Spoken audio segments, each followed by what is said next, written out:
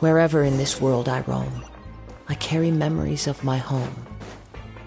This blade, it is the last link I have to the land of my birth.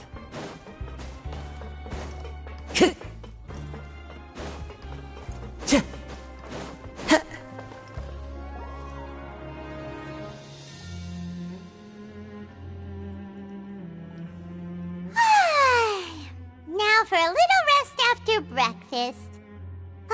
This is the life.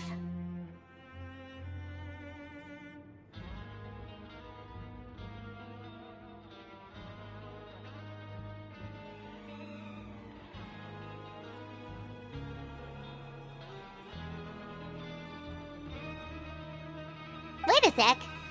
Isn't something important supposed to happen today? Oh, today's our big day! We're supposed to leave the Fortress of Mirapede! Come on, we've got to go complete the release procedures now!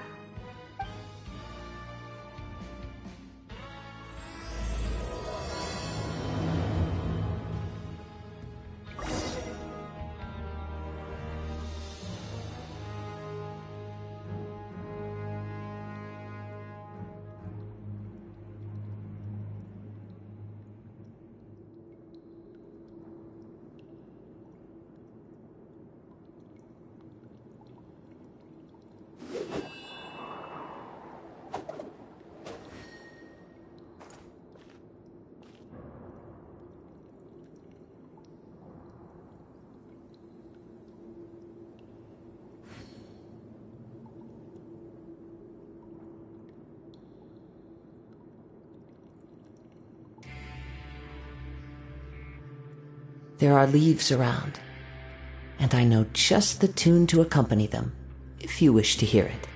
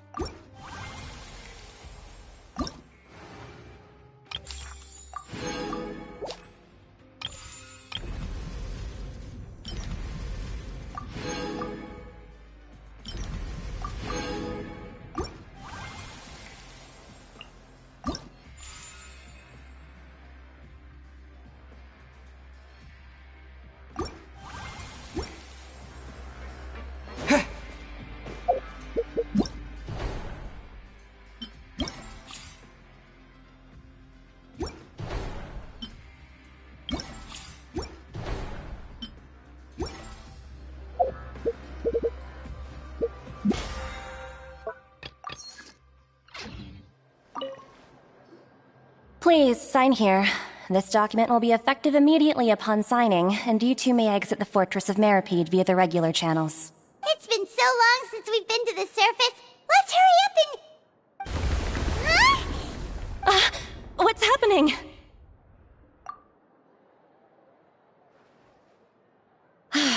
I'm fine, thanks. Let's go ask the Duke.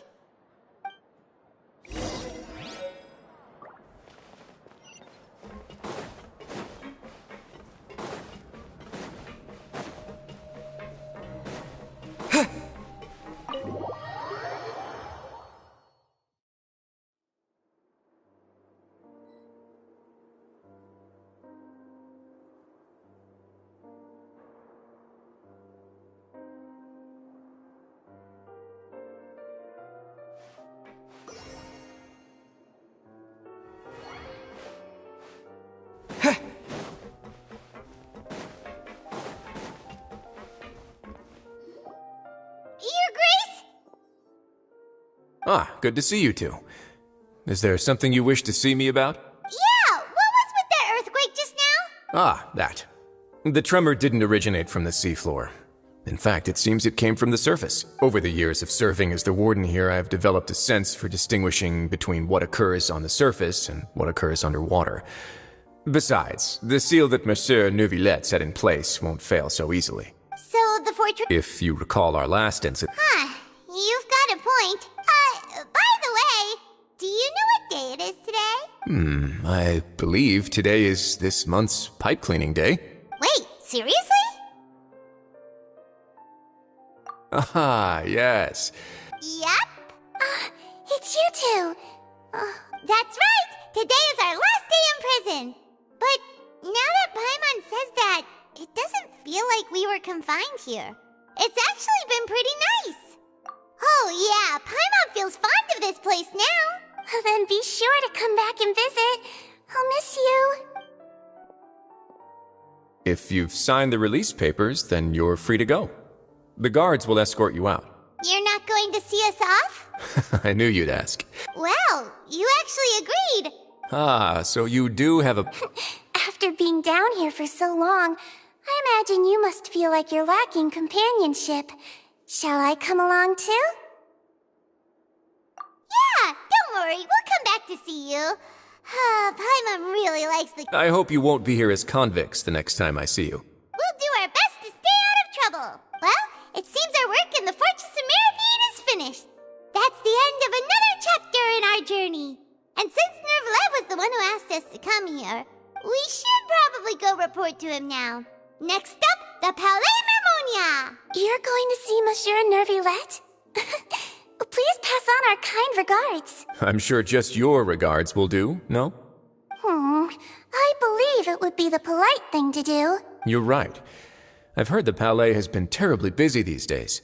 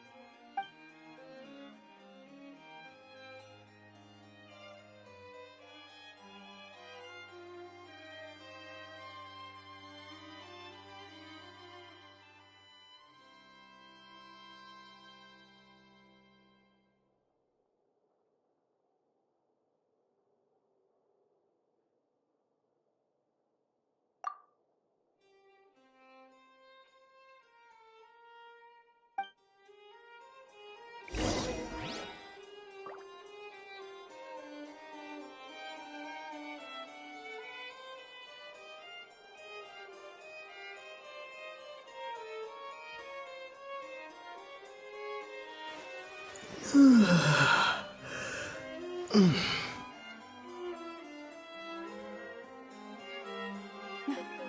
the Ministry of External Relations was definitely the right decision.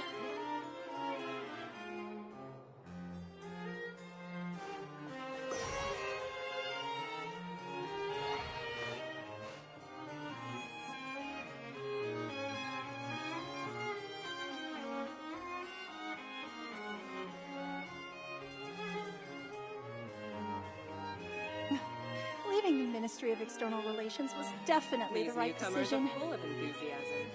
The food in the cafeteria is excellent, if you're lucky enough to make it in.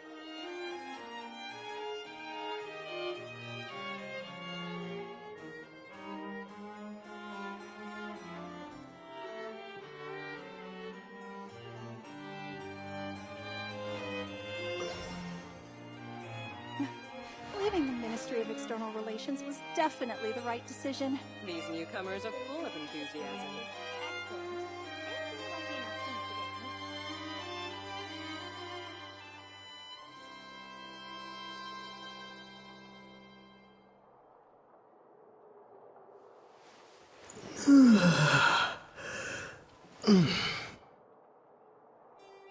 in. Leaving the Ministry of External Relations was newcomers are full definitely of the right enthusiasm. decision.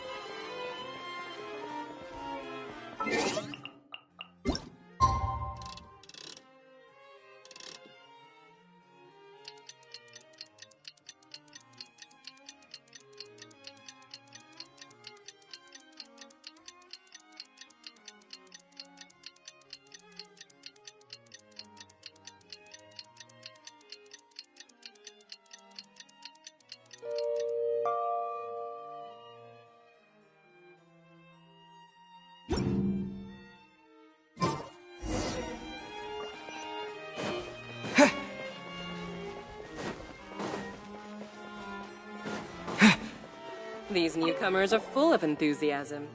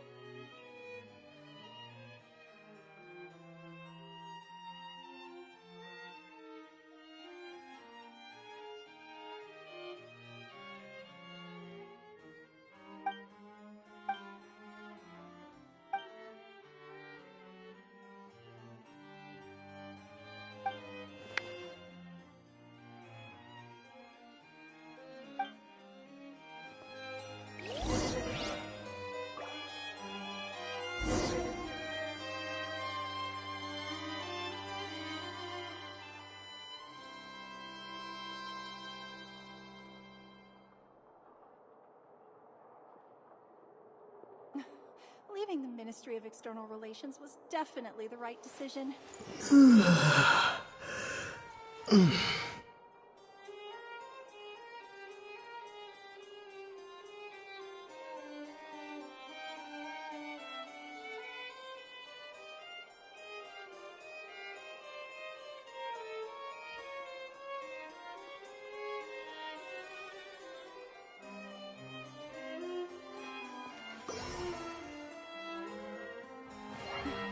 Leaving the Ministry of External Relations was definitely the right decision.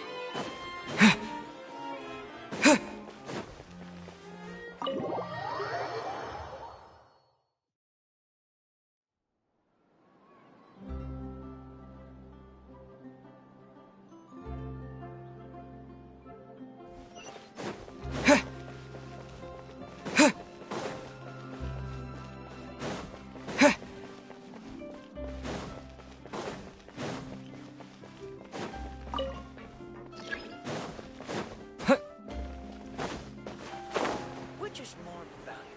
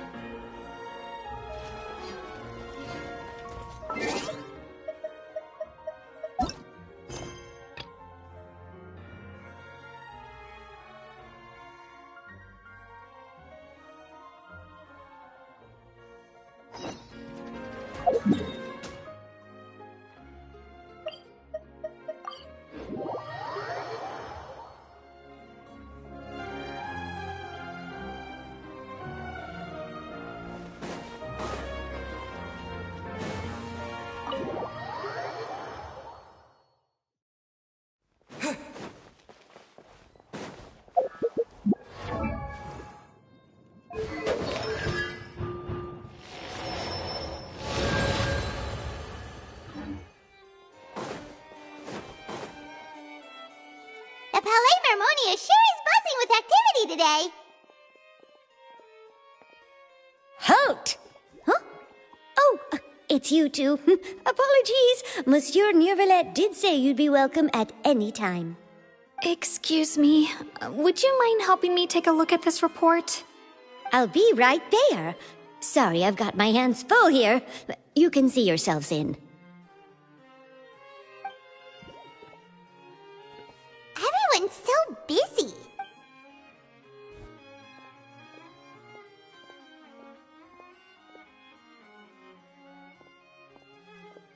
Neuvillette!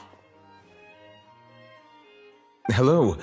You've come at the right time, but you'll have to wait for just a moment, as there are some urgent matters I must tend to first. In the meantime, please, have a seat. If you'd like to have something to drink, let the Melusine outside know. That's all right. We just ate. Very well, then. Let's take a break over there while we wait for him to finish his work.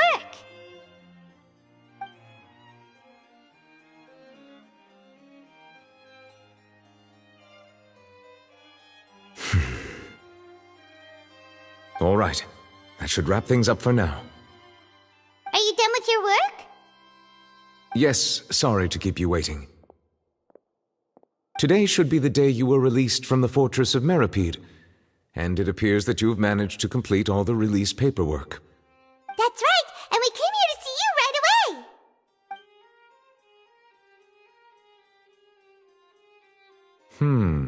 A massive whale.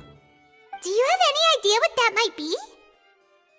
Judging from your description, that cannot have occurred in any ordinary waters, but rather something like the primordial sea.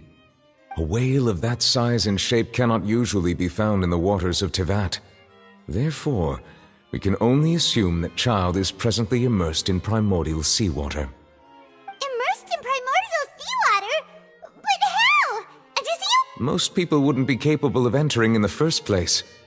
I'm not completely sure how he could have gotten there myself. Yes? What is it? Ah, right! Paimon felt it too! We asked the Duke and he said it wasn't from underwater, so we figured you might know something about it. It turns out that I have just received a report about this particular matter. In fact, that's exactly what I was busy with a moment ago. The source of the tremor was here on the surface near Poisson. After the shaking stopped, the water levels in the Poisson area rose at an alarming rate. The water levels rose? Oh no! What about all the people there? Fortunately, the water levels only rose for a short period of time and have already returned to normal now. However, I still have a bad feeling about the whole phenomenon. If the change in water levels is connected with the leaking primordial seawater, then the situation in Poisson may be much worse than it appears. Navia should be in Poisson, right? We need to go check on her!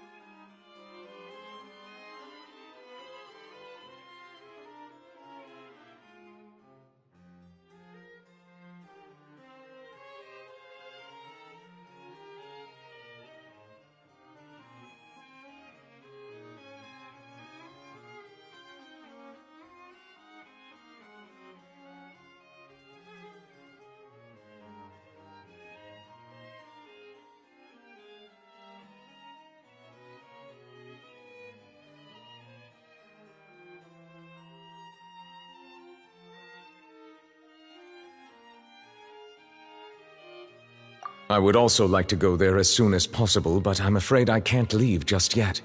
We must immediately formulate disaster prevention plans for the surrounding coastal areas to avoid potential catastrophes. I'll have to ask you two to go to Poisson first. I'll meet you there to check on the situation once I've finished things here. There's no time to lose! Let's get going! Please be careful.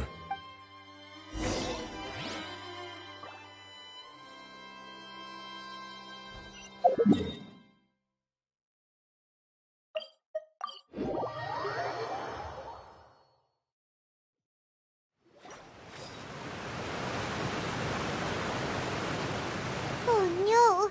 What happened here? Navia should be around here, right?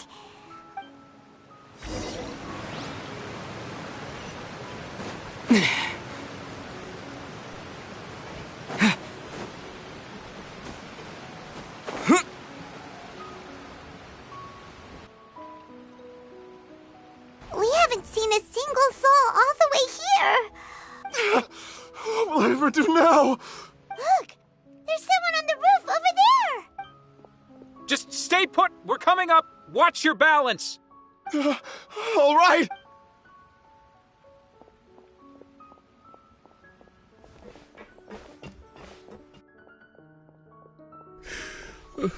I'm not young anymore.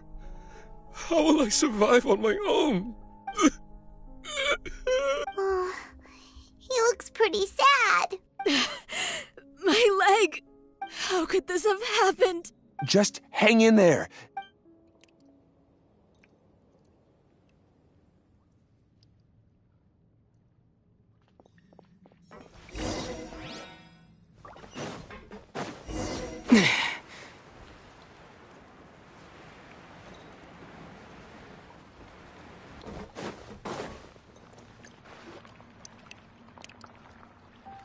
Oh, it's Navia. She's over there. Hey, Navia, are you okay?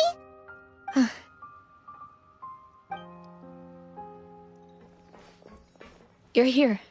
We heard there was a situation in Poisson, so we came as quickly as we could. Yes. As you can see, the water level suddenly rose. It caused quite the disturbance, in fact.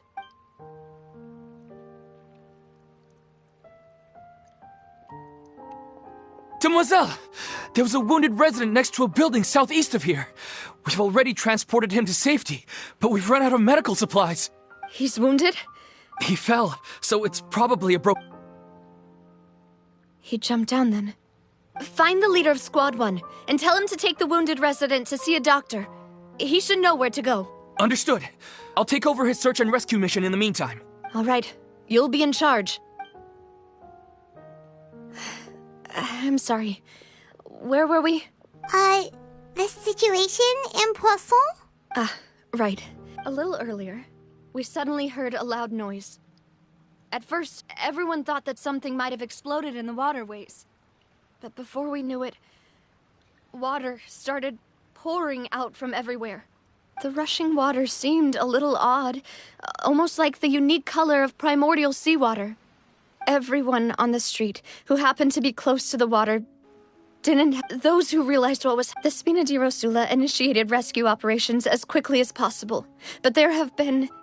The water that flooded the area contained primordial seawater, so the lower levels of Poisson are still hazardous. No one knows if this could happen again.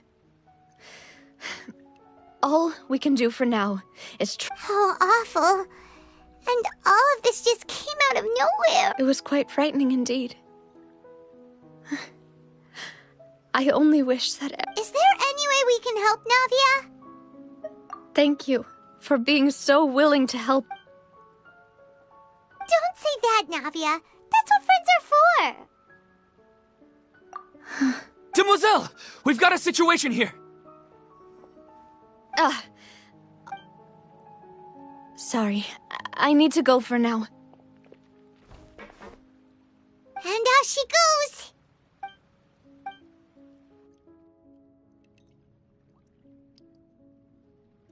Okay, the wounded are being tended to, and we finished a preliminary head count.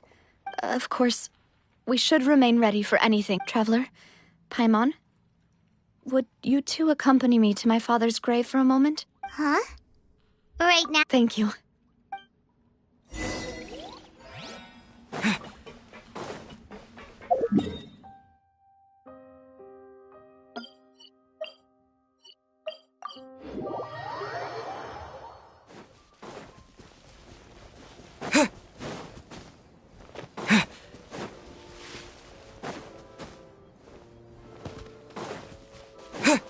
Go faster.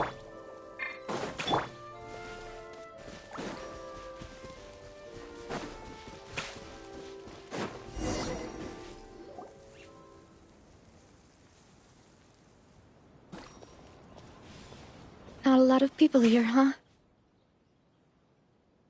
Well, given the time of day and the whole situation in Poisson, Paimon doesn't think there'd be a ton of people here visiting graves. Right.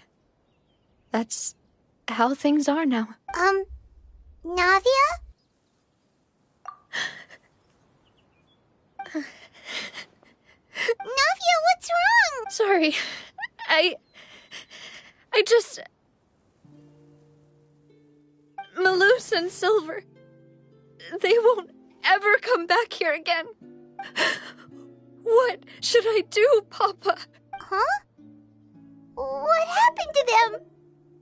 Everyone agreed on the rescue plan. They were helping and... I've known them for so long.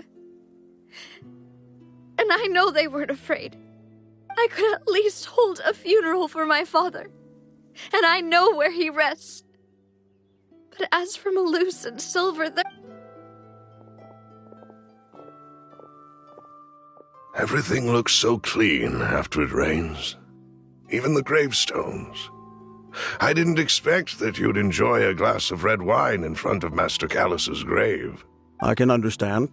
Besides, the scenery here isn't half bad. See, it's not just me. How could Master Yet the cemetery is the... Buying yourself a plot in advance, are you? No need yet. But when I do, I hope you'll let me be buried beside Master Callus, demoiselle. Hey, stop joking around. I'm quite serious. That way, it'll save us both the trip to see each other whenever you visit your father's grave. That makes sense. In that case, could I be buried on his other side? After all, besides you, demoiselle, the two of us could certainly be considered Master's closest companions, no? Personally, I believe we fill those shoes just fine. Why are you bringing this up all of a sudden? Seriously. All right. I'll remember your requests. But I'd really prefer not to talk about this stuff. And what do you mean by saving me a trip? I'd make the journey even if I had to visit you two somewhere else. I'd promised to let them rest in peace here. But here I am breaking that promise. I'm sorry for letting you see me in a mess like this. I don't usually cry, really. Paimon doesn't know how to help you feel better. But, well, she understands how you feel. I had always thought I could make my wishes come true. But now that I think about it, that never solely relied on me. Many things can only be accomplished with someone else's help. Malus and Silver have helped me so much. But by contrast, I could do nothing for them. I'm so sorry. You can spend as much time as you need here, Navia. We'll stay with you. Thank you. By the way, you can have a look at this. Obena... Khan... So... It's okay. The overall outcome indicates that the cost... Right! Don't think that way, Navia. One person might be saved at the expense. Malus and Silver were not the... You're right. What you said just now was... Oh... Really? Seems you've become more eloquent in the time since we last met. The knave? Is everything... Yes, my people are carrying out the mission according to your request. As for these supplies, we have everything taken care of. Thank you. Wait, do you two know each other? We just met recently. Right, Miss Navia? Usually, I would call this a coincidental encounter, but that doesn't quite fit this time. Besides, it never even crossed my mind that a Fatui Harbinger would come looking for me. Thanks to the Knave, Spina di Rosula received generous support from the Fatui. Mutual aid is essential to fostering positive developments. We were already in the area, in any case, so it was nothing. That said, I must say that you're a lot sharper than you let on. I apologize for all the... My subordinates have reported that Fatui soldiers have been observing water levels, and... This is nothing to brag about. As I've told this traveler before, I know of the prophecy, and I intend to prevent the impending disaster. Lending your organization a hand was a natural first step in accomplishing that. As such, do not be troubled by this token of our sincerity. Perhaps one day... Without your help... Furthermore, I sincerely regret what happened to Malus and Silver. I only wish that my people could have arrived a little earlier to prevent this from happening. Don't say that. As Paimon said, Malus and Silver... I've never liked hearing... You're right. I'm sorry. Water is life to Fontaine's people. So, you're one who will try to change fate, then? Of course. That is why I'm going to Hotel Bouffe de Thé. I still have some things to take care of, and the children need my attention. By the way, Traveler, Paimon, one more thing. Alright, then we'll just... Huh? This isn't right. Paimon thought you would ask us to walk with you for a moment so you could tell us something in private. That is a clever and useful conversation technique, which I do like to use when necessary. But there's no need today. It would not hurt to have Miss Navia listening in. Traveler, I'm sure you remember that I said we could work together when we had the chance. You and I both know that there may be issues with the Primordial Sea. Previously, it was the Fortress of Meripede's sluice gate, and this time it was the water levels in Poisson. These are both signals. Indeed. Allow me to share the latest intel I've received from the House of the Hearth's intelligence network with you. During some recent investigations, a child claimed to have discovered some ruins near Poisson. The ruins date back to ancient times and seem to be worth investigating in many ways. Judging by the dating of the ruins, they may be related to the prophecy and the coming crisis. The situation is becoming more urgent, so any pertinent information will prove extremely precious. My people initially came to prepare for ruin exploration. Unexpectedly, this disaster struck, and at present, we're all busy prioritizing the rescue effort. So that's why the Fatui were already in Poisson. I wanted to take the children along, but unfortunately, Linny, Lynette, and Fremine have all been dispatched to higher ground to assist affected residents. Linny told me that outside of the house, the person they trust most is you, which is why I want to give you this task.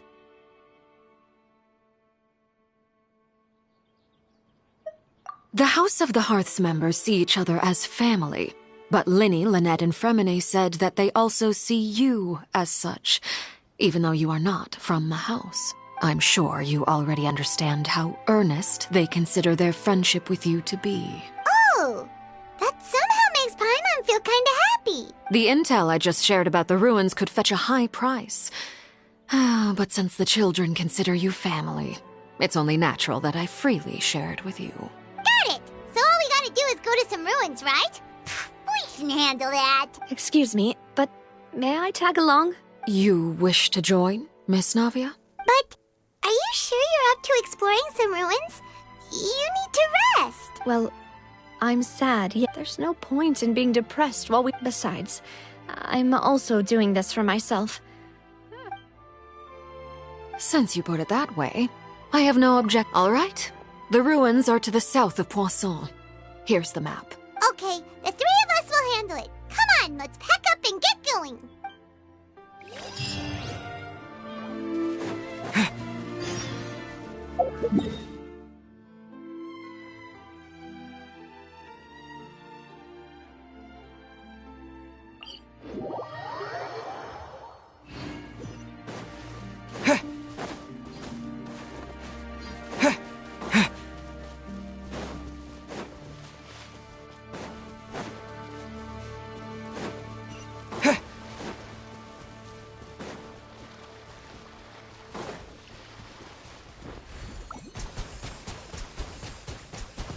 Water jet!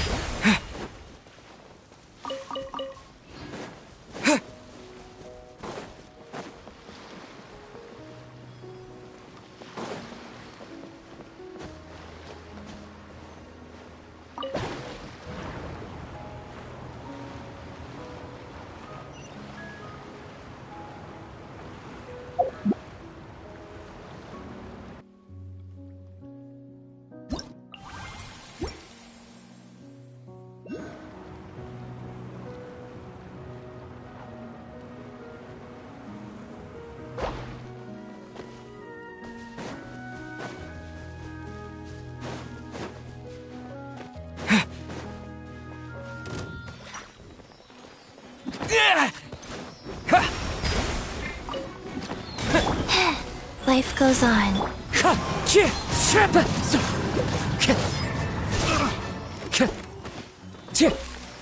Wind Strider. Hunter becomes the hunted. I will have order.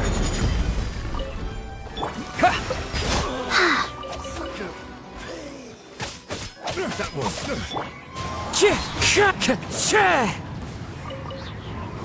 Time to go.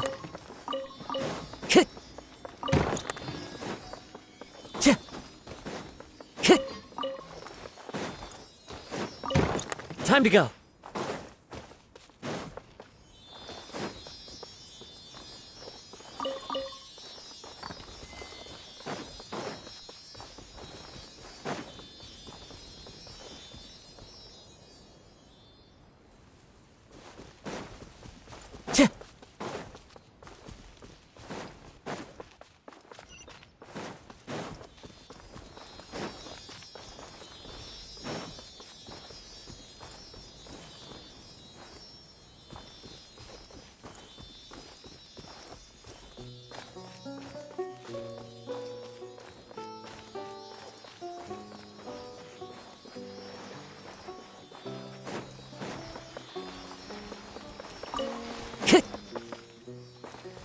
Time to go. Another test. Clouds high. The birds call. Pick the wrong test subject.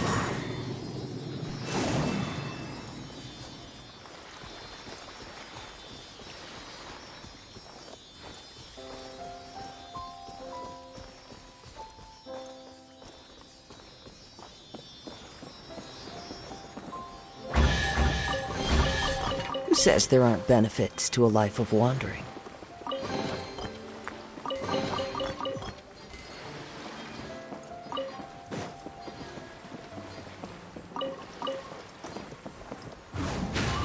I follow the wind.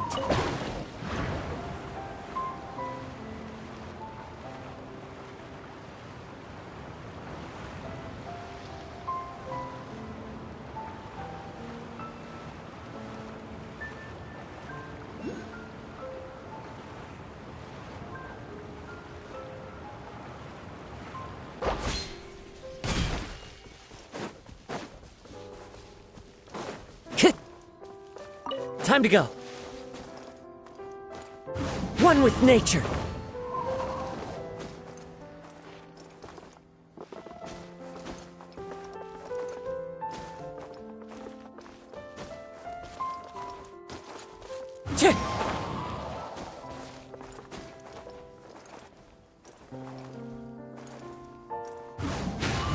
I follow the wind.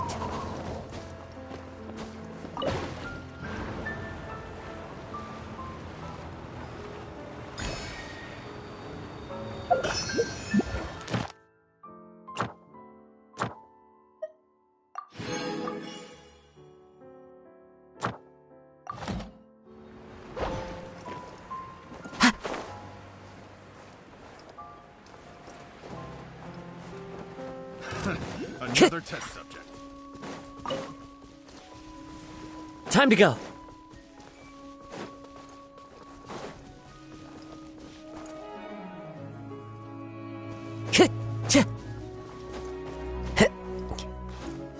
Time to go.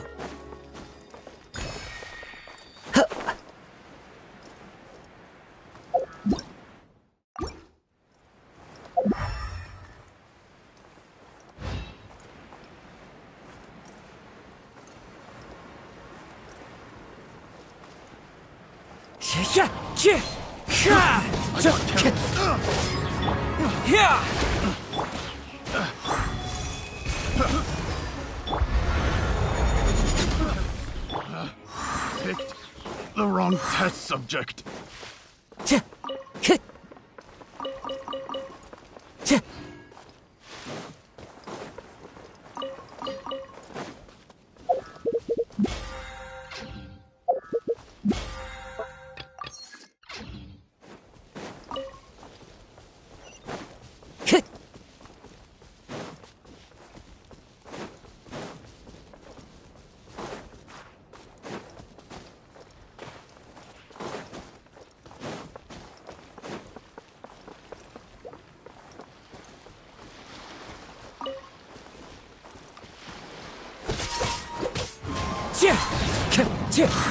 Fallen leaves, adorn my night!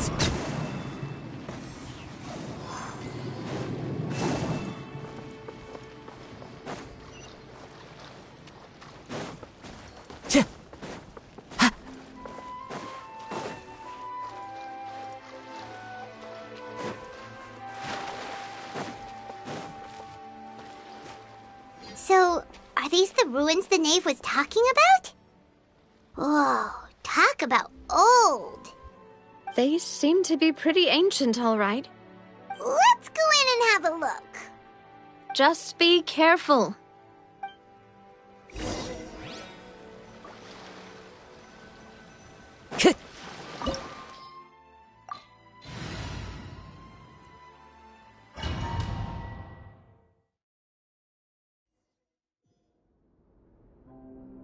Time to go.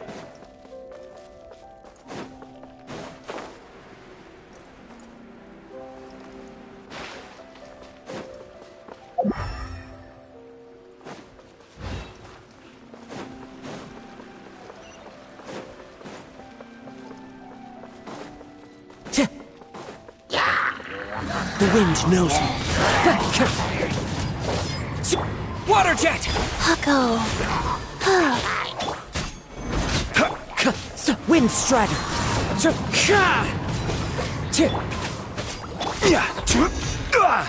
Solidify!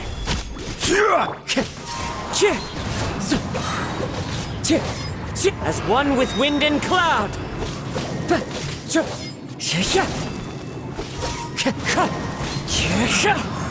Dada Kundala.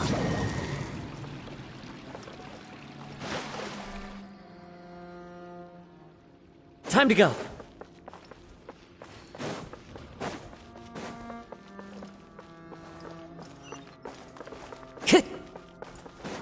Time to go. What? The floor here isn't safe.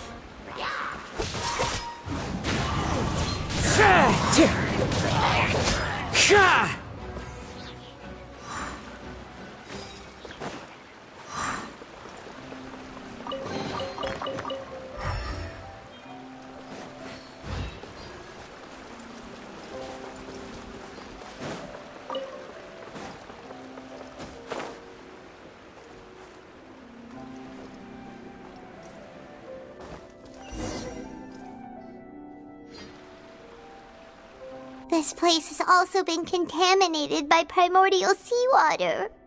Yeah. And a lot of it, too. A Fontanian would most likely dissolve the moment they fell in. Right! You can't go down if there's primordial seawater. It's too dangerous, and it won't be any help for you to just stay here. Don't get by my wrong. We're not saying you're useless. No, you're right. I can't do anything in this situation. I'll leave this to you.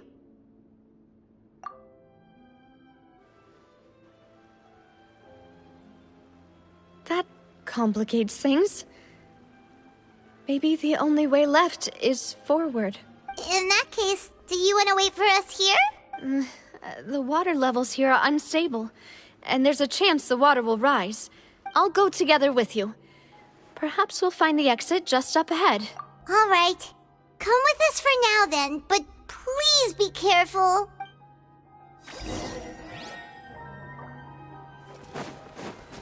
Oh no, it's a dead end! Let's try climbing over from the side.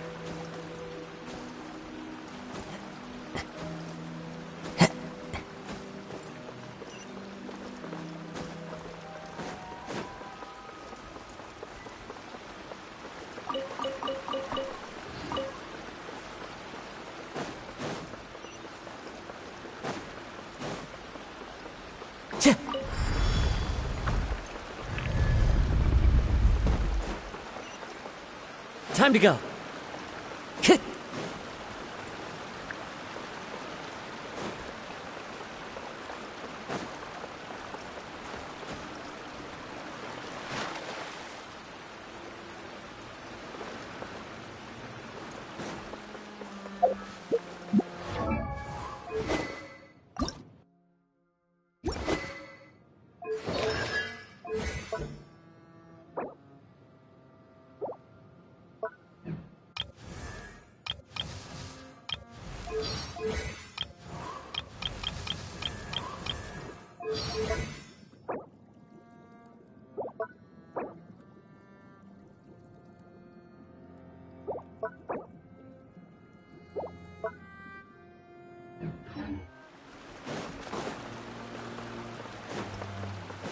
Time to go.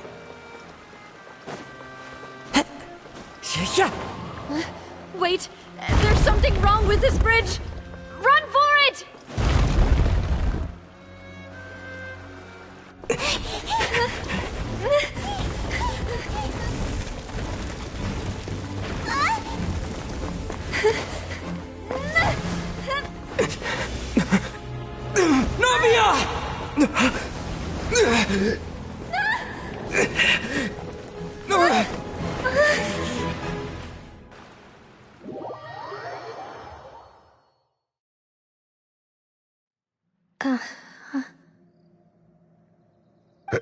Demoiselle?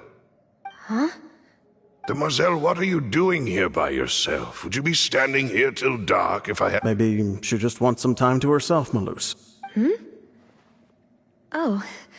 Yes, it would appear so. That's quite possible.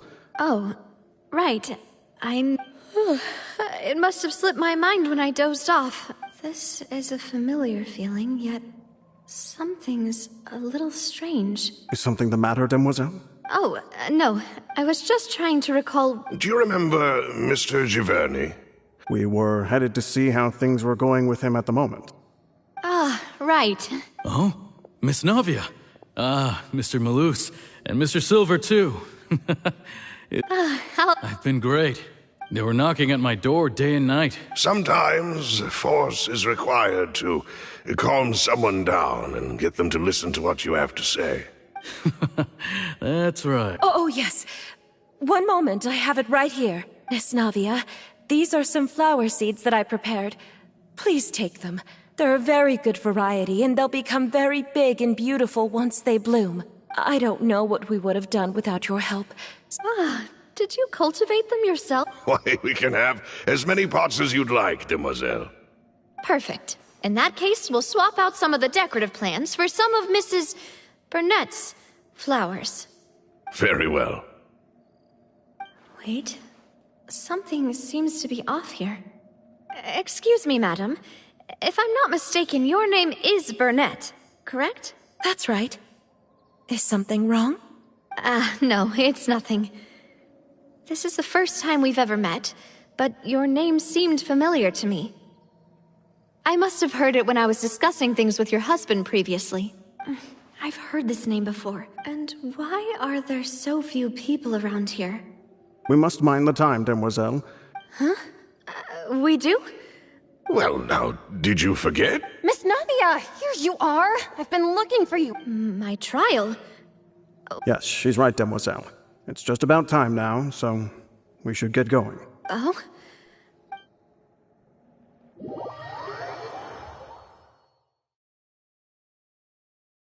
Look, it's Navia! And her two attendants are with her. Goodness, everyone's finally here. There sure are a lot of people here to see the trial. And they all seem to be oddly excited about something. I even know some of these people.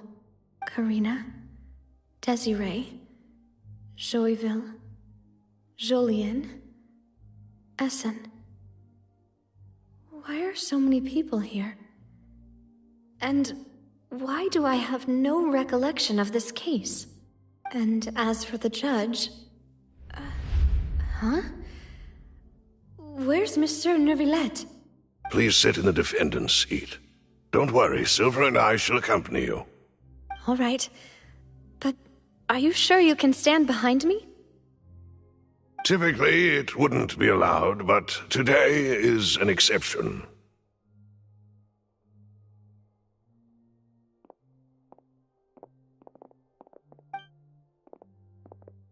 Hey, what kind of place do they think this is? Come on, do they have any idea what they're doing? Seriously. Enough with the whispering!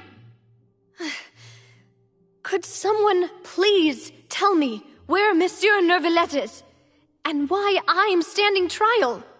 My dear Miss Navia, have you not yet realized what you've done?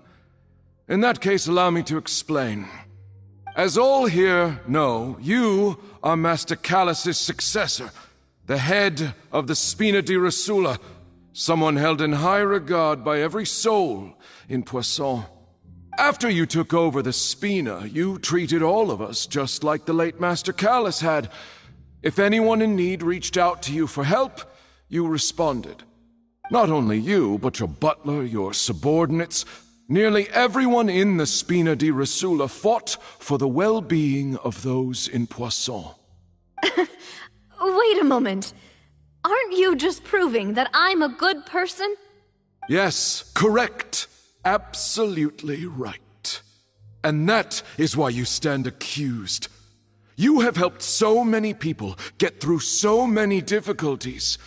You are one with us. We are inseparable. We are one big family, all of us who are from Poisson, inextricably linked. And with you being so important, we couldn't possibly do without you. Therefore, this fair and honorable court shall declare you guilty, and you shall stay here. You will be together with us forever. Huh? What are you saying? Everything you have said is correct. I have indeed done a lot for my hometown, and I would be willing to be with you all, but what is the purpose of having me stand here like this? What is there to discuss? Ah, well, if that's what you think, then I have no further comments. How wonderful, Miss Navia!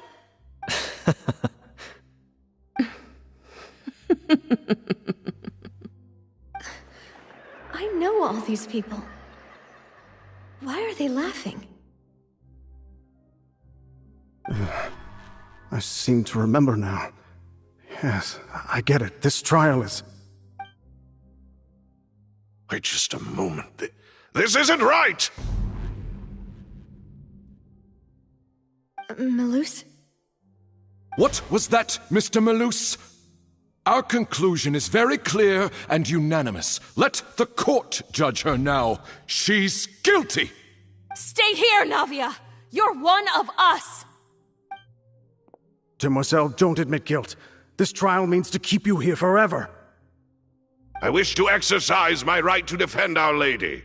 Mr. Joinville, you only know of Navia's goodness, but nothing of her utterly independent mind. She was born a free and independent spirit. She has never been tied down by anything. Indeed, even the death of Master Callus couldn't stop her. Her actions cannot serve as proof that she identifies herself as part of any group.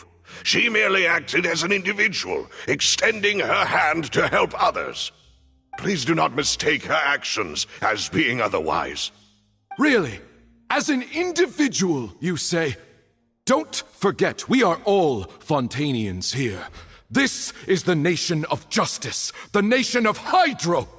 Even if Miss Navia only voluntarily rendered her assistance, that doesn't change the fact that her beautiful soul must return to everyone. Water accepts all, blends with all. It will surely accept her kindness. Everything is measured here in the nation of Hydro, and in the end, everyone shall meld together. Thus, when a unanimous opinion emerges, that opinion represents justice. Now I speak for everyone. Our opinion is consistent. Navia should stay. We and Navia are one. And you would call this justice? Preposterous. You are merely jealous that Demoiselle still has a chance to exist as an individual. Have you forgotten how much you all once longed to become individuals, to become independent? Do you mean to defy our justice? If your justice is flawed, then why should we acknowledge it? As you said, we can also have our own justice. Silver and I shall defend Demoiselle. And that is how we will enforce justice. Ugh, my head... it hurts.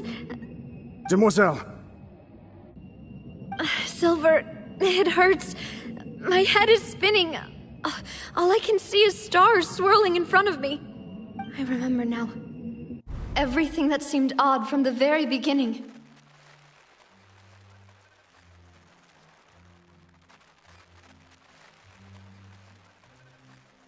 Karina, Desiree, Joyville, Jolien, Essen, and Mr. Giverny and Mrs. Burnett, who we met earlier. Even Malus and Silver. I don't want to admit it, but they're all dead. Don't be afraid, and... Absurd! Who are you to say that she cannot... Don't let them escape! We shall keep Navia here with us! Mr. Malus and Mr. Silver, must you be so stubborn? How could the two of you possibly hope to stand against the collective? Do not resist. This judgment is fair and just. Navia belongs to us. After all that happened, she should not be left alone in Poisson. What are you saying? No more excuses. He says we're jealous. Jealous? How could she possibly be an independent individual? What's with these people? Who's jealous of her? She belongs to us! Miss Navia, she... Silence! That's... Monsieur Neuvillette! Such commotion is prohibited in the court. The accusations you just presented are nonsense and cannot constitute a proper trial. The court will adjourn for the rest of the day. In this, I shall hear no objections from any unauthorized party. Our thanks, Monsieur Neuvillette. Please leave with me, Miss Navia, while there is still time. But... Go on now, demoiselle. This is your only chance to leave this... Malus. My apologies. I couldn't resist making one little joke once I realized that... Malus... Silver... Quickly, you must... Goodbye. There must... Farewell.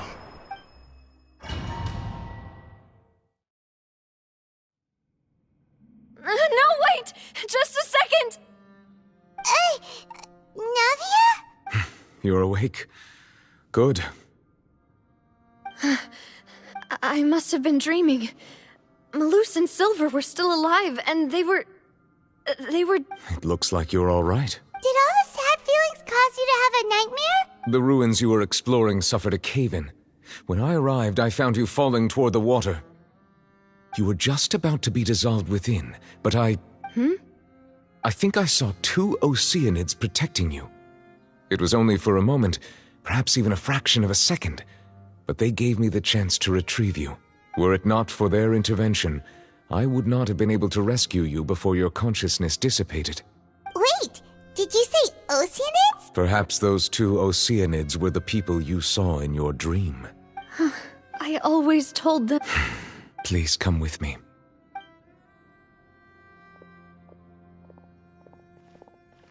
Neuvillette, are you okay?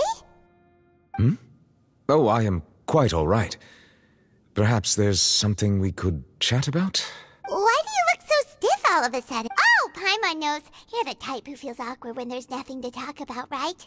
I merely thought that we should give Navia some time to herself. Huh? Why didn't you just... I suppose so. Ah, Sigewinne. I hope all is well with her these days.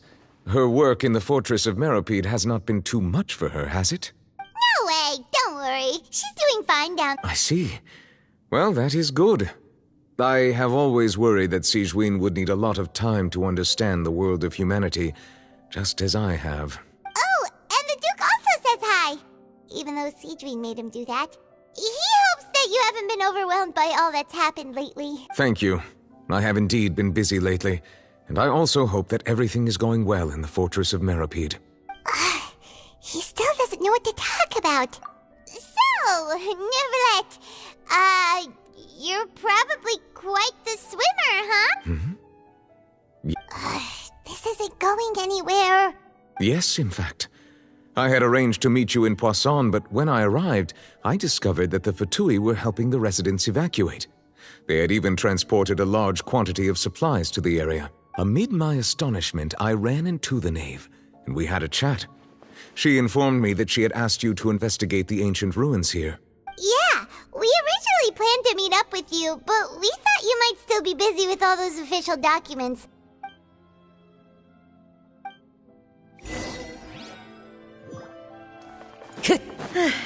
I'm sorry to have kept you all waiting like that. I'm feeling much better now. I guess we should get going again. Will you come with us, Monsieur Neuvillette? Yes, if you wouldn't mind my company.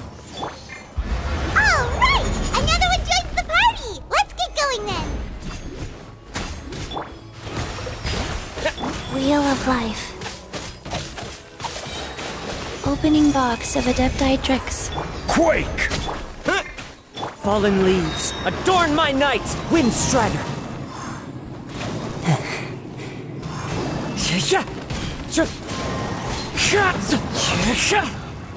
Nada Kundala.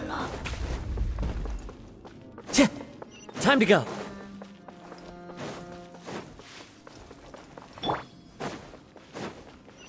Oh no, another unstable path. Watch your step.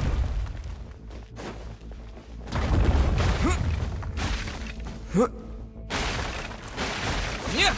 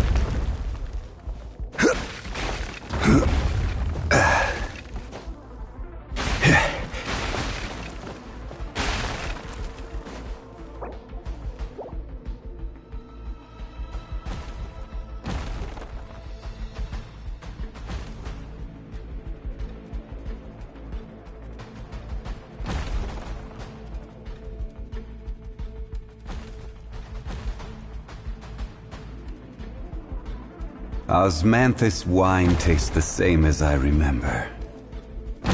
But where are those who share the memory?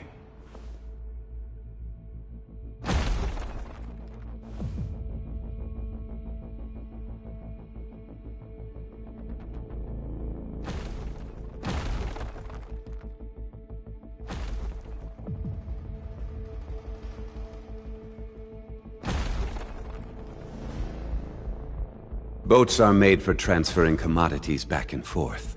And those that come across Liyue tend to stay a while. So it is where many things come to settle.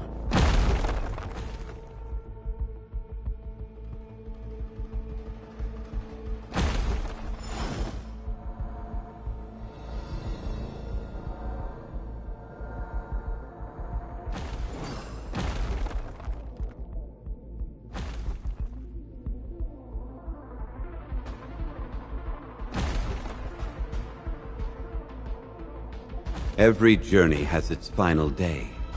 Don't rush.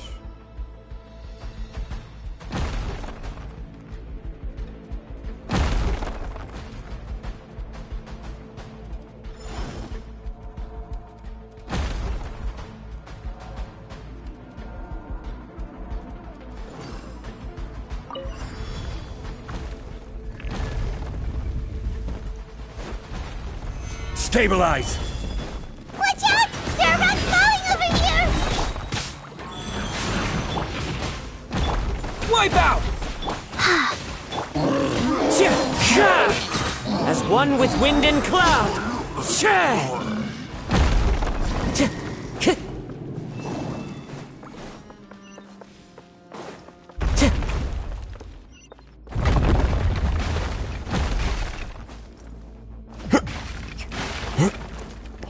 It seems we're almost at the top. Keep it up!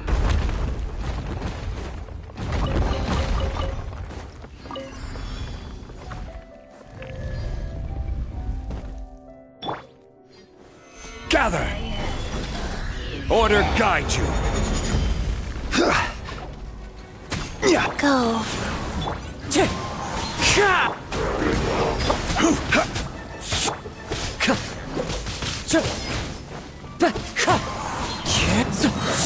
Clouds high. The bird. Orders given. Orders received. Wow. Careless! I will have order!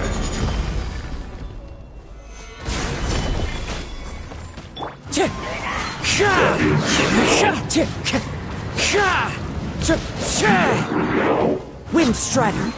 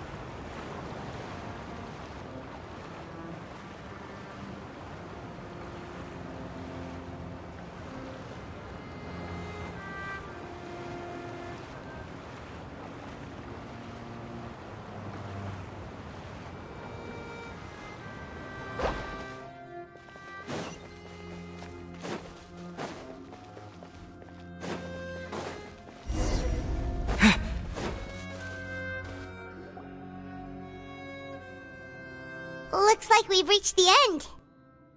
This is the place. There should not be any other hidden spaces in the vicinity. The path sure had some twists and turns, but it turns out that this place isn't actually that big.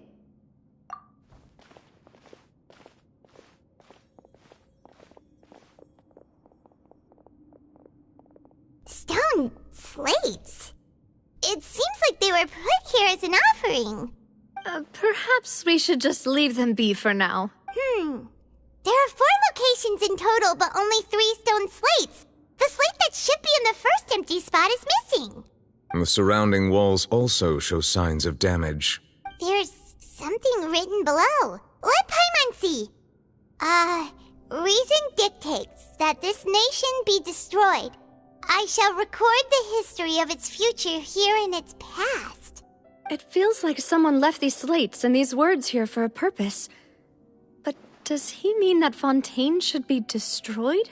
That would fit the circumstances dictated by the prophecy, yes. Indeed, the slate's contents correspond to it.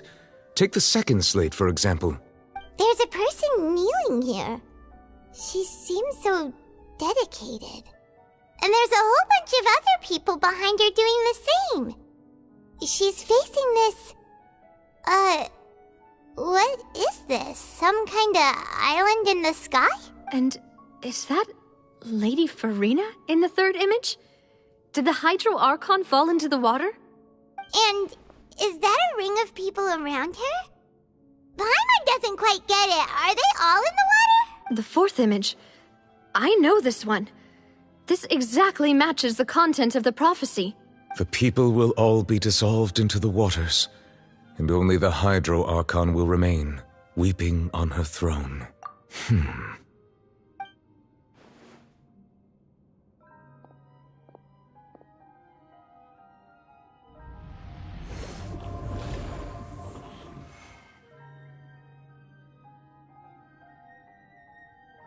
More information should be hidden in these slates, but I fear I cannot easily uncover it, most likely due to us missing the first slate. Don't blame yourself, Monsieur Neuvillette. Ooh, Paimon's getting the chills just looking at these slates. This says that it's the history of the future, right? That means the prophecy's sure to come true. I really hope it doesn't mean that. Still, Paimon feels like these images are kind of weird when you look at them together.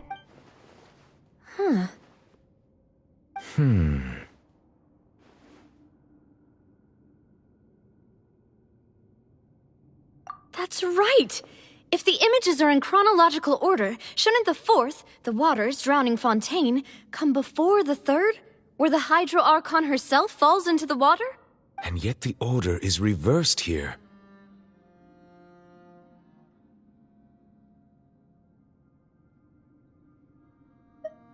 If we go by timing, Lady Farina only emerges in the third image.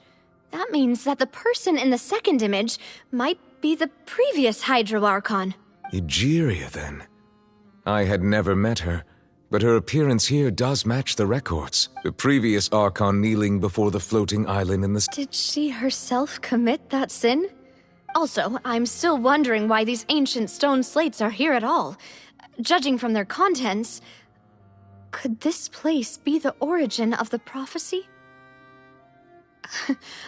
Does that mean that someone, or some people, once saw these slates? But who would have created the...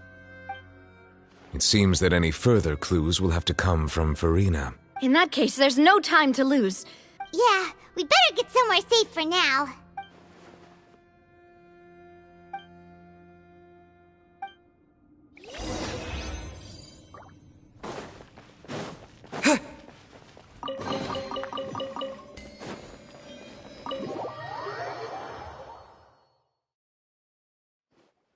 Let's split up here.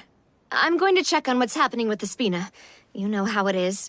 There's some things you just need to be there for yourself. You still have energy for that, Navi? Just head back to the Fleuve Cendre and... I'll depart as well. Thanks for your hard work today. Rest well, everyone.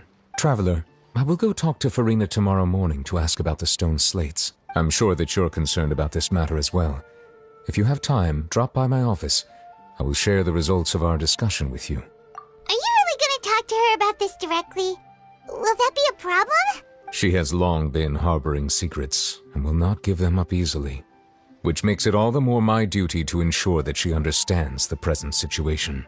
Alright, we'll leave it in your hands then. I will be carefully considering my words tonight. Traveler, Paimon, our safe house at the Fleuve Cendre is always open to you, as ever. So please don't think you're an imposition. Alright.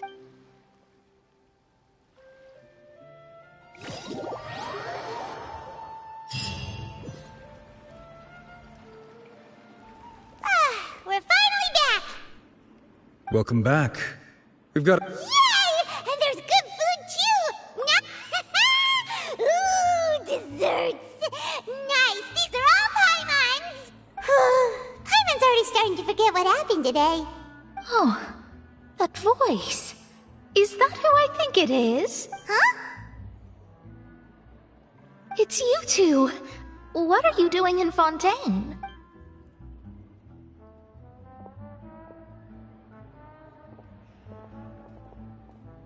Mona?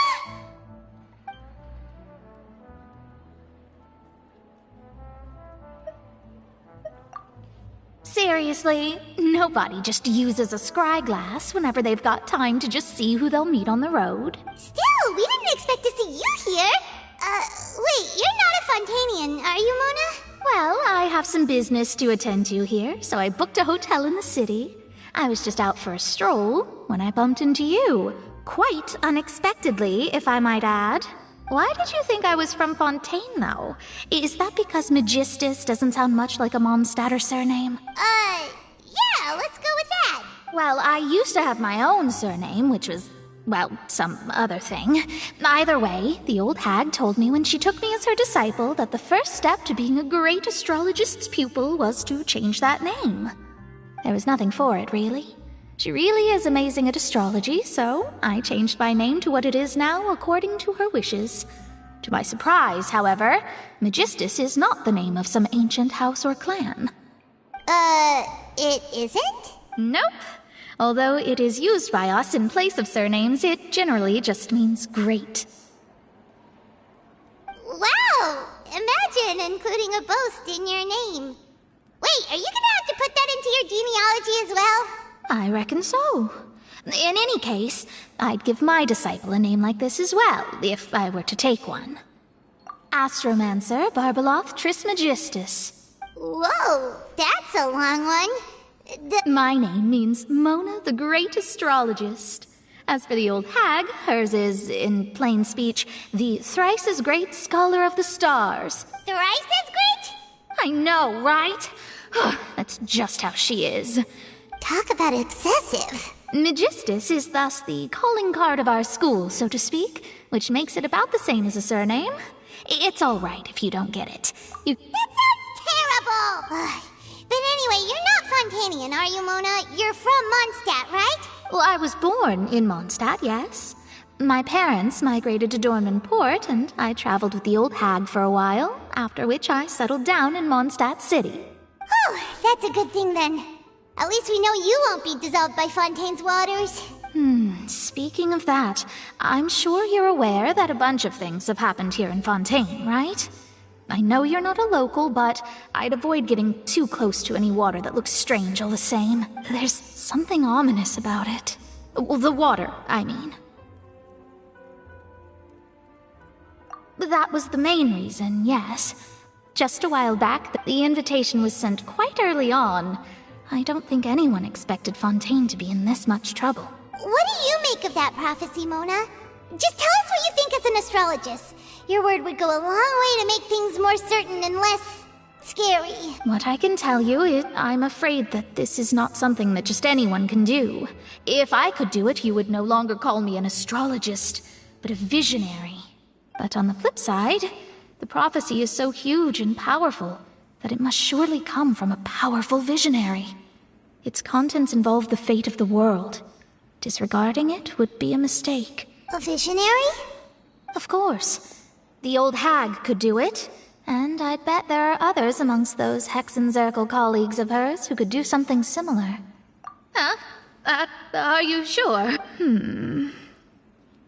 All right, I'll help you.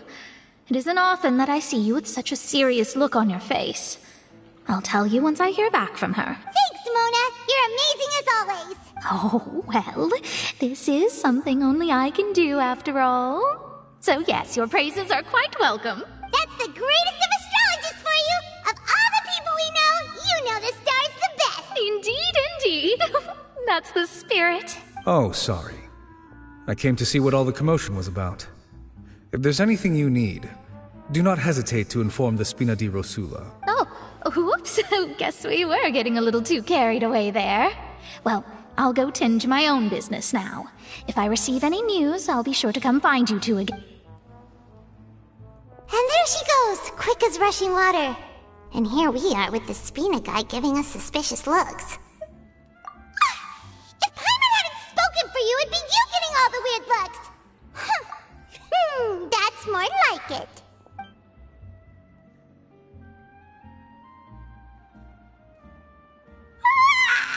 Good morning. To be honest, Paimon's still feeling kind of sleepy. But it's time to get up, traveler.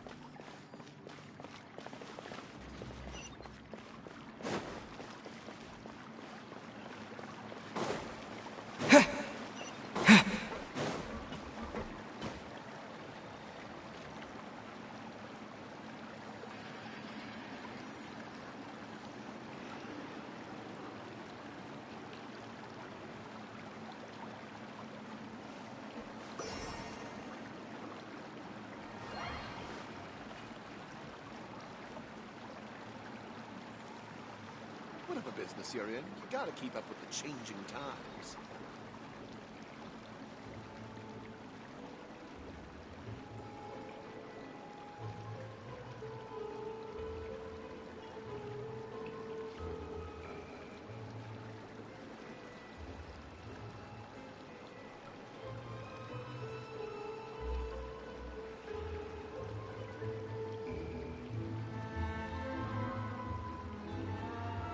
Whatever business you're in, you gotta keep up with the changing times.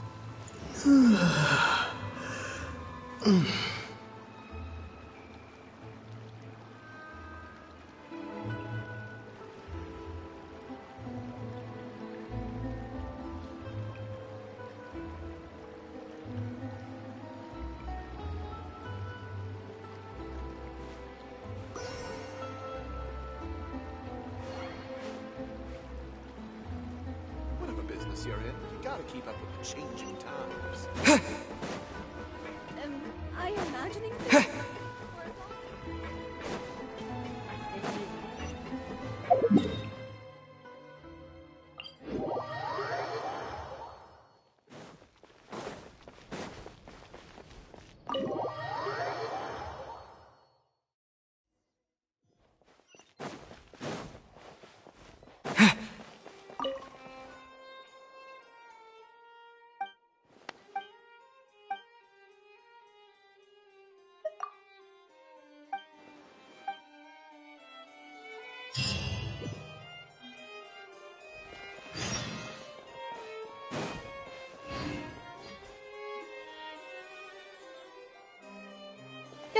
You're here!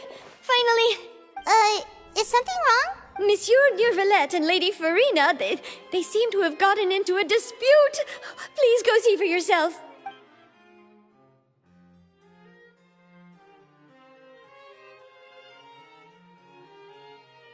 Like I said, I've already explained everything! And yet the problem has not been properly solved. There is little space for excuses between us.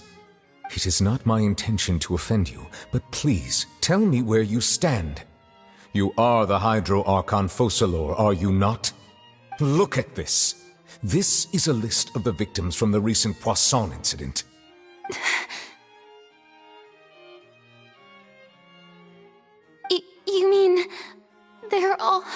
We did not arrive in time to avert this disaster, and I will not have it happen again. I will say this once more. You must tell me everything you know. Yesterday, I found 3 stone slates in some ancient ruins near Poisson. Do you know anything about those? Seriously? You're questioning me like this is a court case now. I don't know anything about that. But you found them in some ancient ruins, you say? That's correct, which is why I came to ask you some questions. There should have been 4 slates, but one of them was missing. The other 3 featured different images that seemed to correlate to the prophecy. The prophecy? The second of these slates depicts the previous Hydro Archon Egeria kneeling before a floating island in the sky, as if confessing something. Do you know nothing of this either? I don't. I've never seen such slates. I'll ask you again. Do you really have no information regarding the previous Archon? My deciphering of the slates indicates that the Hydro Archon Egeria once had to confess to, or apologize for, a certain sin. If anyone would know about it, it should be you. All gods don't have the same secrets, you know. She was herself and I'm me. Is it really so strange that I know nothing? I understand your concerns, but I'm sorry. I just don't have anything to tell you. Forgive me for saying this now, Lady Farina, but I have long known of your various secret investigations into certain matters. There are several indications that you have been investigating the prophecy on the sly. This is not strange in itself, considering that you are the Hydro Archon. But it is strange that you should also claim to not know any of Egeria's secrets, as well as do nothing following your inquiries. You have never been as superficial as you have presented yourself to be, nor are you a fool. And yet, your behavior is very inconsistent.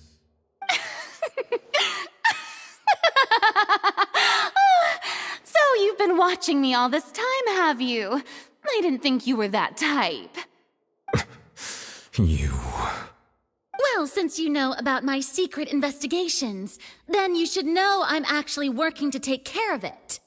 There's no point questioning or suspecting me. You're the Eudix, but you're still my subordinate. You should be following my lead. Just trust in me, your Archon, and do as I say. Never mind whether you can truly convince yourself to or not. It'll all turn out fine. That's all I have to say. We do not discuss this matter again. Oh, the opera's about to start. Toodles!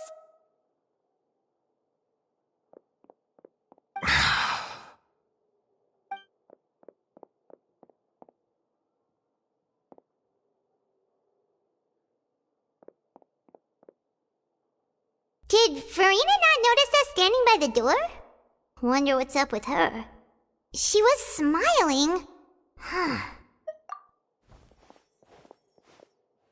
I assume you've been outside for a while now? Oh! You noticed! Seems Farina didn't even realize we were here.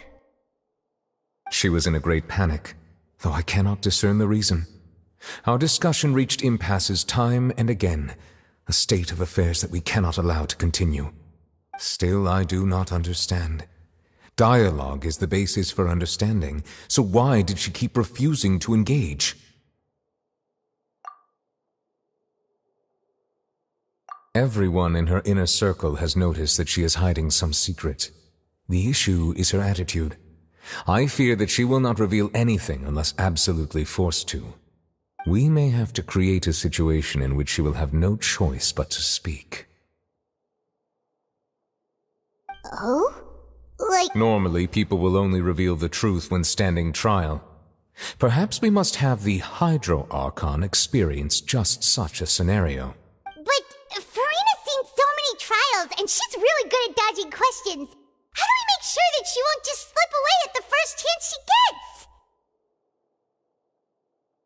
We will need to consider this thoroughly, join forces with various parties, and then do what we can.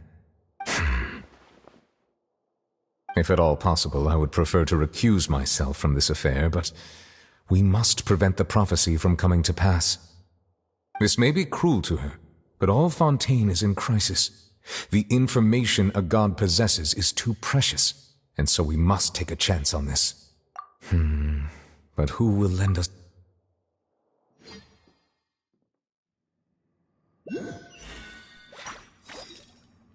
Well, that's everyone, huh? Speaking of which, it was pretty smart of you to think of hiding here. Poisson was just involved in a disaster, so it's presently devoid of people. That naturally makes it the best choice. And here you are drinking tea like it's the most natural thing in the world, huh? That's what families should do. Sit and enjoy a leisurely time together. It's nice to enjoy tea here, you know? Care for a cup? Lend me your ears, everyone. Or perhaps one of you might like to start us off. How about you, friend? Me? No, I don't think I can. Then, how about you, good sir? I fear that I will cause the mood on this boat to become as somber as it is in court. Well then, I guess we're lucky we've got a local like me to organize things. Wonderful, the spotlight at last. I guess I'll be facilitating things from here. That was a little long-winded, don't you think? Oh, you might be right. Anyway, to cut to the chase, our friend here, the Traveler, has brought us together to discuss something. As for what that is, well, let's start by saying that we'll be pooling our efforts together to create a series of traps. Oh, how intriguing. Well, it's just an expression, really. One that I just learned from Chlorand, and used on the spot.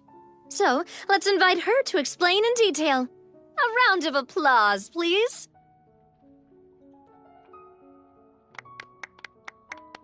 Huh? Didn't you say that you would be facilitating this? Oh, come now. Your work doesn't involve much public speaking, right?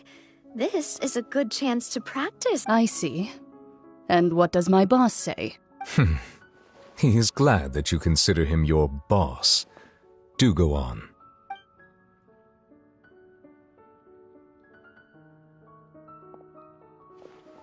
In that case, do any of you have experience hunting? Not that I recall. Fremine and I once used a wooden stick in a basket to catch wild rabbits when we were younger. As for Lynette, oh, right. You were sick that day, weren't you? I've also gone diving to catch some fish before. Does that count? I'm afraid not. Though that was their name, they did not hunt animals. But rather today, Fontaine's monster population has already thinned greatly, so the hunters have blended back into society, taking up arms in other lines of work. A trap comprises of the following components. So, if we were to build a trap together, right now, what would you... For me, I would prefer something basket-shaped. Pigeons and rabbits will see the bait and naturally enter the snare. Our line of work requires a deft hand, and we're some of the best in the industry, so you can count on our techniques. You used some of those techniques while moving the people of Poisson, didn't you? My subordinates mentioned that you even performed some magic for the bawling children. Yes, and I even managed to gather some intelligence in the meantime. I'm quite the multitasker if I do say so myself. I'm afraid I can't claim that as my strong suit. I prefer more stable methods, like placing bait in the water and waiting for the fish to come within reach. That's the kind of method I would count on. Calm and steady. Exactly the kind of person who would catch loads of fish. And I can be their assistant. With discretion, I'm sure. I'd probably use some sort of mechanical animal. Papa once bought me some small clockwork squirrels, mice, and such. When placed in the forest, they can attract others of their kind. I remember that you liked those too, didn't you? I did. And that would be a good way to go about it. If they're realistic enough, animals of the same kind will follow them all the way to the trap. What about you, Monsieur Neuvillette? I Fear I do not have any related experience. That makes sense. You usually solve problems directly, without the use of any such tricks. But I do have one more question for you, monsieur. If we were to create a trap now, how would you design it? I would like for it to be effective, but bring no harm to the prey. A more gentle trap would be ideal. Kind, as always. However, our intention doesn't necessarily change the containment device and the type of implement we need. If we wanted to kill the prey in one strike, we would need a powerful implement. However, that also goes for prey that must be captured and safely contained. Wait, why's that? Only a hunter who's a true expert at subduing their prey can snare it without harming it. The line that divides life and death is often exceedingly thin. So are we going hunting together? Huh. We hadn't thought of seeing ourselves as hunters. It kinda works, but maybe it's still not the best metaphor. If our means of capturing and dealing with our prey is to put them on trial, then the hunting metaphor is actually quite accurate. But we shall require much more courage than any hunter to judge a god, a being whose seat is an exalted throne. Oh, so that's what's going on. Sounds very interesting.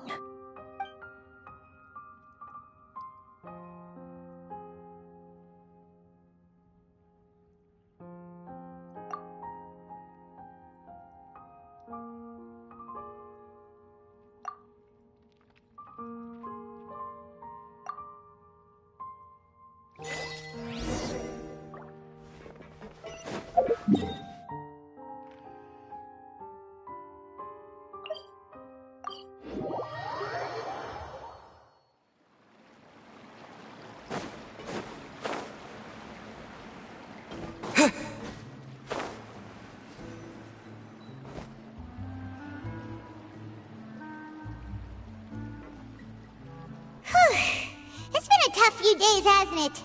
Paimon didn't think the meetings would go on for so long, but everyone seemed pretty fired up. Paimon thought they'd be at least a little frightened.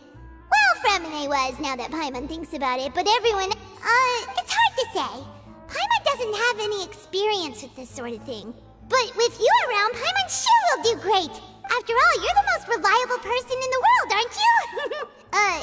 Did you just pour some tea? Paimon... what's that? Paimon's never seen that cup before. Don't be frightened. I'm just joining you two for tea. Who's that voice? But there's no one here. Aw, have you forgotten me already? Wait, you are familiar. You're the voice we heard from the sky in Sumeru. The voice from the sky, I fear that description is wrong. You're feeling lost now, just as you were feeling previously. I sensed that confusion and thus came to you. Guiding people is an irresistible hobby of mine, after all. Consider me a passerby, just accepting a commission from my friend's disciple on a whim. The prophecy. Yes, what has been prophesied will be fulfilled. You may view such things as the history of the future. What?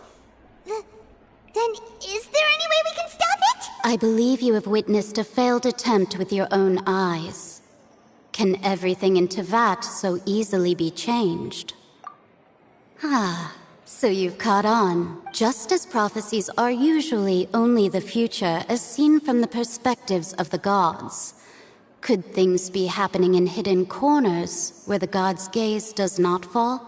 Are the things that you shall see different from the fate that the gods perceive? What is she talking about? I believe that you understand, right? Some things are insignificant, but others you must reach out to change. Ultimately, fate shall serve as your only guide, no matter what will happen in Teyvat's future. All you need to do is to play your part. This was good tea, by the way. Thank you for your hospitality. Well, that'll be all for today. The voice.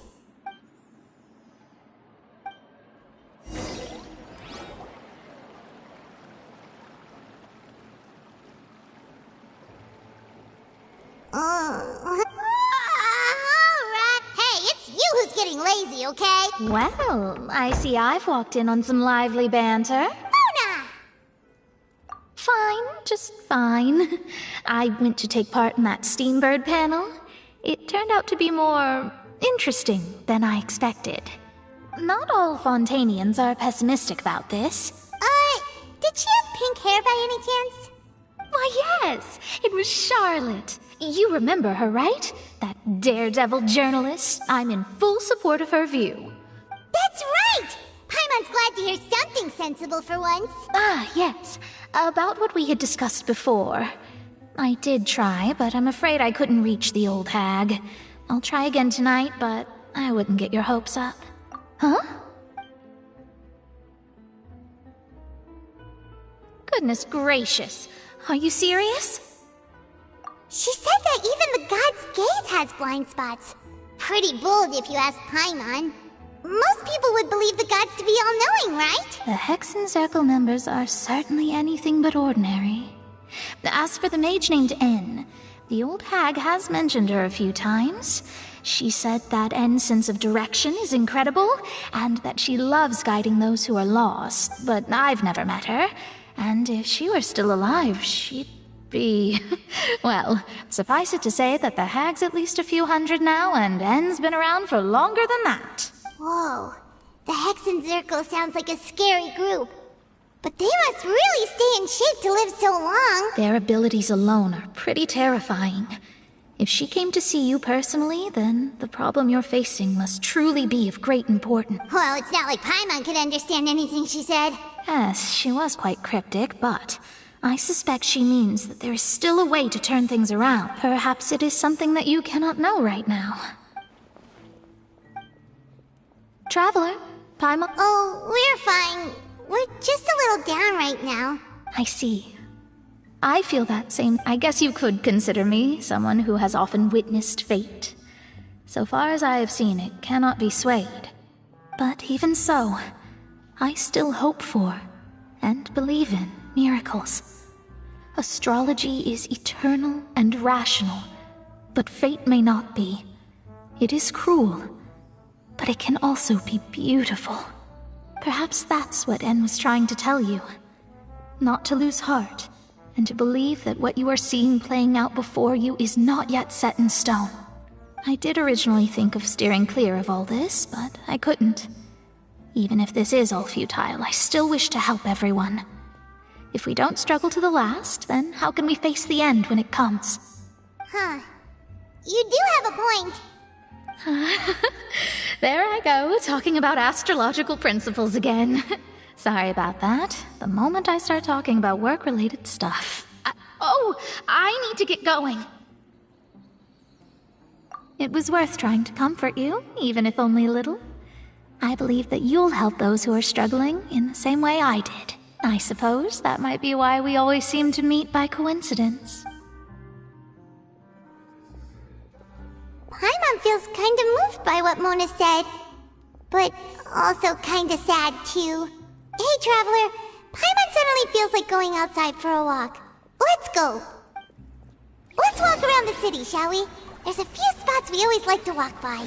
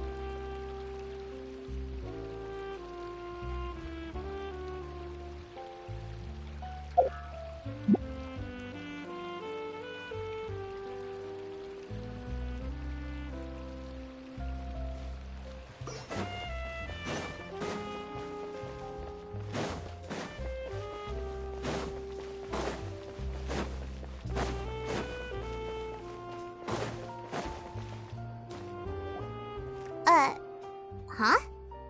Our names are written in this newspaper. What's going on?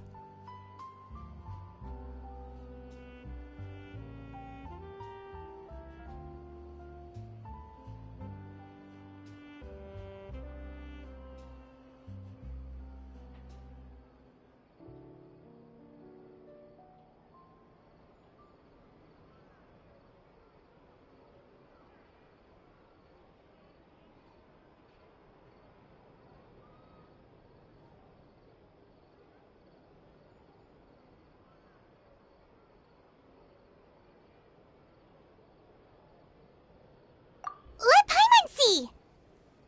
The underwater stronghold, the Fortress of Meripede, has continued in its noble autonomy, but that does not mean that others cannot interact with it. My recent attempts to enter the fortress bore little fruit. Huh. Guess Charlotte still hasn't given up on that. Thus, did an Outlander friend become the focus of this report, a blonde adventurer with their white fairy legends trailing in their wake. It is said that this mysterious traveler once visited the underwater fortress. So while the fortress's interior remains a mystery behind closed doors, do not fear, for the tales of the traveler contain surprises in spades. Journalist Charlotte's biggest scoop yet, the Traveler's Trail, World Walker. Huh. Charlotte took so many awesome photos of us and we never even noticed her. She hasn't been able to get a hold of anything at the fortress, so since we're easier to find, she's using us as the subject matter instead? Ugh, seriously? Well, fine. Those headlines and photos do look cool, so Paimon will forgive her this time.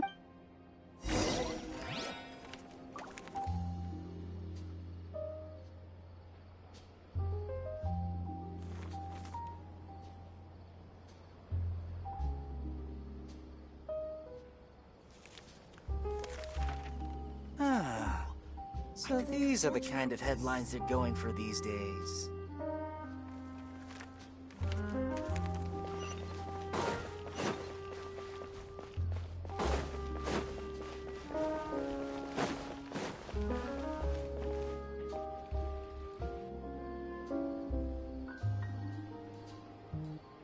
We're here!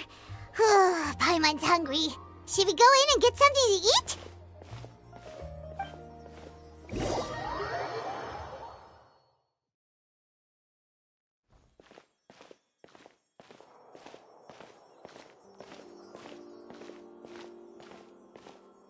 Hey, quick!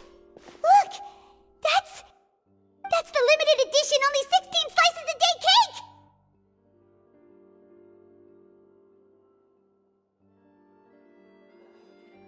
It was so delicious the last time we tried it! Despite the tense situation we were in, let's give it another go! I'm sure it'll be great!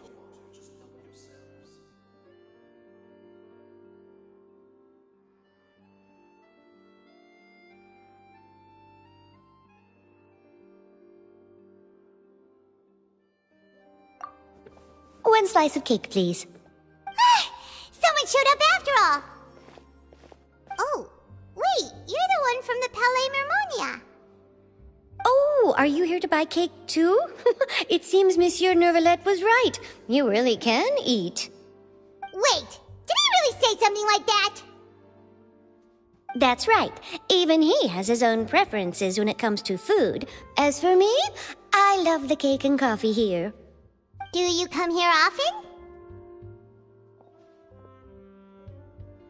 Usually every day. Every day? It's part of my daily schedule, apart from work. I shall have my cake and coffee. Then what if someone told you one day that this place would be closing soon, and you wouldn't get to eat cake here anymore? What would you think? But why would it close? Well, Paimon doesn't know either, but maybe the waters will rise tomorrow. You know, like in the prophecy. Oh, the prophecy. To be honest, I haven't paid much attention to that. No, still, even if there'd be no more cake tomorrow, that wouldn't keep me from having some today. No, it's the same for eating in general. You might not be able to eat tomorrow, but if you can do so today, then you should carry on. That's what people call living, you know. Huh. Don't be sad. Excuse me, could I have 2 more slices of cake to go? These 2 slices are for you. Sijuin said that this kind of expression you're making is what humans call being sad. Oh, you know Sijuin? I sure do. She was born before me, and she sometimes comes to the surface to teach us things about humans. She said that humans are creatures that are saddened easily, yes, and you can only lift their spirits by feeding them delicious food. So please try the cakes here. I've got something else to do, so I'll be going now. You two try to stay in a good mood after eating, all right? Bye.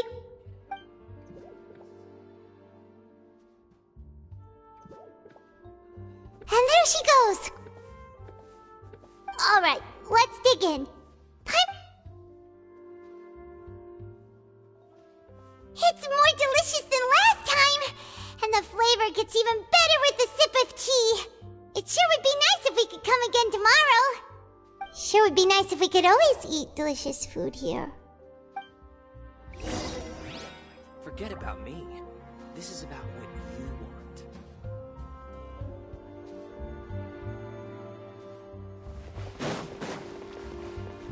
Art is the key ingredient in fine dining. Oh, we're near the Seabird office. Let's go look for Charlotte and have a chat.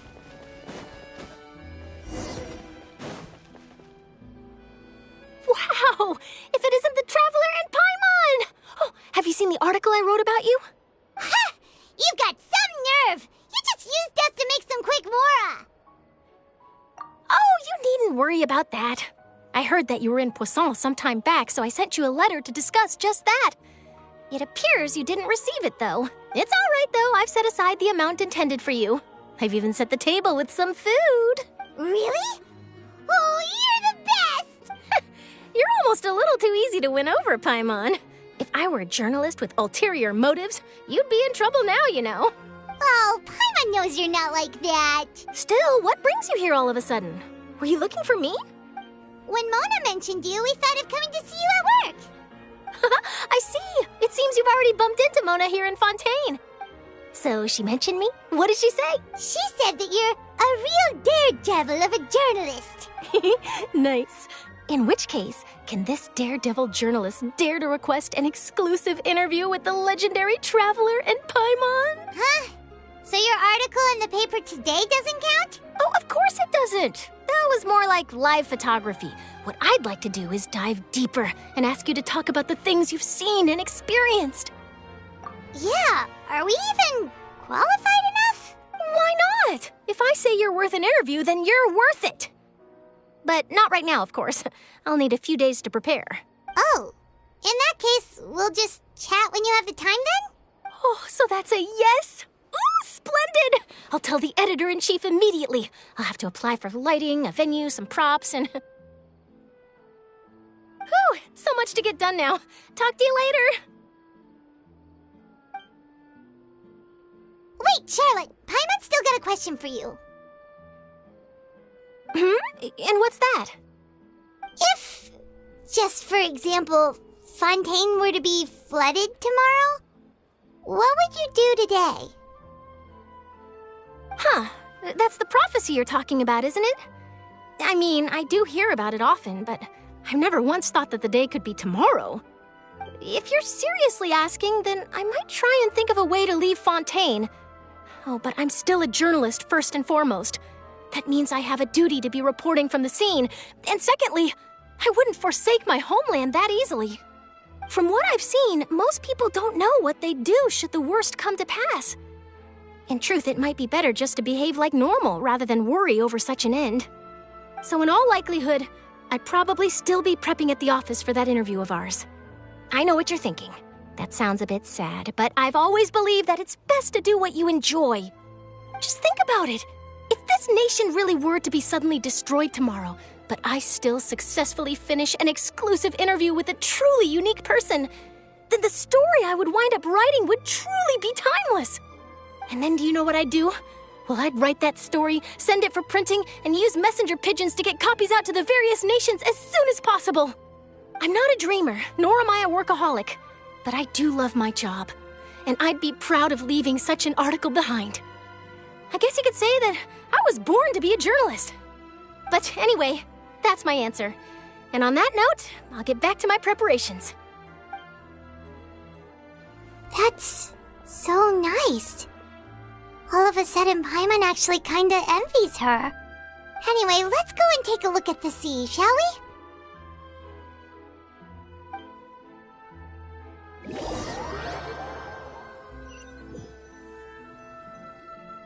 The sea breeze and scenery can be a pretty soothing combo, huh?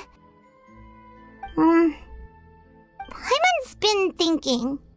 If it wasn't Fontaine, but all of Tevat that would be destroyed No, Paimon should ask, if you could choose, what would you like to do? We've always been moving to the next destination, so we haven't spent much time. You mean, still traveling?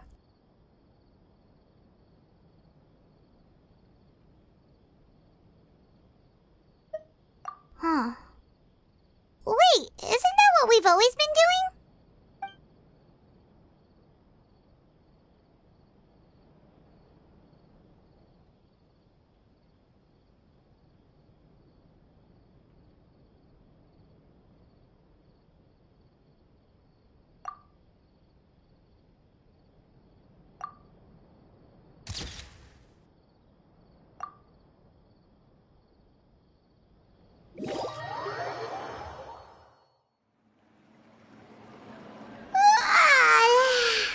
Feels like you'll grow mold if you stay here long enough.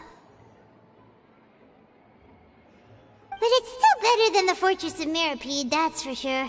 It's not only damp there, but salty too. Ah, so the two of you are still here. Wonderful. Oh, you're from the Palais Mermonia, aren't you? Yes, I'm Isadora. Monsieur Nervillet sent me to look for you two before. I heard that afterward you went to the Fortress of Meropide.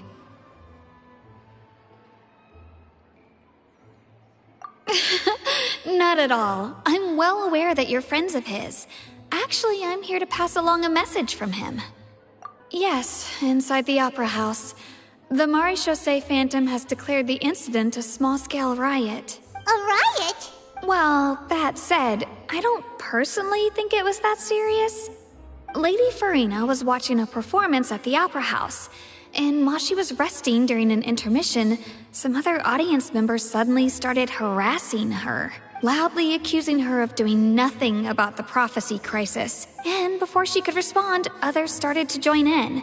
The crowd continued to grow, and protests against the Hydro Archon started to break out. So people have started to put the blame on Farina. Guess they finally found an outlet for the pressure they've been under due to the prophecy. I agree. People will naturally rely on gods, as is customary. But the moment people feel threatened, gods are also the first to be blamed. So what happened after that is Farina... Seeing that the situation was spiraling out of control and that further argument was pointless, she claimed that she'd gotten tired of this and left in a hurry. The Maréchaussée Phantom had their hands full maintaining order and did not catch where Lady Farina had gone. So, you mean she's still missing? That's right. The Maréchaussée has dispatched many people to search for her, but we don't have any leads yet. That said, I don't think there's much to worry about. She is a god after all. Even if she were to fall into the hands of rioters, what could ordinary people do to her? Good. Monsieur Nervillet sent me to tell you about the situation, but he didn't say anything else. Don't worry, this is more than enough to go on. Thanks for keeping us informed. Ah, is that so? Well, all right then. In that case, you two take care. I'll be heading back to the Palais now.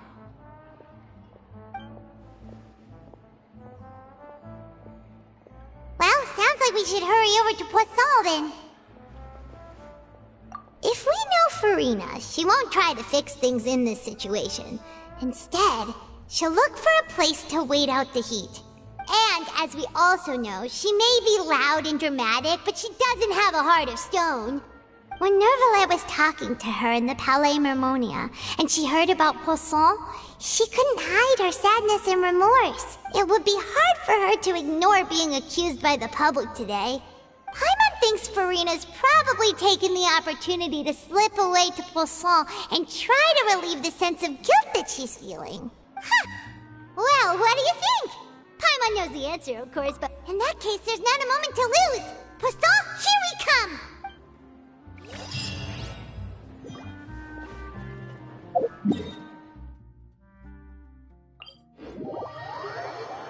This place looks deserted.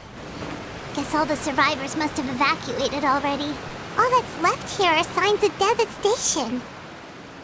Could Furina really be here? Let's try to find her as soon as possible.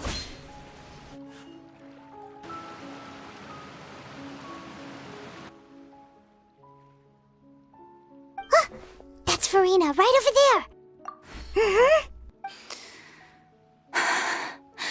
Should I just give up? This is all meaningless. What was meant to happen did happen after all. Everyone's dead. I'm sorry. I am so sorry. Give up, Furina. There's no point in holding out. I'm sorry. But what can I even do other than to repeat meaningless apologies over and over? Who's that? Don't worry, Furina. It's just us. So it is you, blonde traveler from another land. Why, I almost thought you were someone from that mob of my ignorant subjects. Come to kneel and beg for my forgiveness. Furina, you were crying just now, weren't you? The tear stains on your face are obvious. What do you mean, tears? Who did that uncivilized rabble think they were, disturbing my enjoyment of the arts? They even dare to tout their Archon. I must teach them a lesson. I can just imagine their twisted and frustrated faces once they realize that I'm nowhere to be found. Oh, and I'm sure Nouvellette and those people from the Maréchaussée Phantom are freaking out right next to them, too. Of course not. Hey, there she is! The Hydro Archon's over there! Quick, after her! Furina, those people seem to be after you. They are? They're just some rabid fans who want to cut the line because they haven't been able to meet me in person, aren't? That's against the rules. I can't let them get their way. Furina just ran off! Quick, we have to catch up with her!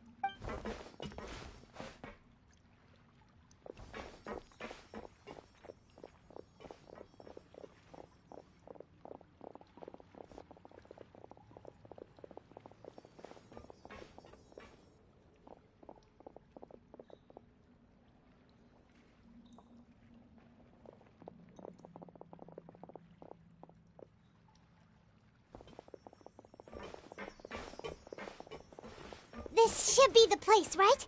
Hey, Furina! There's a good hiding spot over here. Quick, come to Paimon before the rest of them catch up to you. What is this place? Hurry, they're almost here. Fine. I suppose haste is warranted. Lead the way.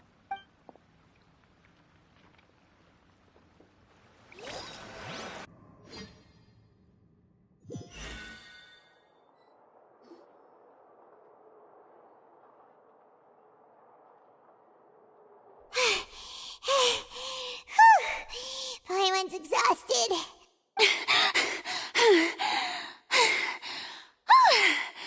I'm so tired.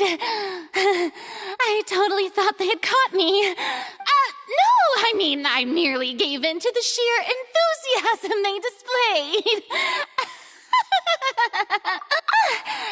You're right. Yep, that's a good girl.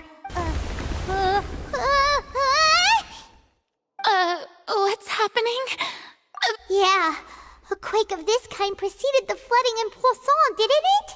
It can't be. Well, there's no need to worry too much about that. Neverlette's made some emergency plans, so the evacuation should go a lot smoother this time. Yeah, but the people of Poisson, they've already...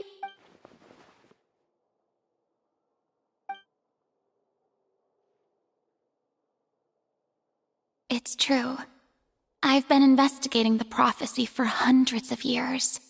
I once had informants all over Tevat, searching for clues and feeding information back to me.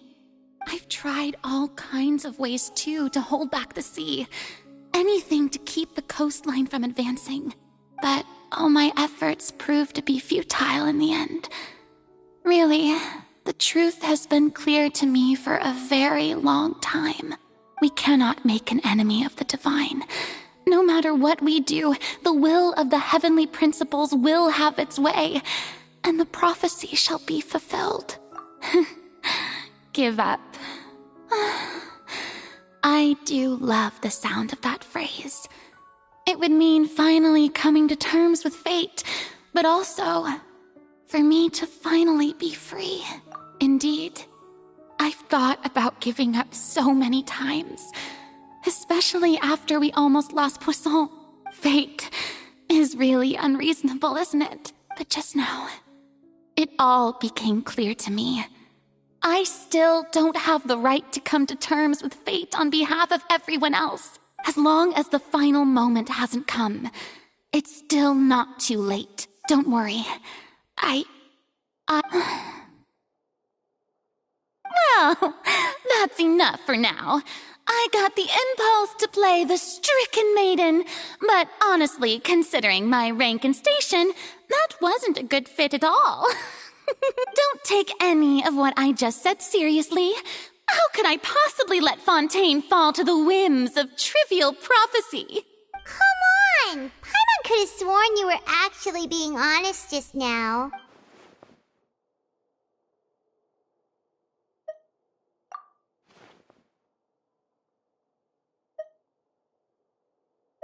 Share my burden. That's impossible. It was fated right from the start that this would be my duty alone.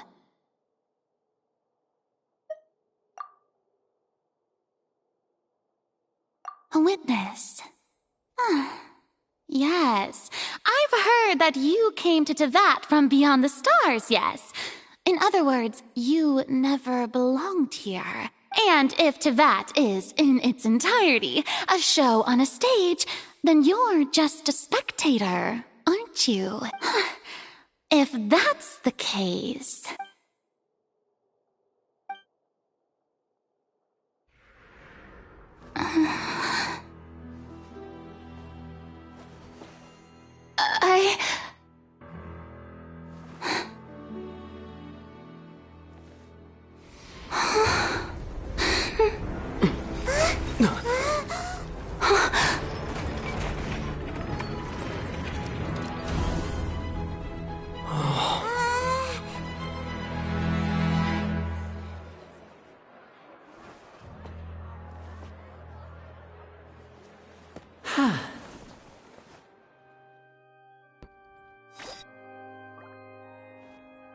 Ladies and gentlemen, this concludes my opening performance.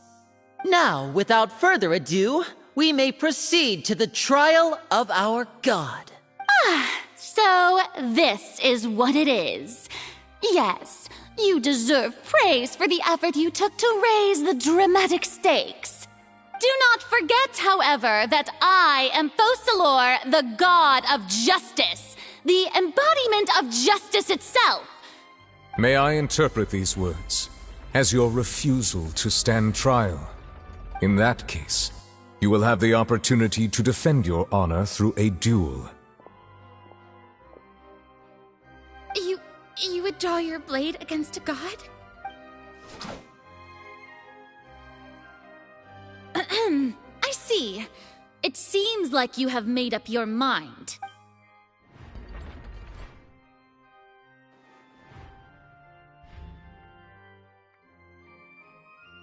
Paimon can't believe it. What the heck is going on? Did I just see an Archon surrender to a human? Wow, how utterly humiliating. Lady Farina, what is the meaning of this? Shh! It would seem that there has been a misunderstanding. To be clear, the raising of both hands is not always an indication of surrender. Looking for excuses again, huh? I raised my hands just now to indicate my acceptance of the trial. No duel shall be necessary. I will admit that I've been running away for a long time. I'm sorry, everyone. I was unable to protect the people of Poisson. It is my duty to stand trial for my crimes. You are not the only ones to be disappointed in me. I, too, am exceedingly disappointed in myself. But now, it is time for the Hydro Archon to show you her courage and resolve. I, Farina, will use this trial to show the world the true meaning of justice! This time, I will protect you. Applaud and rejoice. One of the most outrageous and fantastical arcs known to the opera epiclese is now unfolding before your eyes. Mark my words. This shall be one of the most exhilarating and brilliant shows ever to grace the stage of Fontaine. The trial of the Hydro Archon, Focalor, will now begin! Woohoo! Oh, now we're making history! Why does it feel like Farina just took over the whole thing? Like, come on! Didn't she just get forced to stand trial for her? Also, even though she's still acting super dramatic. All right, then. Who will be my opponent in this trial? The court asks the prosecutor to please take the stand. Is that so? Very well. Then please speak, witness of Tivat, my accuser and fated opponent.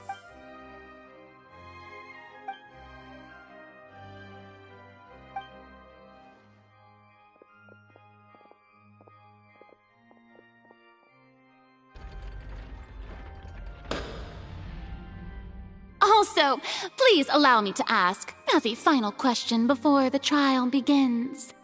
Just how much work did you do to force me onto this stage?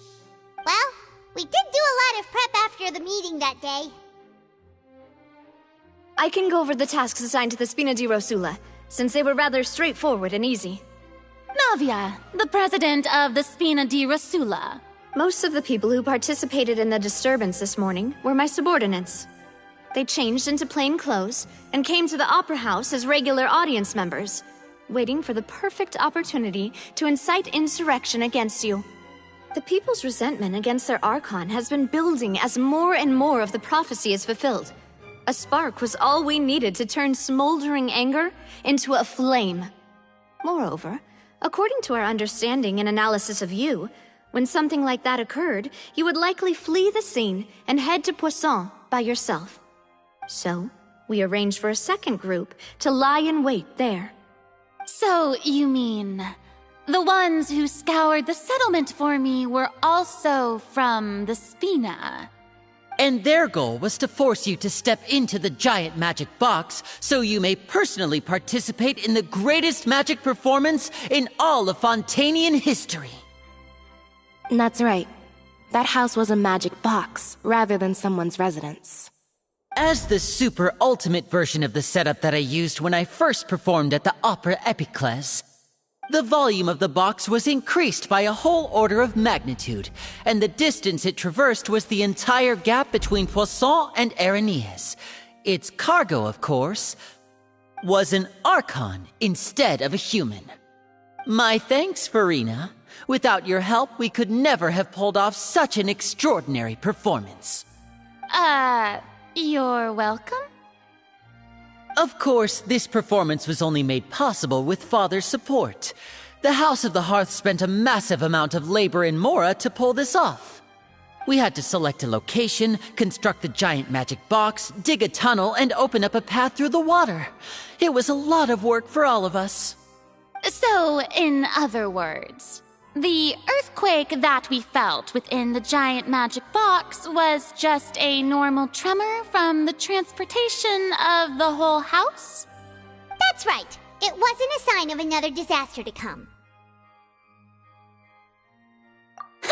Then, I can guess Nervilette and Cloran's parts. You gathered a crowd, prepared a stage, and made sure that the champion duelist would be immediately ready for a fight. Also that as soon as I appeared on the stage, the trial may commence without a hitch. Am I right? Yes, that is correct. Well, Clorand, I must commend you for your courage. Only the most outstanding champion duelist in all of Fontaine would accept a duel with an Archon without flinching. Thank you. As for you, Traveler, I suppose your role was to keep me distracted with conversation once you found me in Poisson. You'd make sure that I didn't notice anything amiss before revealing yourself as my prosecutor once we'd arrived onto the stage. Oh?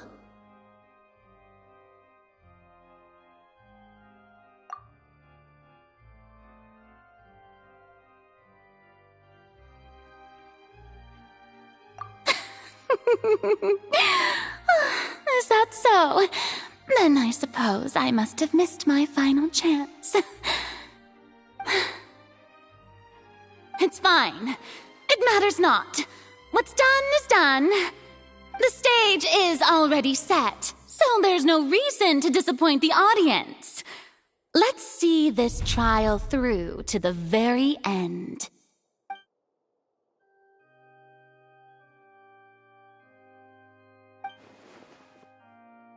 Sir Prosecutor, please allow me to pass this along.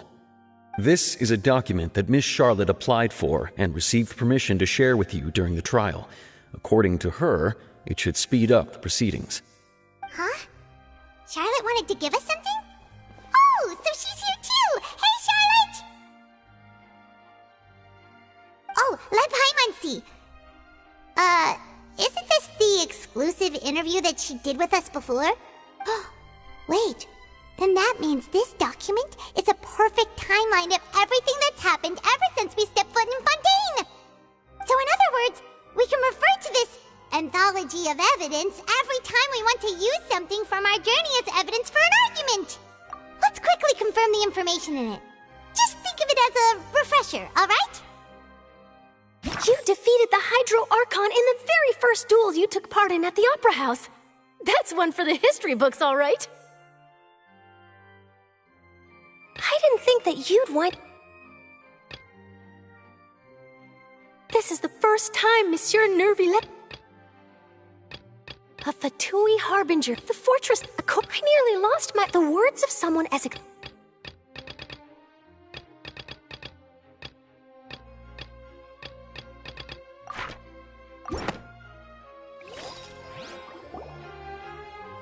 The prosecution and the defense are both in position. The trial shall now begin. Oh, come on, Nervilette. There's no need to repeat all the unimportant legalese. Just fast forward to the part where the prosecution lays out my offenses. As the defendant and the lead actress of this performance, I still haven't even been informed of my supposed guilt in all of this. Of course, it is only natural for humans to struggle to understand the actions of a god. However, you will need more than that to convict me of a crime. That's true, but my charge here is unrelated to your conduct as an Archon. Instead, I would like to charge you as a fraud who's never been the Archon in the first place. Wait, what was that? Lady Farina's a fraud? Hey, I came here thinking that we were going to try the Hydro Archon for forsaking her duty, but did I hear that right? She's not our Archon at all? Charge accepted. Lady Farina, do you plead guilty to the charge? Lady Farina. I plead not guilty. How can I be guilty? There is no way that I, Focalor, otherwise known as Farina de Fontaine, a member of the Seven and the Regina of all waters, kindreds, peoples, and laws of Fontaine, could be anything other than your true Archon. Yeah, even though Lady Farina can be rather eccentric, isn't it going too far to doubt her very identity? Yeah, I've never questioned her identity either. Sure, Lady Farina can be super irresponsible, but what grounds does that prosecutor have to make such a huge claim? I have cause to believe that common sense will prevail in this case. Many of the members of the audience have known me as the Hydro Archon ever since they were born. There would be no fooling their memory. See? Even the Oratrice has decided to show me its favor. Are you sure you want to commit to a charge that will never be upheld? If you wish to drop the case, I can promise you as the God of Justice that you will not have to face trial for making a false accusation. We will treat everything that's happened as a dramatic spectacle and move on with our lives. What do you say to that? An argument with near impossible odds, huh? We have to not only refute Farina's claims, but also overturn the long-held beliefs of the people. Well, I tried to give you the chance to surrender. If you must persist, then let me ask. If you believe I'm not the Archon, then what manner of being do you think I am? And if I was not the Archon, then how did I manage to live for over 500 years?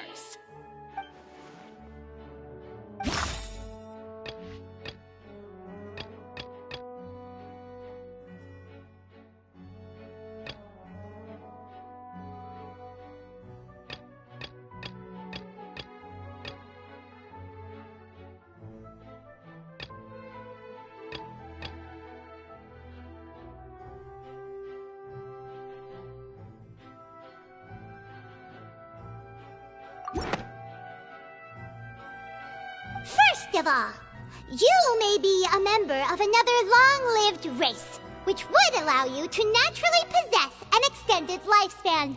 And second of all, even if that wasn't the case, there could be other ways to extend your life. Who gave you that idea? Was it the knave? You'd sink so low as to use a harbinger's words against me. A curse? I once thought it possible that the aura of an Archon might naturally resemble a type of curse. But in light of this claim, perhaps what I sensed was not your divinity, but a curse after all. You sensed it too, huh, Nervlet?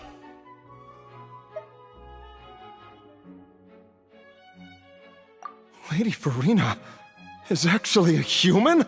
Well, it is true that it's extremely difficult to tell humans and gods apart just by looking at them. It's not impossible.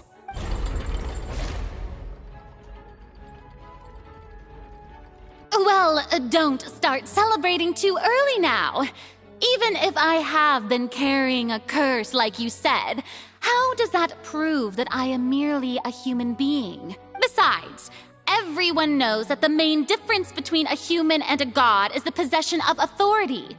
Gods can do what humans cannot. That's why they're worshipped as gods. For centuries, manifestations of my authority have served the nation of Fontaine. One need only to turn their eyes towards the Oratrice Mécanique d'Analyse Cardinal in this very opera house.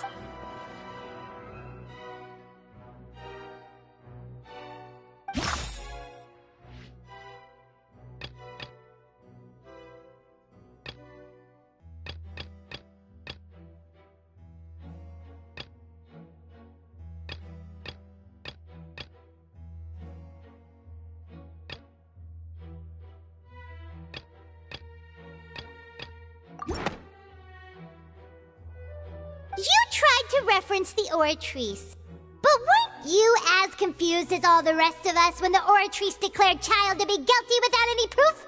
Otherwise, you should have come up with a good explanation for that by now. Didn't I make myself clear at the time? The decisions of the gods are naturally difficult for humans to comprehend. There is no need to provide an explanation. Lady Farina, I believe a reminder of your current circumstances is in order. While the court is in session, the principles of justice and the law must come before all else.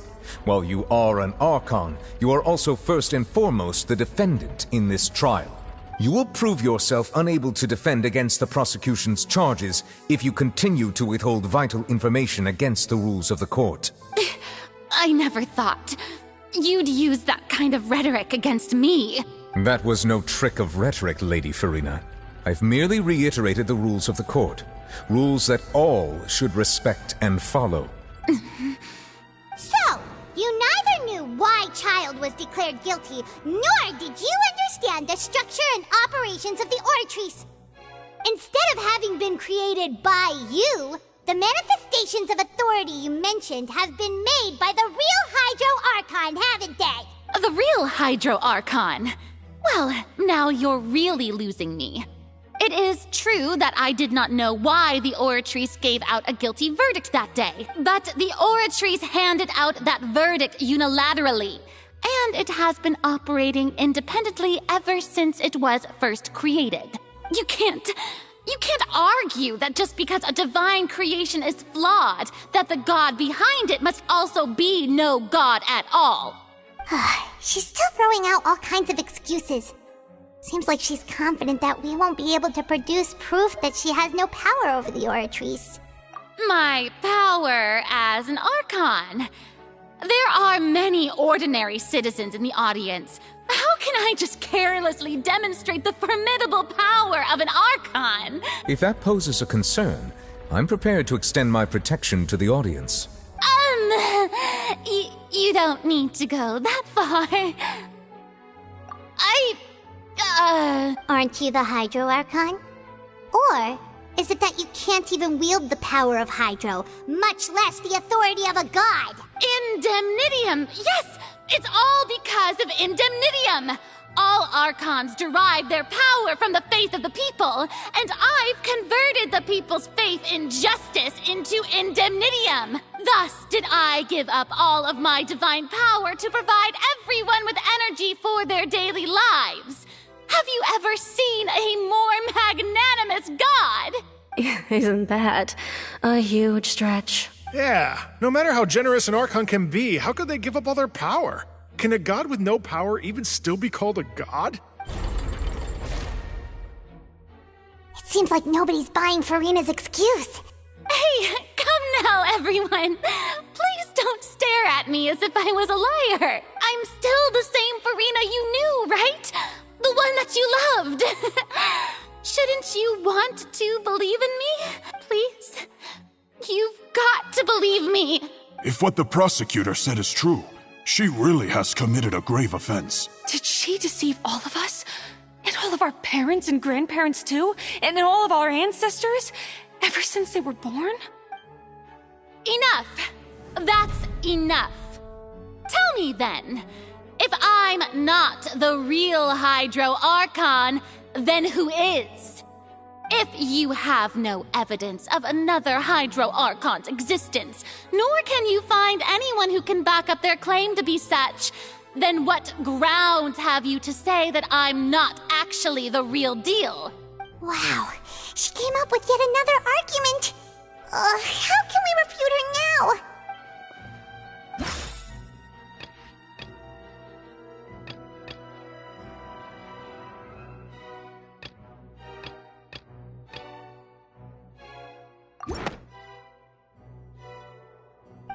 That doesn't...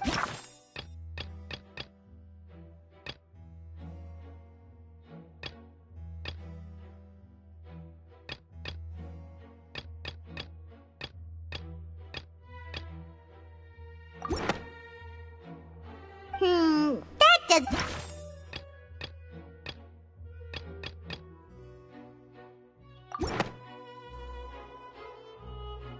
It has been established that all Fontanians can dissolve in water from the primordial sea. Since you insist on claiming to be a god and not a human, then there's a method that you can use right here and now to eliminate all suspicions of you being the latter. Miss Navia, please apply to serve as a temporary attorney for the prosecution before addressing the court. Though you act in partnership with the prosecutor, you must still adhere to proper procedure. Super sorry, Monsieur Chief Justice. I swear this really will be the last time that I'll speak out of turn. Now, I've brought some seawater from Poisson. As everyone knows, a massive flood struck the area not long ago, taking many lives, including those of some of my closest friends. So, Miss Farina, would you dare to touch some of this seawater? If we are to believe that you are indeed the real Hydro Archon, touching this seawater would have no effect on you. But if you don't dare to touch it, then we would have basically proved the reverse.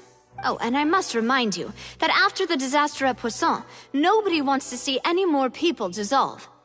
I do hope you'll act prudently and choose the simpler path of admitting guilt. Navia from the Spina di Rasula.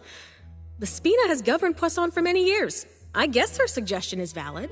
If Lady Farina is indeed just a human, she's probably Fontanian like all the rest of us. Would she really dare to try?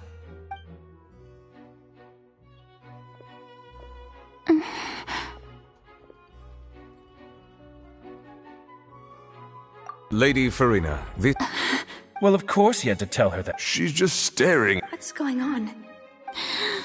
Due to the inherent risk... Hey!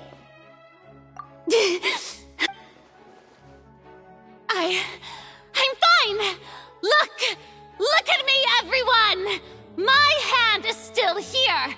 I haven't been dissolved! Will you believe me now?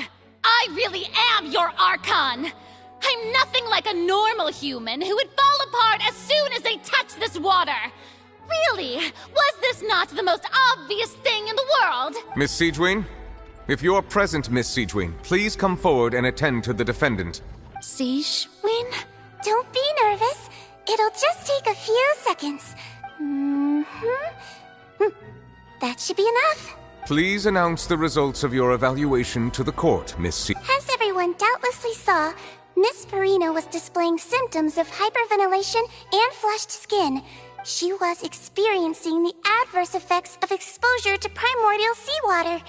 The extent to which she was affected is the same as other humans when exposed to primordial seawater of a similar concentration. Thank you, Miss Siegewin.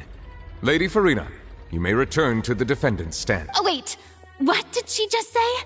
I didn't get dissolved. Shouldn't that be enough to prove my innocence? Well, considering your tendency to run from your problems, we did originally prepare a direct sample of the seawater around Poisson. However, after extensive discussion, we exchanged it for a sample that is not concentrated enough to dissolve an actual human. After all, on the off chance that something entirely unexpected might occur, we don't want anyone else to lose their life to the sea. Yeah, so out of regard for Farina's life, you secured a low-concentration sample and asked the head nurse to serve as an expert witness. It's a great thing that the direct sample wasn't actually used. Farina could have... I can't believe... You...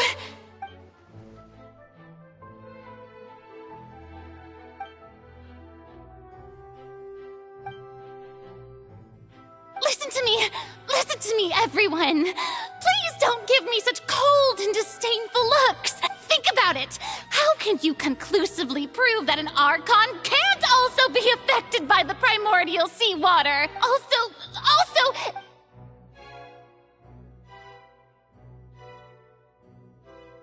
Please, everyone, anyone, just listen to me! I swear, I really am your Archon!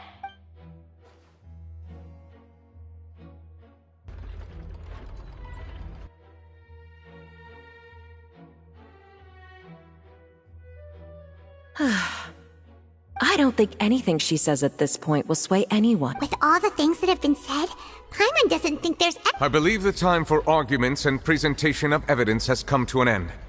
If there are no objections, we will move on to the final judgment.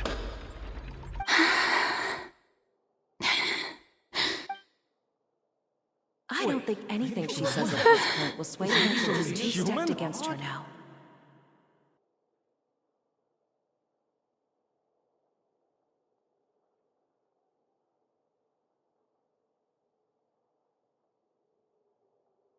In my capacity as Chief Justice, I shall now render judgment on Farina's misrepresentation of herself as the Archon of Fontaine. As a human who knowingly deceived her fellow citizens, Farina is guilty.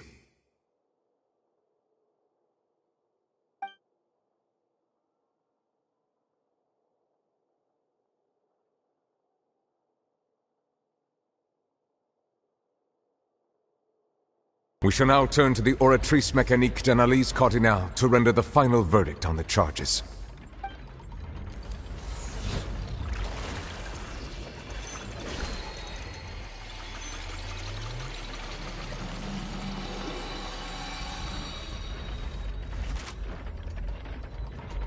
According to the judgment of the Oratrice Mécanique d'Analyse Cardinale, Farina is... Well, what's wrong? What's the Oratrice's verdict? No, the Oratrice also displays a guilty verdict. Isn't that correct then? However, the exact wording of the verdict is thus: the Hydro Archon, guilty to be punished via the death sentence. The death sentence? That's actually one of the available sentences? I've always thought that it was just a myth. The one and only time the death sentence has been handed out at the court, and it's been given to the very person we've worshipped as the god of justice? What an unexpected twist. Farina's been sentenced to death by the Oratrice? We just wanted to use the trial to show her the seriousness of things so she'd tell us the truth. How did things escalate this quickly? This outcome is indeed quite strange. According to Fontaine's current definitions of justice, as well as its recommendations for criminal sentences, is this sentence really appropriate for the crimes that have been committed? Yeah! Even Fauché wasn't sentenced to death by the Oratrice. You know, the real evil mastermind behind the serial disappearances case. Indeed. Not only is Farina's sentence overly excessive, the very point of our trial today was also to prove that Farina has never been the Hydro Archon in the first place. But now, the Oratrice seems to have deliberately invoked the title of the Hydro Archon.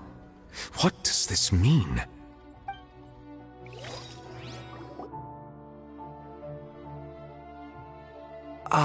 Excuse me, if I may interrupt. Is the trial still going? Fremine! You finally made it. I assume this means you've completed your mission? Mm-hmm. Any mission Father assigns to me will always be top priority.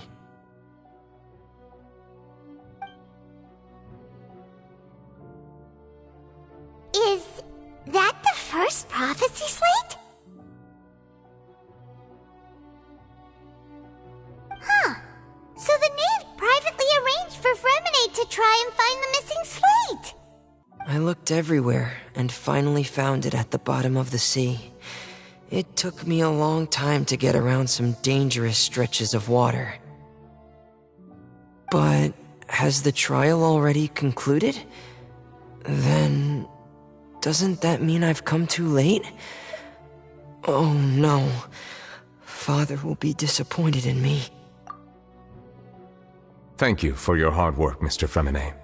Please allow me to review the record left on the slate. Traveler, I believe that you have already seen the other existing slates, and would like you to come here and confirm their contents. Huh? So what do you see? What is it?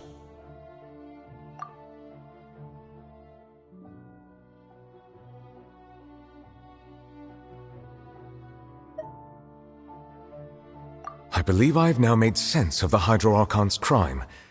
It has to do with Fontaine's lost history.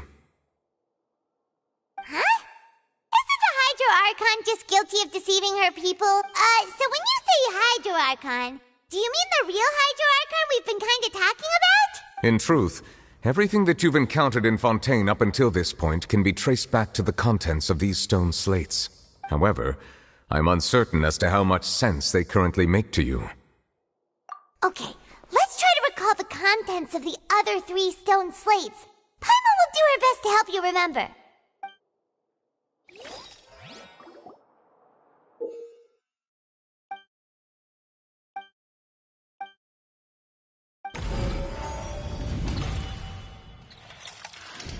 The first stone slate describes what you just said. It seems to show the previous Hydro Archon using her divine power, and then the Oceanids turn into humans. Does that mean that Fontanians are transformed Oceanids? Oh, Paimon wasn't expecting that. But if Oceanids can turn into humans, then perhaps this process can be reversed as well. The second stone slate shows Celestia floating in the sky, and the Hydro Archon and her people worshipping it together. But the heavens still brought judgment down upon them. This must be the point when the Hydro Archon and the Fontanians were branded with their original sin. Does this mean that the original sin and the Hydro Archon sin are the same thing? The third slate shows the Hydro Archon seeking into the sea surrounded by many people. That reminds Paimon, didn't we also watch that happen to someone else? Well, the fourth slate is the prophecy the Fontanians have been talking about. People dissolving into the sea, the Hydro Archon crying on her throne, and so on. We didn't believe that such a crazy disaster could happen at first, did we? But after that incident, it was just a question of when and not if.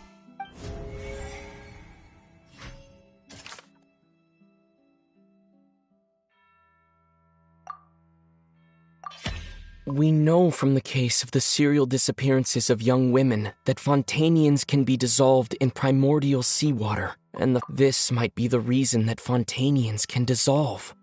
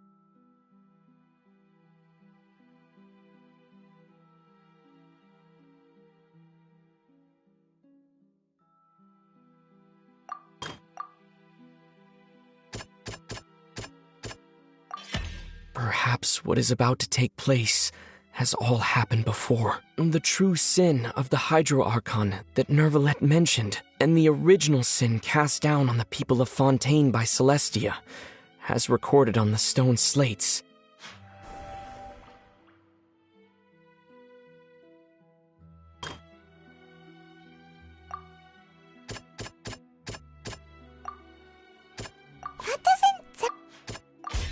It's not as simple as falling into the sea. When Navia fell into the sea, her consciousness was subjected to judgment. The stone slates show the people gathered around the Hydro Archon in the sea.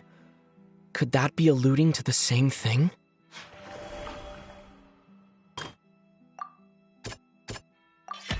The prophecy from the stone slates found its way into society, but not many people believed it at first. If we hadn't dealt with it in time, things could have gone very badly. They'll dissolve into the primordial sea but won't cease to exist. Their essence will flow in the seawater, converge, and take the form of an Oceanid. The Hydro Archon was sentenced to death in court, shocking everyone present. Perhaps this means that her sin was actually Fontaine's original sin. Navia fell into the water inside those ruins, and she nearly dissolved. She was surrounded by the people of Poisson in a court within her consciousness, and was forced to take part in a trial meant to make her stay. The eruption of the primordial sea at the fortress of Meripede was the surest sign that the prophecy was about to come to pass no matter what. The prophecy's contents can all be verified by recent events. If we combine what we know together, loads of truths should come to light.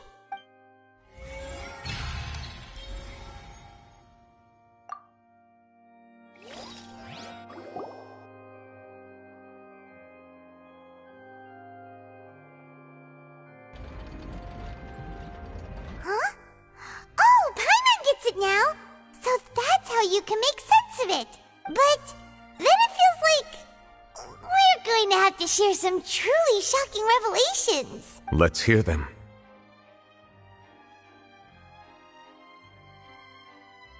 Incredible. Linny, did you hear that? We're not real humans.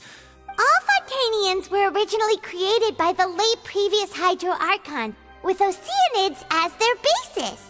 The evidence for that can be found in how only Fontanians could dissolve in primordial seawater, and how all the girls Vacher dissolved were also turned into Oceanids. Oh, and according to Navia, when she was about to get dissolved, she also saw everyone gathered around for a trial, all of them in the shape of Oceanids. Indeed.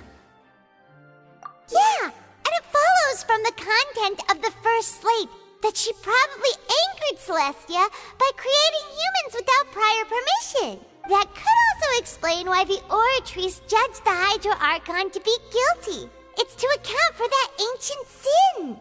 The Hydro Archon's true sin was creating us? And yet, after many hundreds of years, the Hydro Archon's creations have turned around to try to judge the Archon within the Opera Epiclese. The twists of history are often the most unexpected of all.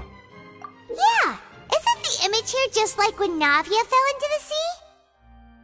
So wouldn't it be trying to show the image of the Hydro Archon also falling into the sea once the prophecy has been fulfilled in the fourth slate?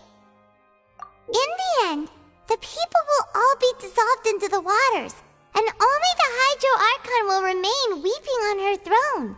Only then will the sins of the people of Fontaine be washed away. Did Paimon get all that right? You've made some keen deductions. I must say, given how much you still don't know, it is impressive that you've already managed to connect so many pieces of the truth. However, while you were able to decode all the information on the slates, they've also been etched with an additional layer of hidden information using a different power source. When we were at the ruins, I tried to decipher the hidden information recorded in the slates. But since we only had 3 slates at the time, now that the slate collection is complete, I shall make another attempt to decipher the narrative recorded within. If everything goes well, we should finally be informed of the unadulterated truth.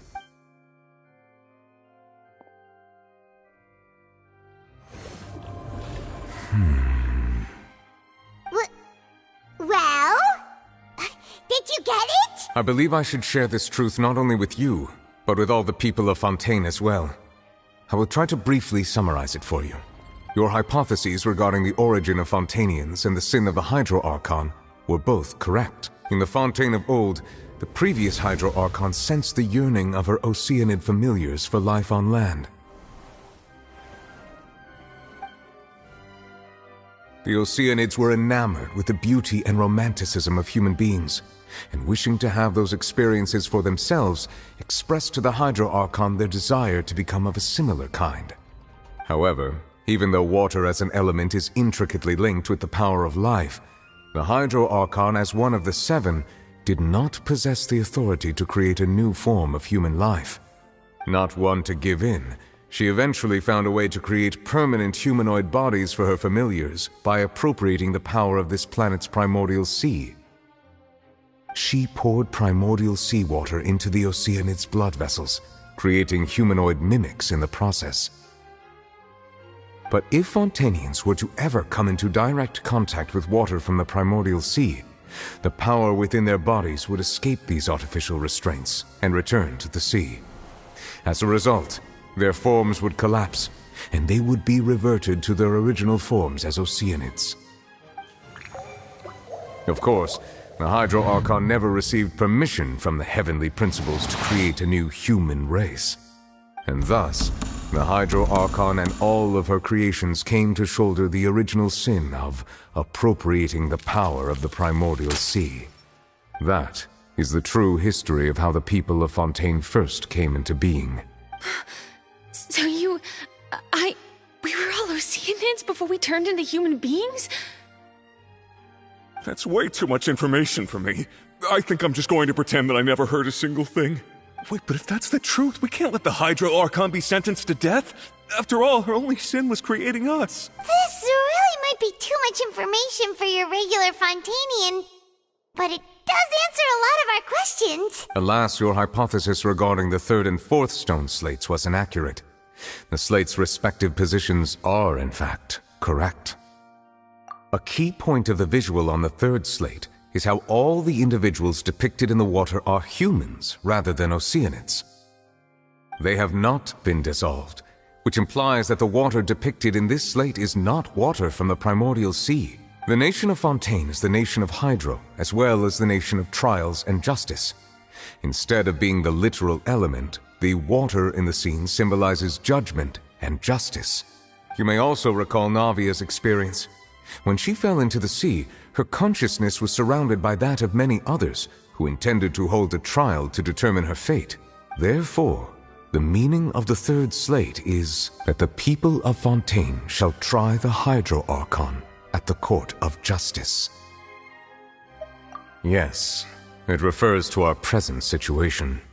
I think I'm following now.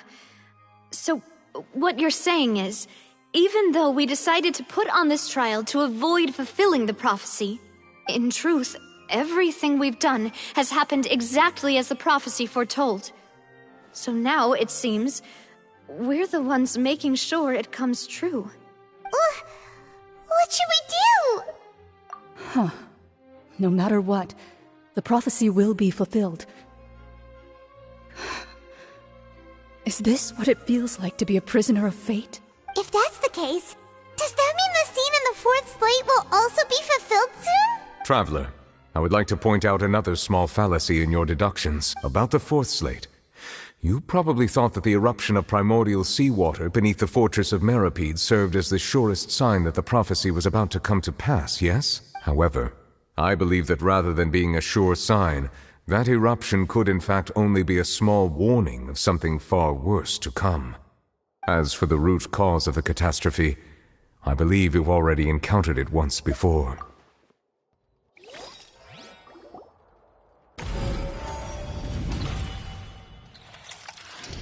This eruption was just a small warning of the things to come.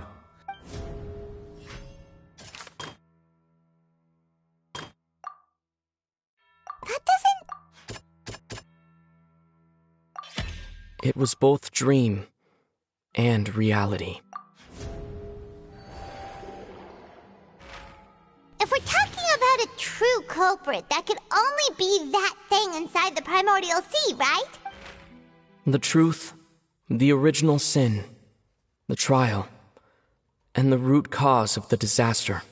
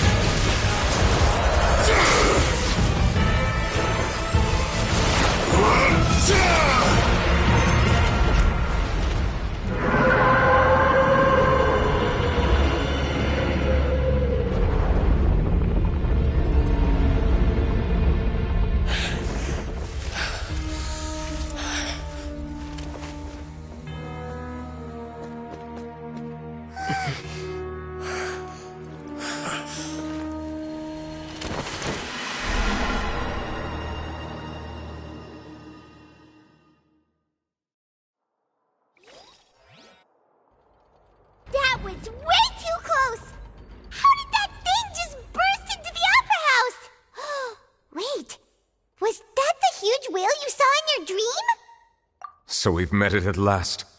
I understand very well why it has chosen to make an appearance here. That whale does not belong to Tevat.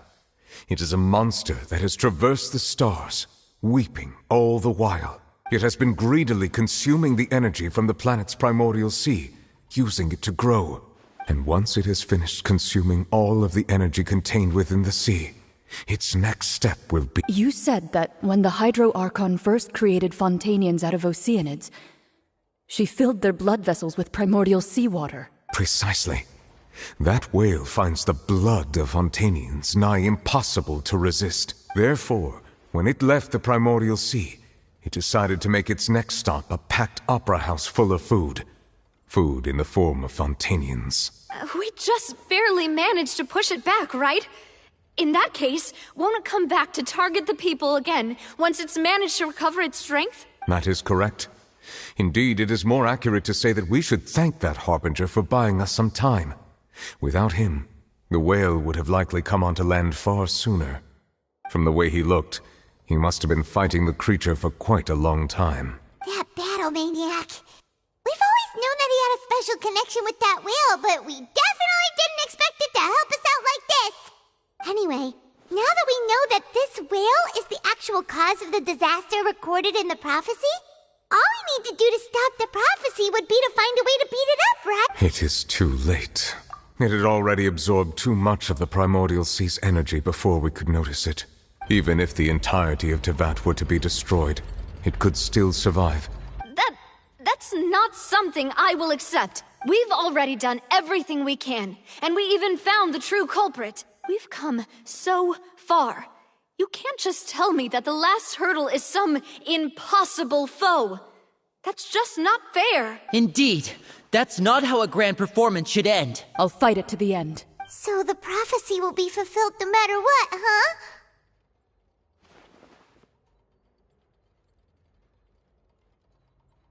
The prophecy. Yes, what has been prophesied will be fulfilled.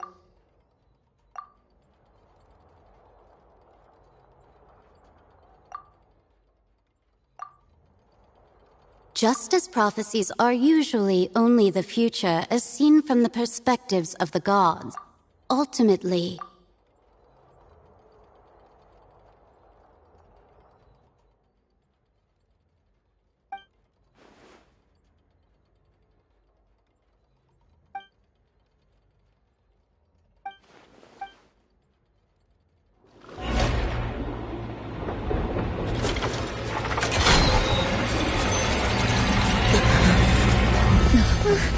What's happening with the oratories?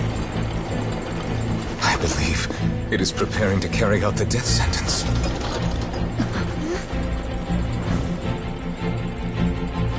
Furina!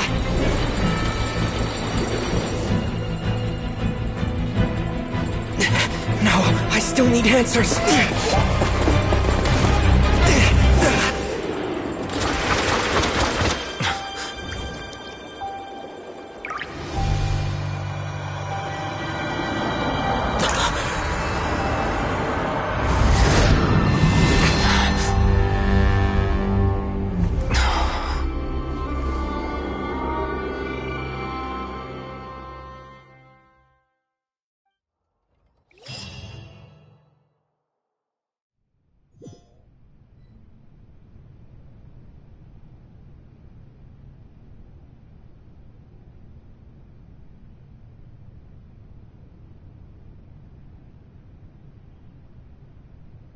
You...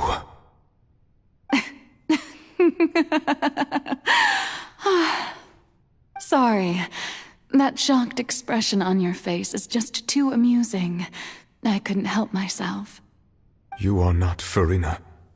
Who are you? The sweet sound of bewilderment. Marvelous. A sure sign that my attempt to deceive everyone was a resounding success. But to answer your question, I am Focalor. You know, the god. Focalor? Why did you deceive us? Oh, that wasn't my goal, of course. Goodness, no. But I had to fool everyone else too. if I was to stand any chance of deceiving the heavenly principles. Deceiving the heavenly principles? It's all because of that pernicious prophecy. Dreadful, wasn't it? Everyone doomed to dissolve. Fontaine condemned to be flooded. One was not amused. In fact, one was positively bemused when that problem was thrust upon me by my dearest predecessor. That's the former Hydro-Archon Egeria, for the uninitiated. It hardly gets more disastrous than a preordained national catastrophe, now does it? She knew full well that the prophecy would surely come to pass. And as one of the seven, she also knew full well that one defies the heavenly principles at one's peril. So yes, as you have no doubt surmised, it was a rather impossible situation that I found myself in. I spent a terribly long time mulling it over, alone on the ocean floor. And I was almost growing barnacles by the time I finally realized there was only one possible solution to this confounding conundrum. I had to outwit the heavenly principles, allow the prophecy to be fulfilled, ostensibly at least, while saving everyone at the same time. I'm a genius, I know. I can only assume that's why Egeria chose me as her successor. Although, looking back now, it was hardly the inheritance one dreams of. Between the task of saving the nation, the quotidian duties of the Hydro-Archon, and not to mention the original sin of creating a new race of humans, I dare say she left me quite a colossal mess to clean up. But one can only play the hand one is dealt. I did not choose this, any more than I chose to be one of her Oceanid familiars. So you were also once one of the Oceanids, transformed into a human by Egeria's hand? Yes, I was. I always dreamed of becoming human. And I still do, even now. In my eyes, to be human is to be part of the greatest opera ever known. After becoming a god, I separated my divinity from my body and spirit, leaving behind only a self that was as naive and bewildered as my past self on her first day as a human being. The me you see before you now is that divinity. And the human counterpart I left behind, I named Furina. She could feel joy, sorrow, and everything in between. She could be as vain and conceited, or as meek and vulnerable as she wished. Her strengths were of a kind only a human could possess, as were her shortcomings. But in my eyes, Furina's humanity was what made her perfect. She was perfectly human in every way. The person I always wanted to be. Anyway, so then I cursed her. All part of the plan, of course. The plan to deceive the heavenly principles. Do you still remember the final scene of the prophecy? The Hydro-Archon alone, weeping on her throne. In order that the prophecy might appear fulfilled, I invited Furina to be an actress, to play the part of the Hydro-Archon in the prophecy. Under the curse I placed on her, so long as I, Focalor's divinity, continued to exist, she could not die. But nor was she free to live her life in the pursuit of happiness. Instead, she was forced to take the stage in the opera house, to embrace the role of leading lady, to forever play the part of the god from the prophecy, all to create a deceitful appearance of that prophecy coming to pass. I suppose now you probably understand why your court is called the Opera Epiclese. But Furina is only human, isn't she? Even though she has had a long life, Her mind is no stronger than that of any other ordinary human being. I cannot begin to fathom what she has had to endure. It must have been torture for her. It has indeed. And although she is, in a sense, me in human form, I most definitely owe her an apology for it. It's been 500 years, and all along, she's been playing her part in the most unimaginably long, unbearably lonely, and agonizingly painful opera of all time.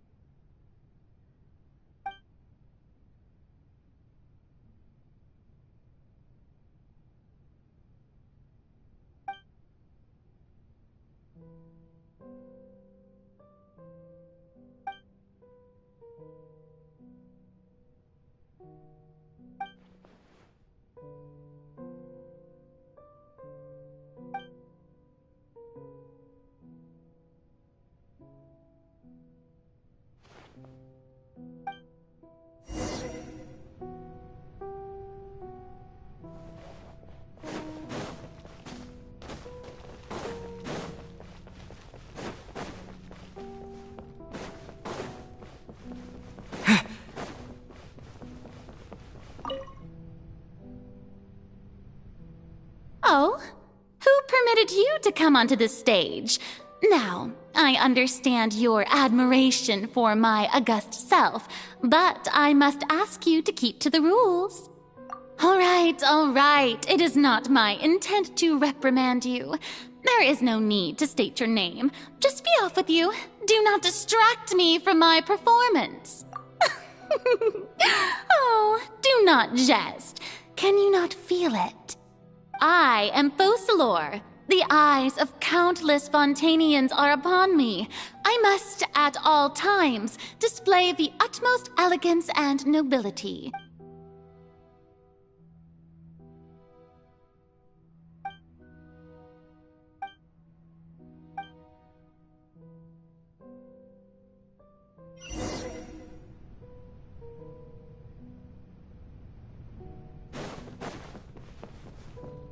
Dear audience, the performance is experiencing a technical difficulty, but worry not. The guards shall resolve it soon enough. Go! Fallen leaves, adorn my night! Wheel of life. Quake!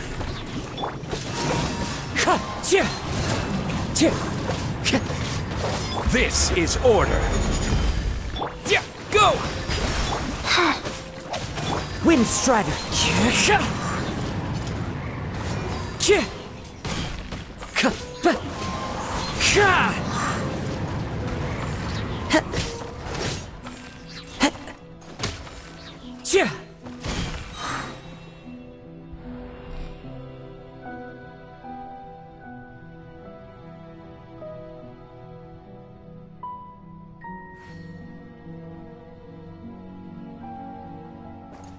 Hey, what gives? The audience is still watching me, you know. Guards? Wait, where are the guards? Guards! Birds call! Go. Opening box of Adepti Tricks.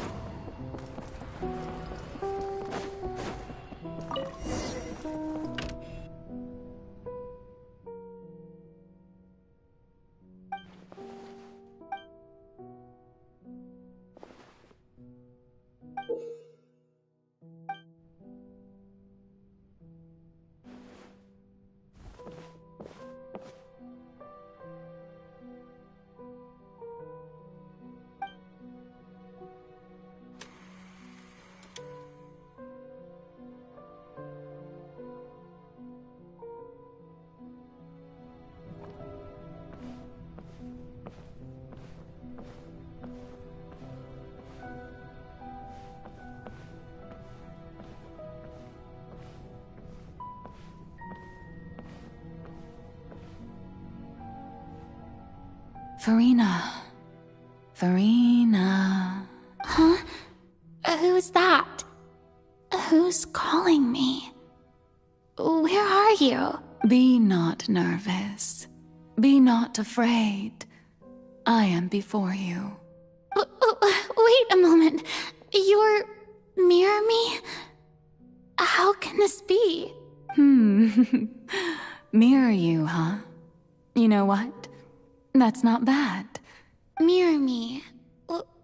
What do you wish to say? The prophecy. Have you heard of it? What prophecy? The people will all be dissolved into the waters, and only the Hydro Archon will remain, weeping on her throne. Oh. What's going on? I can't seem to remember anything clearly. The only thing I know for sure is this prophecy. Yes, it will. And that is why I've come to you. Disaster will come to Fontaine sooner or later. Things will develop just as the prophecy declared. There is no escaping it. But doesn't that mean everyone will die? I'm a Fontainian just like them. Will I dissolve too? Oh, don't worry. Magical meetings exist in this world precisely to give people a chance to turn things around. It is the reason why you met me today. I will tell you how to save everyone, but you may have to suffer somewhat. Oh, so there's still hope after all. Goodness, you frightened me. As for the suffering, well, I will admit that the first thing that came to mind was, why do I have to be the one to suffer? But if the prophecy will come true, I'll also die anyway, right?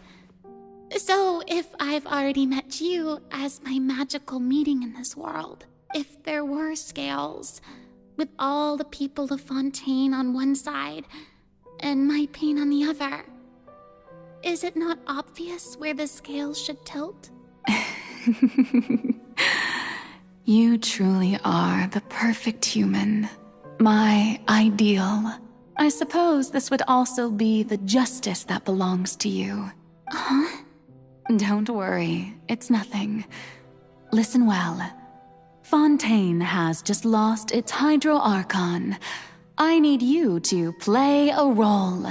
That of the new Archon. Play as a god? That's right. You must begin a never-ending masquerade. You must never let anyone suspect your identity. If you can keep it up, then I shall have my way of defying this prophecy. But should your identity be revealed, then all hope will be lost. But how will I do this? A human assuming the role of a god without being exposed. Don't worry. What you must do is not to turn yourself into a real god. You simply need to play the role of a god as humans imagine them to be. Being a human yourself, I'm sure you already know what such an entity would be like. Remember, your true challenge will not be pursuing divinity, but contending against humanity. I'm still not sure I understand, but I'll try. So, how long am I going to have to play this role? To accomplish this mission, you will have to stay on the stage for many, many years. You will endure and not grow old until your task ends. But I promise you, all will eventually end in a magnificent and dramatic trial, and everyone will be saved. A trial, huh? How exciting. I'll be looking forward to it.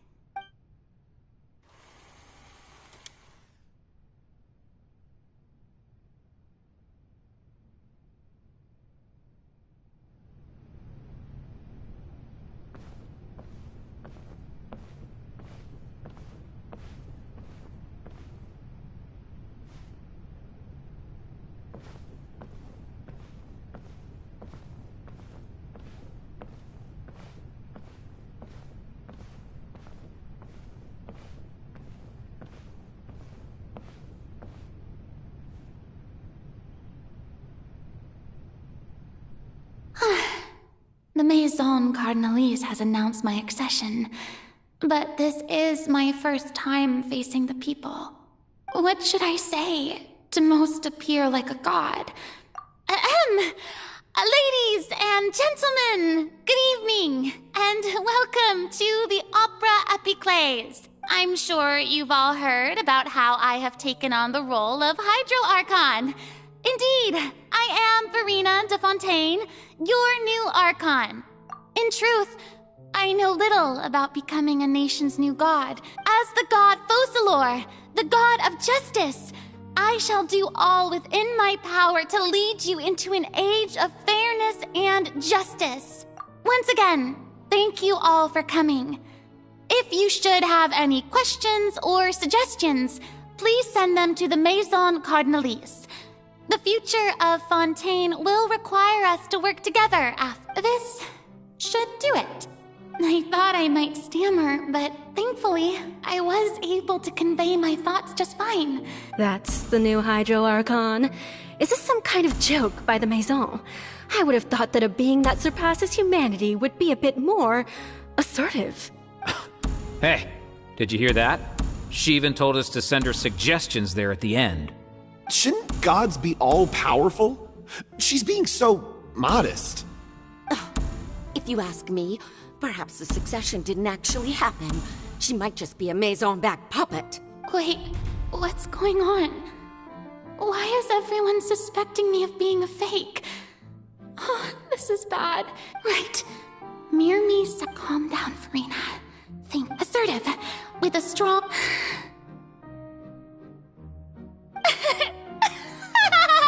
Now, I was wondering if some weak puppet were... Well, it seems that you would all see right through them. Having passed my test, you are qualified to witness wondrous trials alongside my august self, here in this opera house. You may consider my previous act a door gift of sorts. I thought it was a debut that suited the atmosphere. Now then, let us be reintroduced. Ah, so that was just a performance. How could I have forgotten that we were inside an opera house? Her personality. It's quite shocking, to be honest, but I suppose it's a better look than before. Such a fascinating and bold deity. How wonderful! Our future may yet be bright after all.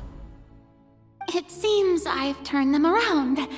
Best follow this flow and restart my accession speech. My dear people, whether you acknowledge me or not, whether you trust me or nay, I say to you, keep faith in your ardor for justice. We have heard it said that this nation's sins can no longer be washed away. Well, I say that justice is most fragrant when it blooms amid sin. The scales of justice should not weigh heavy in the hands of its God. On one side, it must carry fairness and justice. And on the other, praise and applause.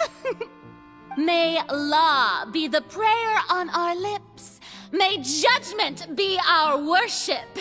Let us light the fires and drink to the future of Fontaine. There is no trouble in this world that justice cannot solve. All that is needed is for you, my people, to believe in it, heart and soul. So long as I, the Archon Focalor, stand within the Opera Epiclese, so long as I stand before the Oratrice, I shall even judge the gods of this world! Yes!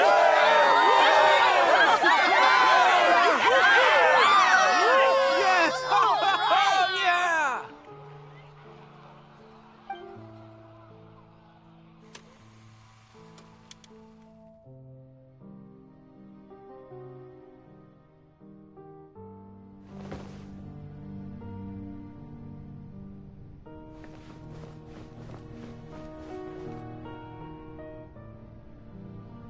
Lady Farina, here are today's case reports, as well as a summary of the follow-up for your perusal.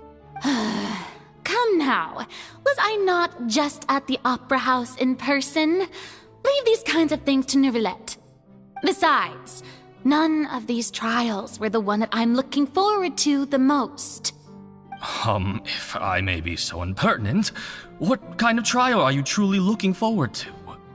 A magnificent, dramatic, and wondrous trial. A trial to end all things. How could you hope to understand? That's true. I fear I lack the ability to grasp your divine thought, Lady Archon. No need for fright, and do not take what I said before too seriously. Go now, do your duties. The trial I await.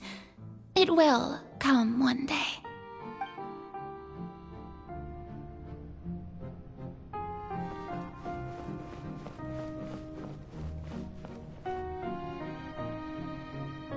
Lady Farina, I don't know what to say.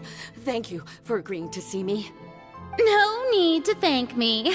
Or rather, thank your own sense of perseverance instead. Long have you stood in line to meet me, have you not? Oh, I'm afraid that's just an inevitable consequence of my divine charm. All right. Deuteria, is it? How is your son's illness?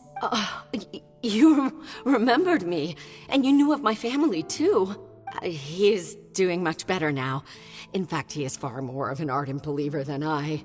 He was the one who forced me to seek an audience with you, and to bring your words back to him. Oh, good. Very good. If this should happen again in the future, please do not hesitate to come and tell me. Going down to citizens' homes every so often, while not usual practice, should serve as a fine change of pace. Ah, you're such a gentle and wise god. Thank you once again, on behalf of my son.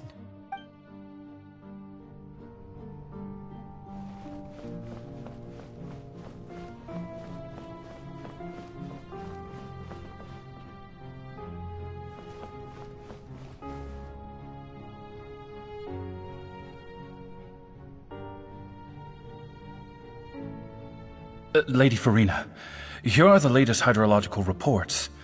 As for the specific parameters you asked to take note of, I'm afraid things still don't look good.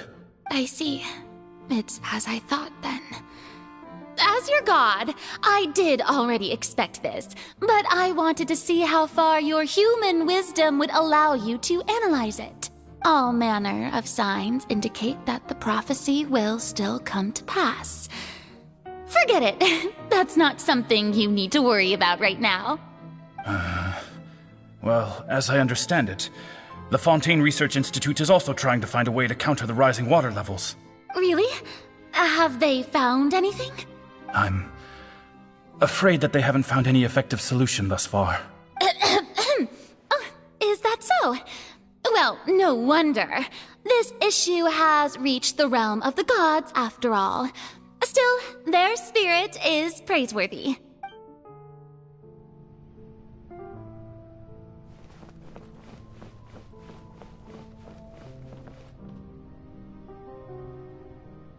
The day is finally over.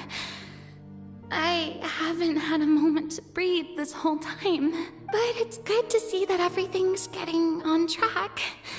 There are no longer any voices of suspicion. Maybe this is fine. I just need to keep going, and everyone will be saved.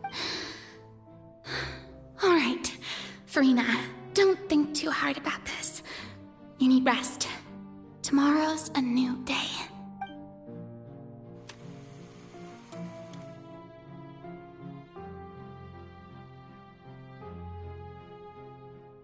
Lady Farina, here are the new trial reports for the latest cases at... There'll be no need for that. I've seen them already. There's no need to go back over scenes I've witnessed in person before.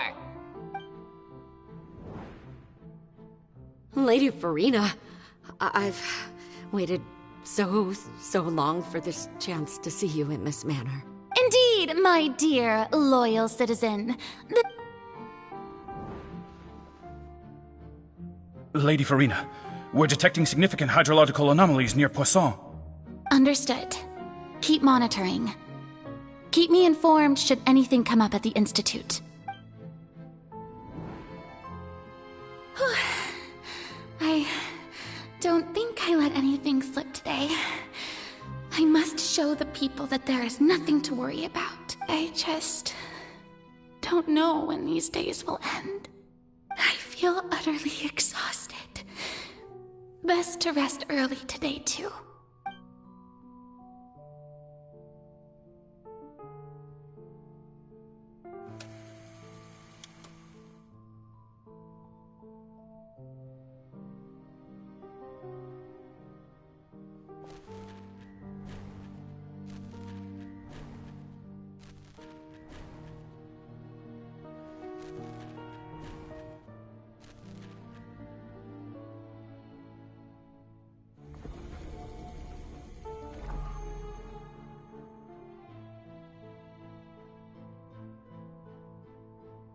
Lady Farina, it's like a dream being able to speak with you up close like this. I've heard that the first member of our family who was honored to receive an audience with you was Madame Deoteria, almost 20 generations ago. And what a fine family yours is indeed. It brings me great joy to meet such a faithful believer, a descendant of a line most ardent. Surely you exaggerate, Lady Farina. My lady? What is it, good citizen? Oh, are you crying?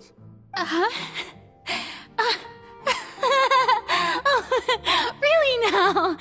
I didn't even notice.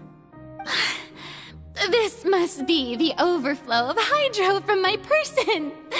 Well, can't quite help being the god whose dominion is the waters, can I? No wonder. No wonder. A manifestation of your power, then. Oh, Archon, I am honored to have witnessed it. Honored indeed.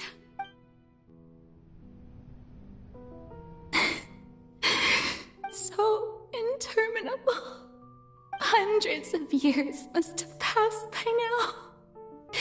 I never imagined that it would hurt so much. Have I reached my limit? No. Perhaps I reached it long ago. I want to tell someone, anyone, about this.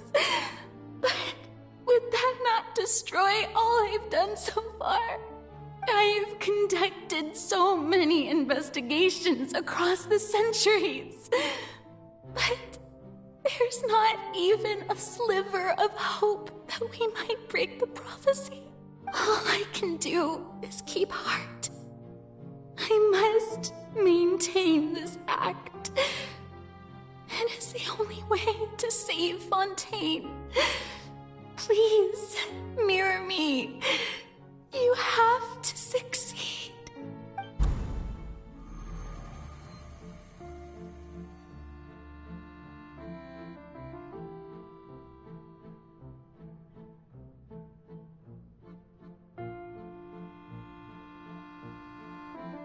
Farina, you don't have to shoulder this burden alone. Although I don't know what you might be keeping from everyone. Your people are more than willing to share your burden with you.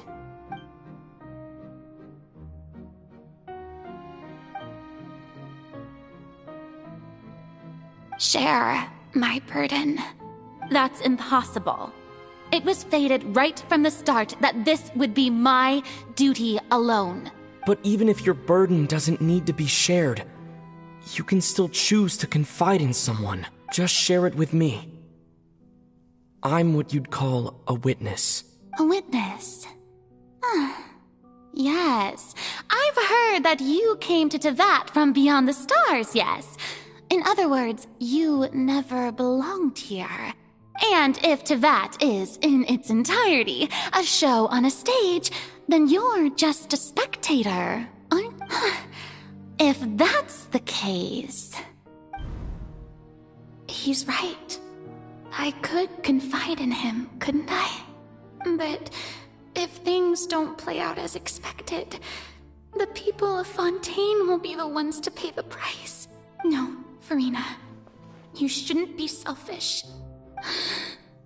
But what if it's really alright? Farina, you've worked so hard for so long. Surely it would be okay to put yourself first for once. Is it such an outrageous thing to do anyway? To find someone in whom you can confide your frustrations and sorrows? Surely it could not hurt. If you let this opportunity slip through your fingers, it might never come by again. Think about it. Long and hard.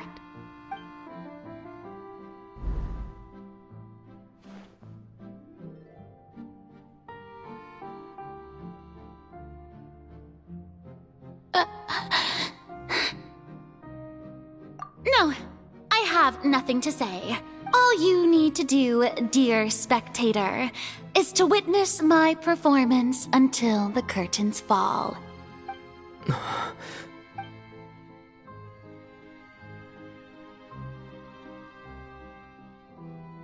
Fine.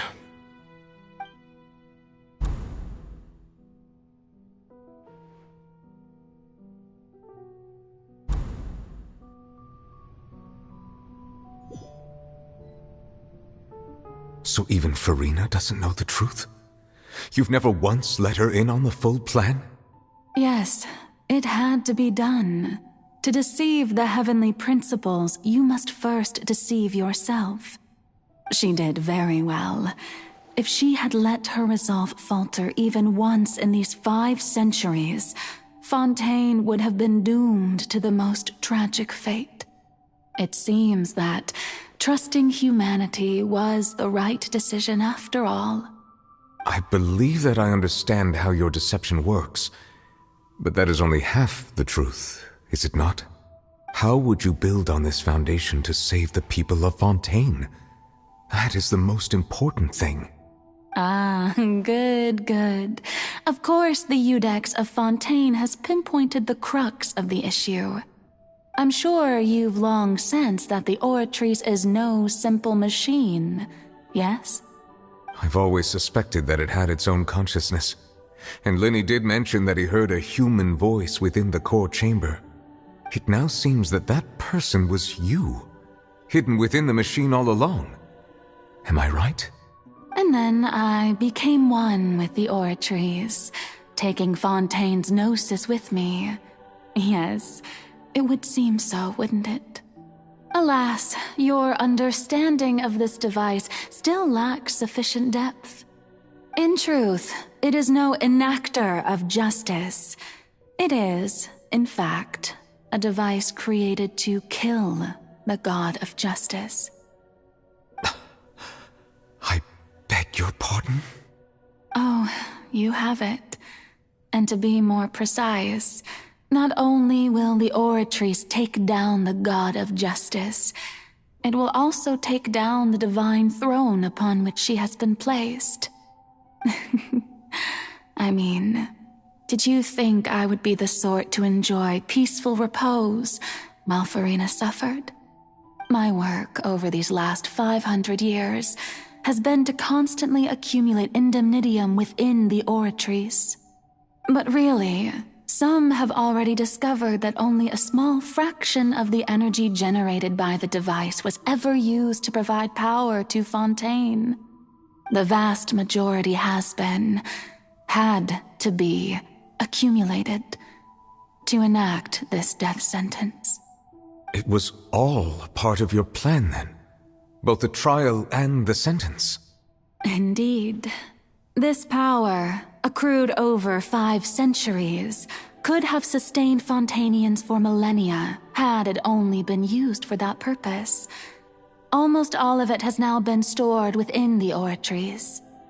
But only power of this magnitude could hope to destroy the Hydro Archon's divine throne, shaking the rules established by Celestia and breaking through the institution that is the Seven. So the Oratrice's call for death was for neither Farina nor Focalor, but for the Hydro Archon. The destruction of that divine throne. If I do not misunderstand your intent, you must be... Returning what's rightfully yours to you, of course. In other words, this was all done to return the authority of the Hydro Archon to the Hydro Dragon of this planet. But...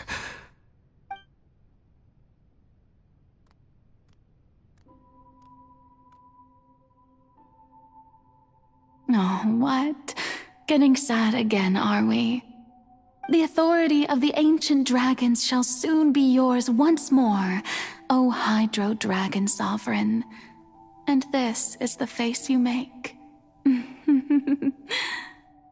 All you've done throughout the years is just so you can sacrifice yourself at the very end. I've never quite seen it that way, you know. Even now, I'm quite pleased at how well my deception worked.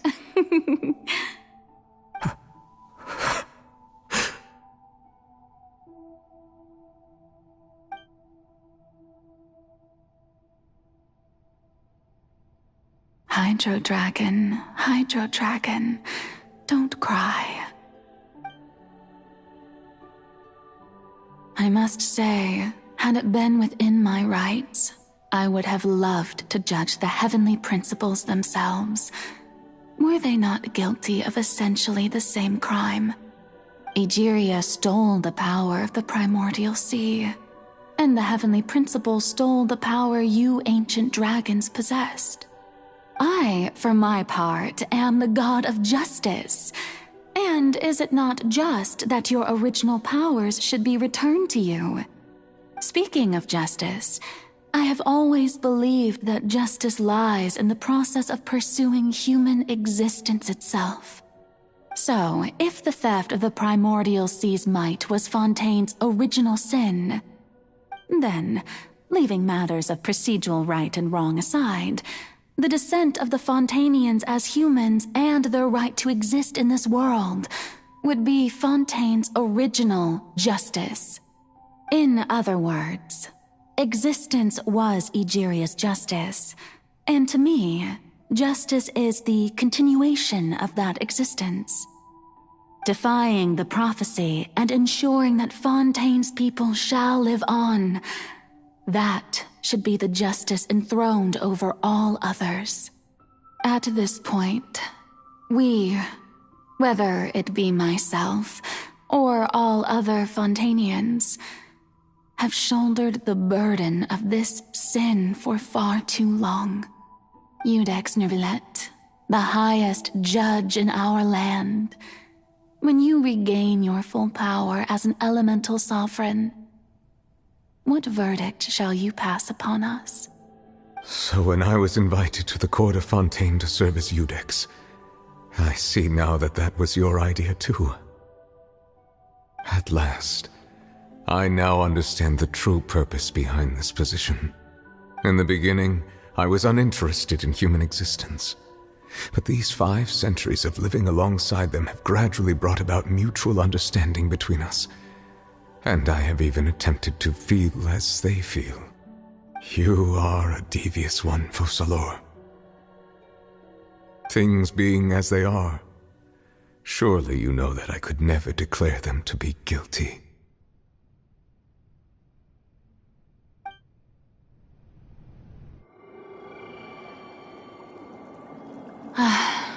The hour of my execution is almost here.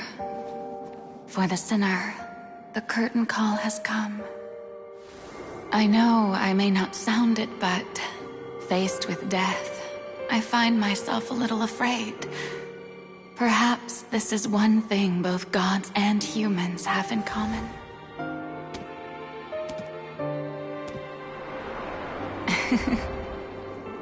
Farewell, Neuvillette. I hope you've enjoyed the part you played these 500 years.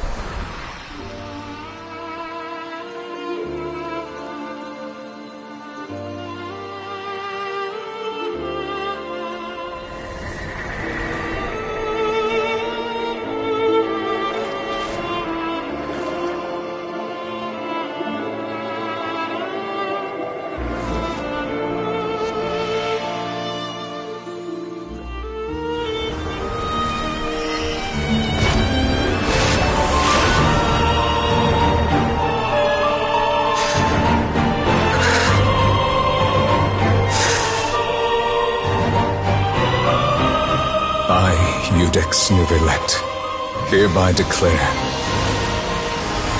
people of Fontaine, your sins are forgiven.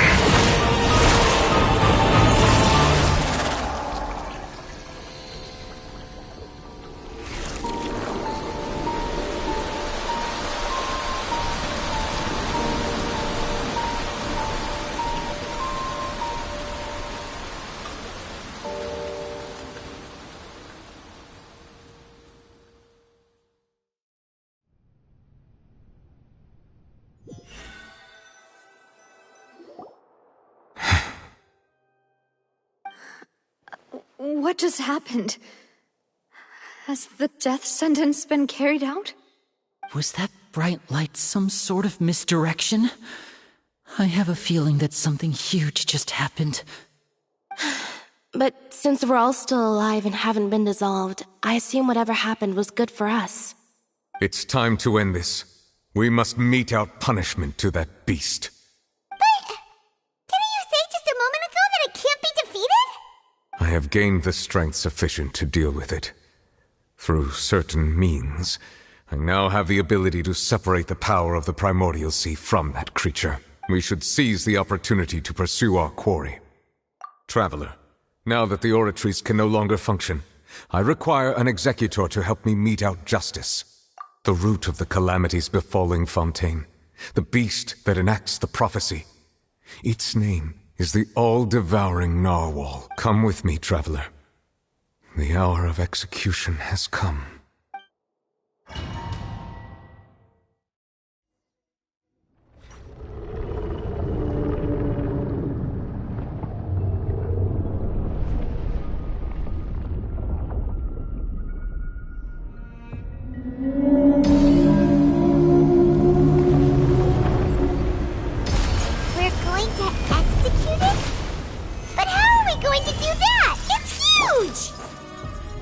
I've already done my best to separate the power of the Primordial Sea from the whale. Considering the size of the beast, I cannot reach the power source. Unless we can find a way to attack it from within. I shall share a part of the ancient dragon's power with you. We shall look for an opening together.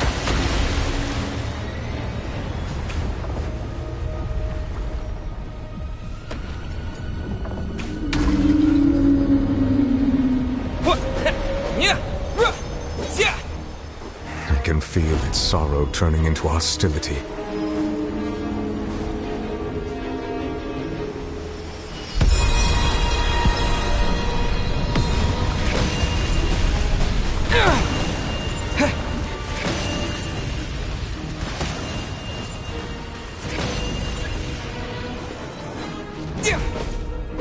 Water jet! The all-devouring narwhal cannot resist its instinct to devour. Continue to trigger its hostility, and a chance will present itself.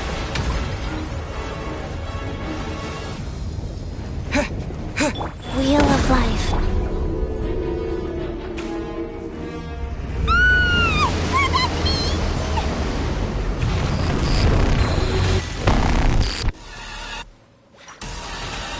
Why is there a hole-looking thingy over there? It looks really scary.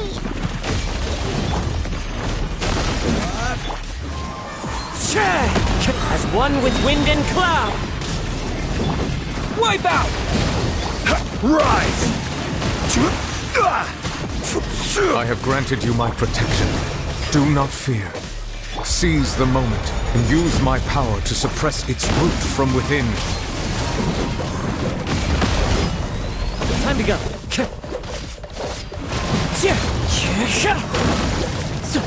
Go! Quake! Rise! Go.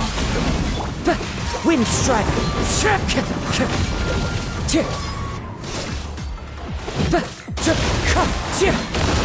Go!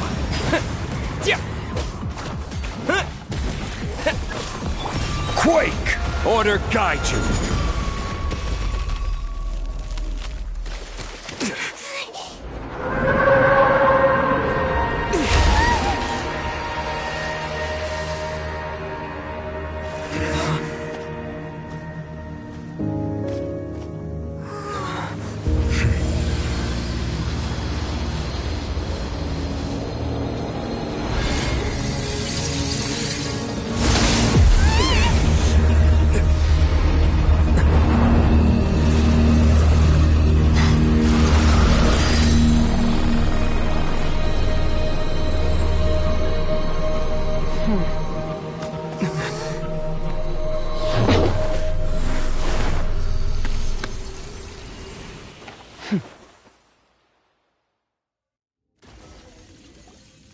Thanks for helping with the cleanup.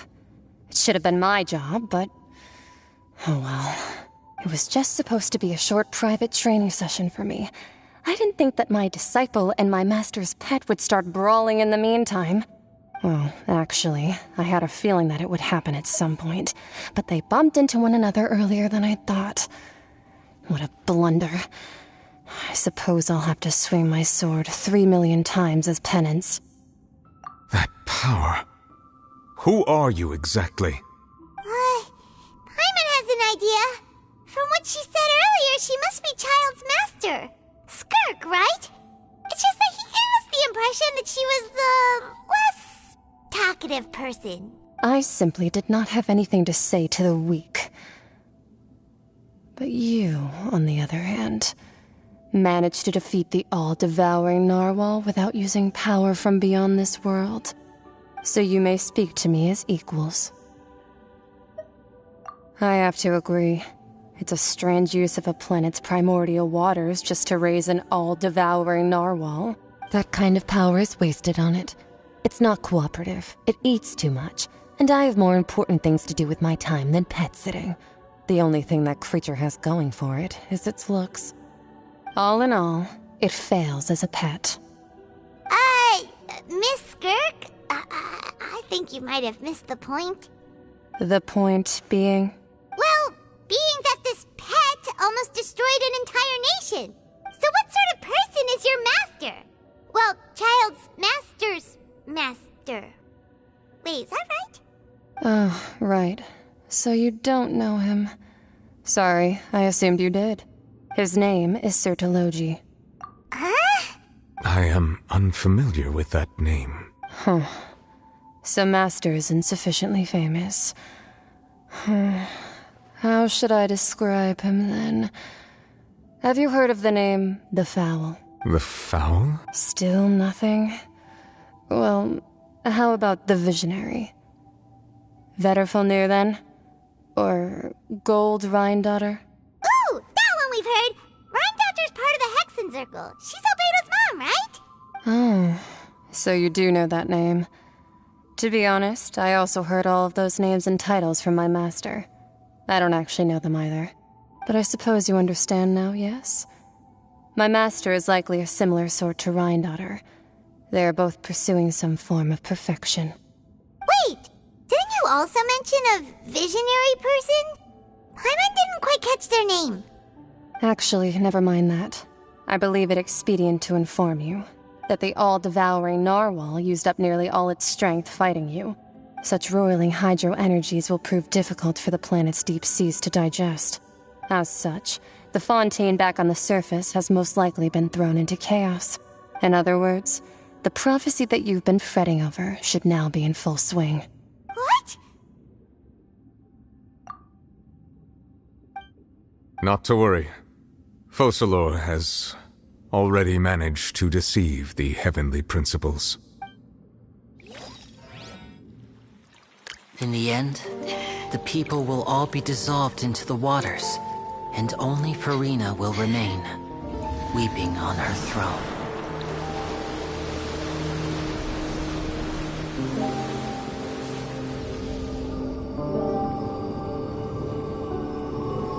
Only then will the sins of the people of Fontaine be washed away.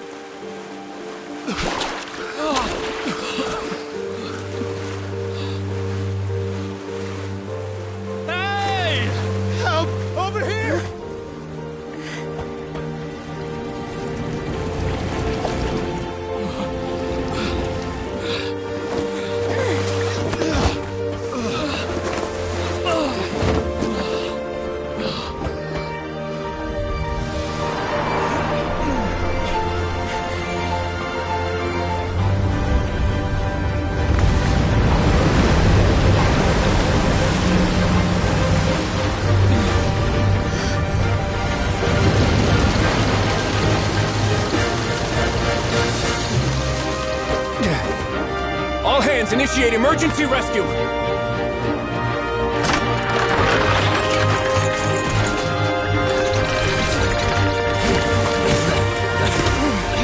Hurry!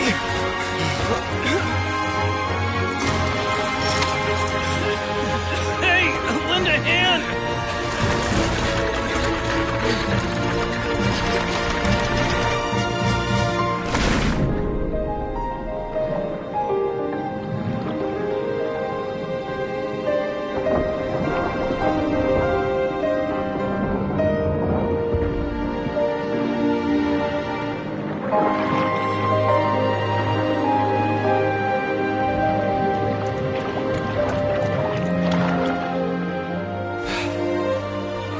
Look!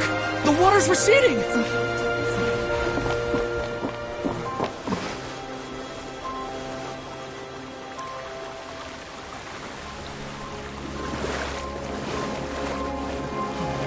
It's a miracle! Water's receding. We didn't dissolve. The prophecy was wrong. The prophecy was wrong.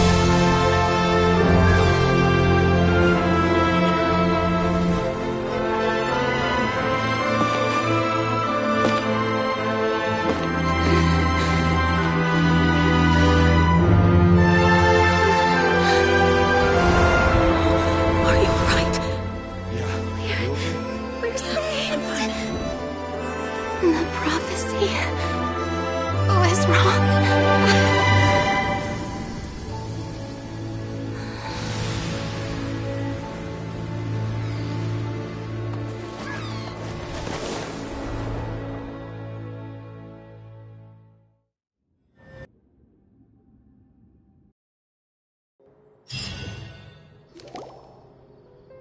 The soil renewed. The Spina di Rosula talks post-disaster rebuilding. I recently visited Poisson to meet with Miss Navia, spokesperson of the Spina di Rosula, and we spoke about Poisson's present and future. Old soil can still give birth to new bloom, Miss Navia stated. Hope is like seeing a small cookie when you're starving late at night. You just need a little of it. Skyship Winglet, Booner Bay, the various disputes that have arisen on account of Mr. Edwin have suddenly become a shield over the Institute, with Jurier turning out to be a once overlooked hidden gem. People always call the first researcher mad, but few know what to call the second. And should that latter person achieve a miracle, they would find it all the harder to find a word with which to classify him and his team. Wow! Paimon barely recognizes the people in the reports. Are those really Jurier and Navia? They sound like real big shots. What do you think? Pretty enthralling, huh? The Steambird's idea was pretty simple. With the disaster just having passed, we would print a free edition packed to the margins with good news to calm people down. The value for these big scoops lies in their inevitable follow-ups. We'll publish further reports and go into the stories behind those people. Edwin's assistant, Jurier, created a true flying ship, while Navia is leading people in the reconstruction of their home. I'm sure that these stories could draw even your well-traveled eye. Paimon's curious too! Wait a minute. Didn't we watch everything happen from start to finish? What's there to be curious about? And that's exactly why I'd like you to come conduct interviews with me. You're the best incubators of news, if you haven't noticed. And also, with you around, I'm sure I'll get to see that Duke. Are you sure? Hasn't he turned you down several times already? Oh, this time will be different. Come on, let's head to Poisson first, and then make a trip to the fortress. There are some things you'll only know when you get there.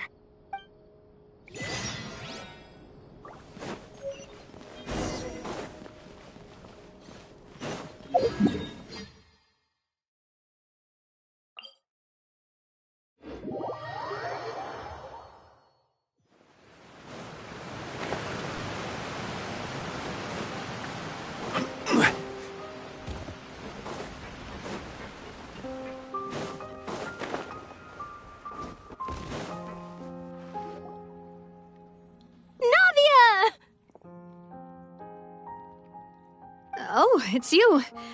What brings you all here? Hey, we're just having a look around. I'm here to update myself on how things are going here. Oh, the Fatui are here too. Let me introduce you. This is Mr. Garunt Snežević. He represented the Knave in sending us a large amount of supplies, and is helping with our work. Our residents are hard at work as well. Thanks to everyone, work is progressing nicely. We've lost a lot of people, but we're moving forward. That will have to be enough. Hello, Miss Charlotte. I'm a big fan of yours. I especially like that article you wrote last year about Fontaine's stray cats. But if you don't mind, could you not emphasize our role too much in your report? It's not charity we're doing here. We just happen to share the same interests as the Spina. I get where you're coming from. I'll keep it as simple as possible. Or would you be willing to feature as friendly neighbors? That would be fine. Thanks. Oh, you're back too. How are things? We finished laying down the construction materials. It'll be another hour before the workers are able to go over there. Huh? You're here too, Clorinde? Well, her reputation's greatly risen after that whole duel business with Miss Farina. So she's here in Poisson to wait out the heat. All right. She really came here to help me out. There's too much to consider in the reconstruction of Poisson. The Spina has need of more decision-makers. And, well, I do already happen to be connected to Mr. Callis. Oh, wait just a moment. Do you mind me asking a few questions? You know, about how you felt before the duel, about what it was like facing down a god. There's lots of exciting material there, I bet. Forget it. I'm sure you can find a better theme than that, Miss Charlotte. I see you're the same as always. Couldn't you do me a favor, for Navia's sake? Well, if we're talking about doing things for my sake, you might as well just take a few more photos of me. Or of the Traveler. It's better than wasting time persuading Clorinde, at any rate. Of course I will. I'm not gonna let him off that easy. All right, then everyone who wants to be in the photo, gather up. And...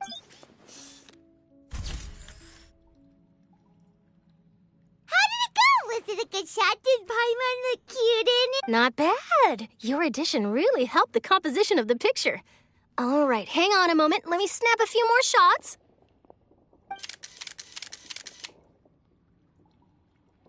All right, that should do it. I'll be back here later anyway, so let's call it a day. You're very quick. Speed is of the essence when it comes to the news, and freshness is the key. Also, not to brag, but I'm pretty good at building connections. Who knows? I might eventually get that interview with you after all, Miss Clorinde. Wow, you really do have that never say die spirit. I'm impressed. I'll hazard a guess that this is how you got that interview at the Fortress of Meripede. Whoa, you're well informed. Let me make a guess, too. I asked Sijuin, who told Monsieur Nervillette, and he told you, right? That's a very complete information chain. In truth, all Monsieur Nervillette asked me was, when did the fortress become so friendly towards the media? I told him that it was best not to speak too soon. There's no guarantee that Ridesley will make a personal appearance. You're right. I've got to treasure every moment I have with them. In which case, I'll be making a move first. Stay safe now. And tell me if you hear anything interesting. I'll treat you to afternoon tea in exchange.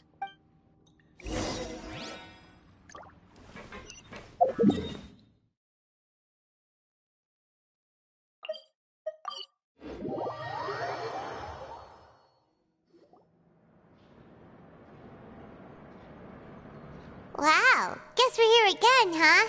There's a real nostalgic feeling to this place. Looks like you've been missing us. Duke! Did you come all the way to the entrance to greet us? Of course. I'm here to welcome you and our dear Miss Charlotte, whom our good head nurse recommended to me. It's an honor to finally meet the much-rumored Duke. Thank you for consenting to my visit to the fortress, sir. No need to thank me. But that said, I shouldn't be the focus of your interview. I trust you recall our agreement? Of course, of course. All right then, this way.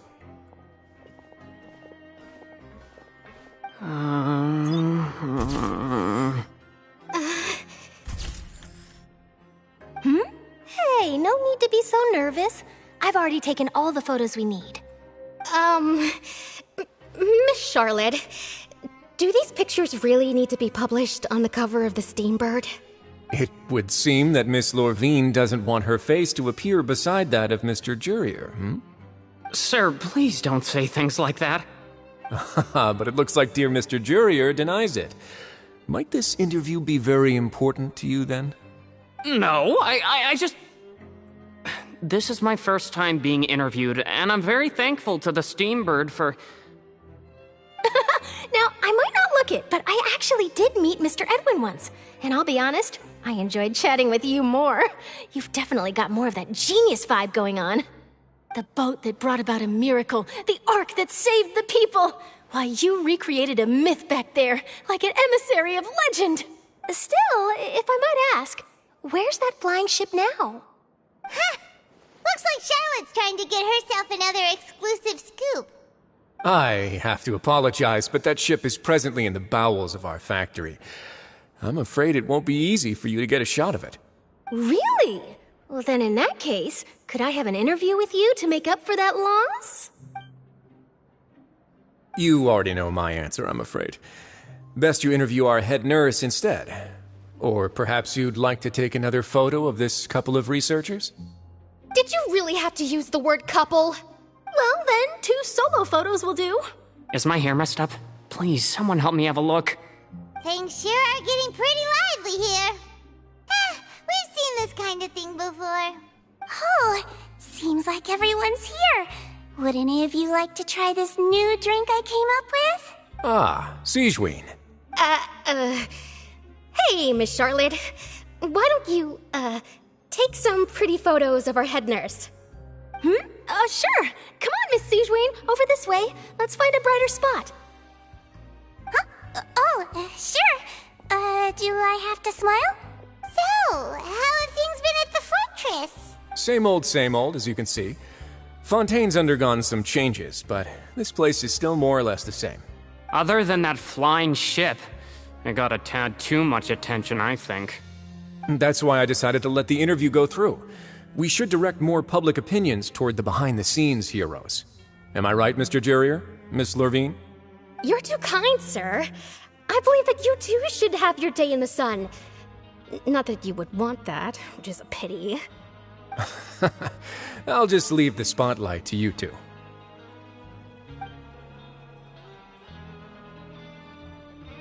I see. Lots of things happened that day, huh? Anyway, regarding that Harbinger, I'm not sure you remember, but his 3 young followers are still waiting for his return. He sure did win them over, huh? I'll tell them that there's good news and bad news. The good being that their boss seems fine, and the bad being that they must face extended sentences for abetting his escape. Oh, actually, what about you? Are things gonna change for you too? What change can there be? The fortress will keep chugging along, and so will my duties. As to what Miss Farina's departure will mean for the nation, and if our laws and governance will be transformed, we'll leave those to the folks in the overworld. Hey everyone, the photo shoot's done. Good. In that case, let's call it a day here. Thanks for your cooperation. Come on, Traveler, let's go. Till next time, everyone. There'll be a next time? Maybe. Who knows? I might write a story about the underwater factory next time. Until then. All right, last stop, the docks.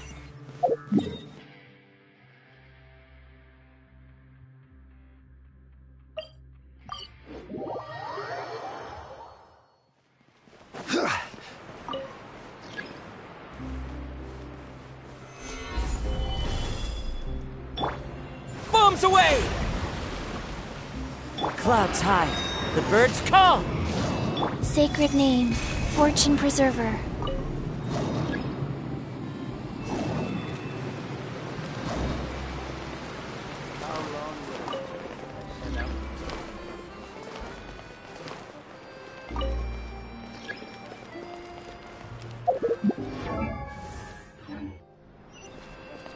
Faster?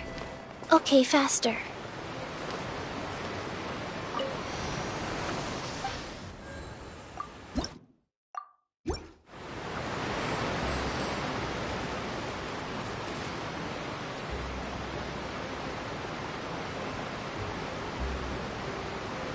Really?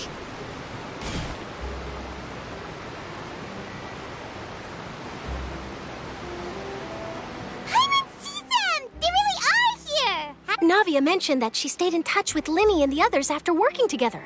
Apparently, they've been at the docks distributing these strange pockets the whole time since. Traveler, Paimon. And Miss Charlotte, too. Would you like a magic pocket? What sort of gadget is it? It's a wondrous bag that can be used to carry many things. The water level has returned to normal, but if you see any of your things floating around, you can use this to carry them. Or you could trick a friend into doing it for you. Trick a friend? I wonder which of my friends would fall for that.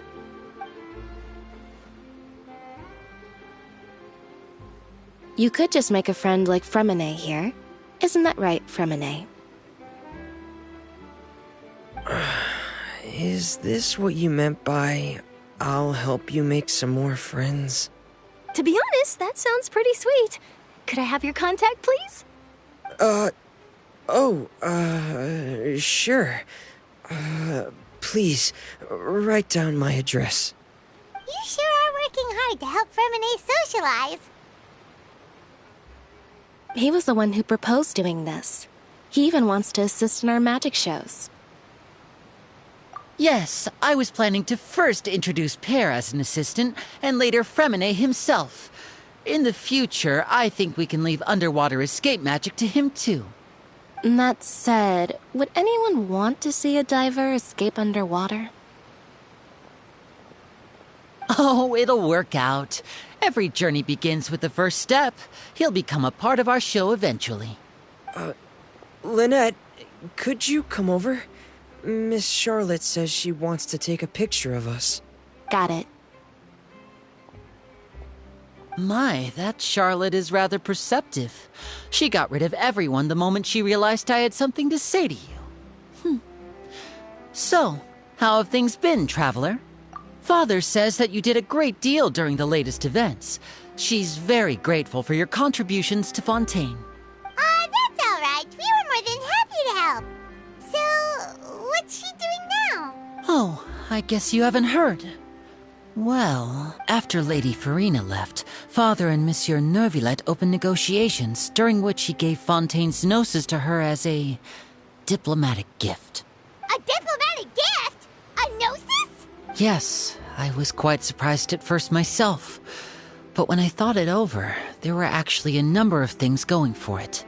It could have been done as an apology for the incident with Lord Child, or as thanks for his help in tying the all-devouring narwhal down. Furthermore, Father did also lend significant aid to Fontaine and Poisson. Well, that's true, but this is a gnosis we're talking about. Doesn't this seem a bit irresponsible? I would agree, but I've also heard that it seems that Monsieur Neuvillette has had a significant change of heart regarding the matter. So there's some reason for this that only Neuvillette knows about? I suspect you'll have to ask him about that yourself. Yes, speaking of which, I did see him strolling around the entrance to the Fortress of Meripede a while back. Isn't he real busy and stuff? Paimon didn't think he'd have the time for that. But back to the topic. The gnosis was given to the knave, right? What about Child? They say that he's returned to Snezhnaya to recover from his wounds. I hear that the recent disaster really did a number on his health. That's true. When you think about it, we've had loads of run-ins with the Fatui. To think we'd be allied with them this time. So shocked by such a simple switching of sides?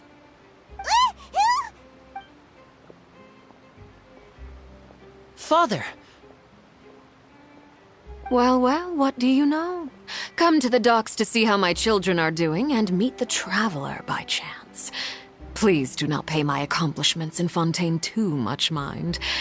I would have done them regardless. Are you going to take the gnosis back to Snezhnaya? That is our duty as harbingers, yes. Don't be too preoccupied with sides. The goal of the Fatui concerns not a single place or person, but the entire world. With such a grand goal in mind, it is inevitable that we must wear many masks. Switching my masks is something I've always done. Well, that depends on many things. No one truly knows what the future holds. What good is honesty if you can't rely on it forever? As for you, I very much look forward to our next collaboration. Good things cannot be achieved alone, and you've proved yourselves to be great partners. A vision? All right. I'll remember to return it. Thank you for keeping it safe for him this entire time. And that's a wrap for me. Huh? You... Greetings, Miss Journalist. Hello. If I'm not mistaken, there are diplomatic channels I'll need to report to take a photo of you. That is correct. So forgive me, but I will not be able to serve as a subject in your article. However, feel free to write as much as you'd like about our dear magicians and our upcoming rookie talent. I will. The sea breeze is quite pleasant. I shall continue my walk while the weather remains so agreeable. Farewell. Farewell, Father. Oh, she has such an intimidating presence. I didn't even dare to take a picture. Thankfully, I've already wrapped up all my pre-scheduled interviews. Thank you all. This'll be more than enough for me to write about, I'm sure. Don't be too nervous. Why don't you take a magic pocket before you go? Here, Traveler, Paimon, you take one too. To move things about? That's right. Funny. I was giving out magic pockets when we first met too. And what do you know? I'm doing the exact same thing right now. So many things have happened, but the pockets are still the pockets. I guess this must be life. We will all follow our own paths, and serendipity will lead you to your fated friends. All right then. We'll be handing out pockets in some other districts later, so we'll get going now. Have a good day, you two. Well, guess we sent Charlotte, huh? Shall we go see how Nevelette's doing? As long as he's not so busy that he doesn't have time to chat anyway. Okay, faster.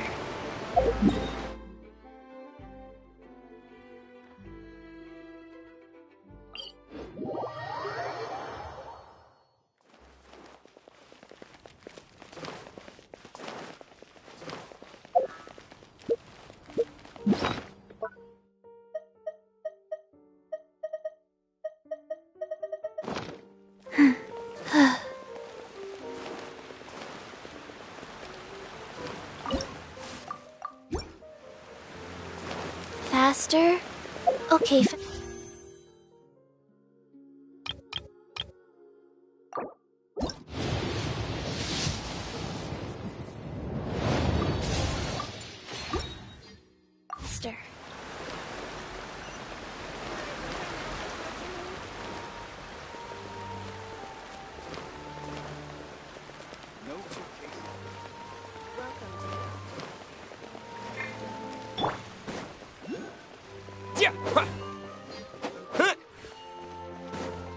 The entrance to the fortress! Ooh, he really is there!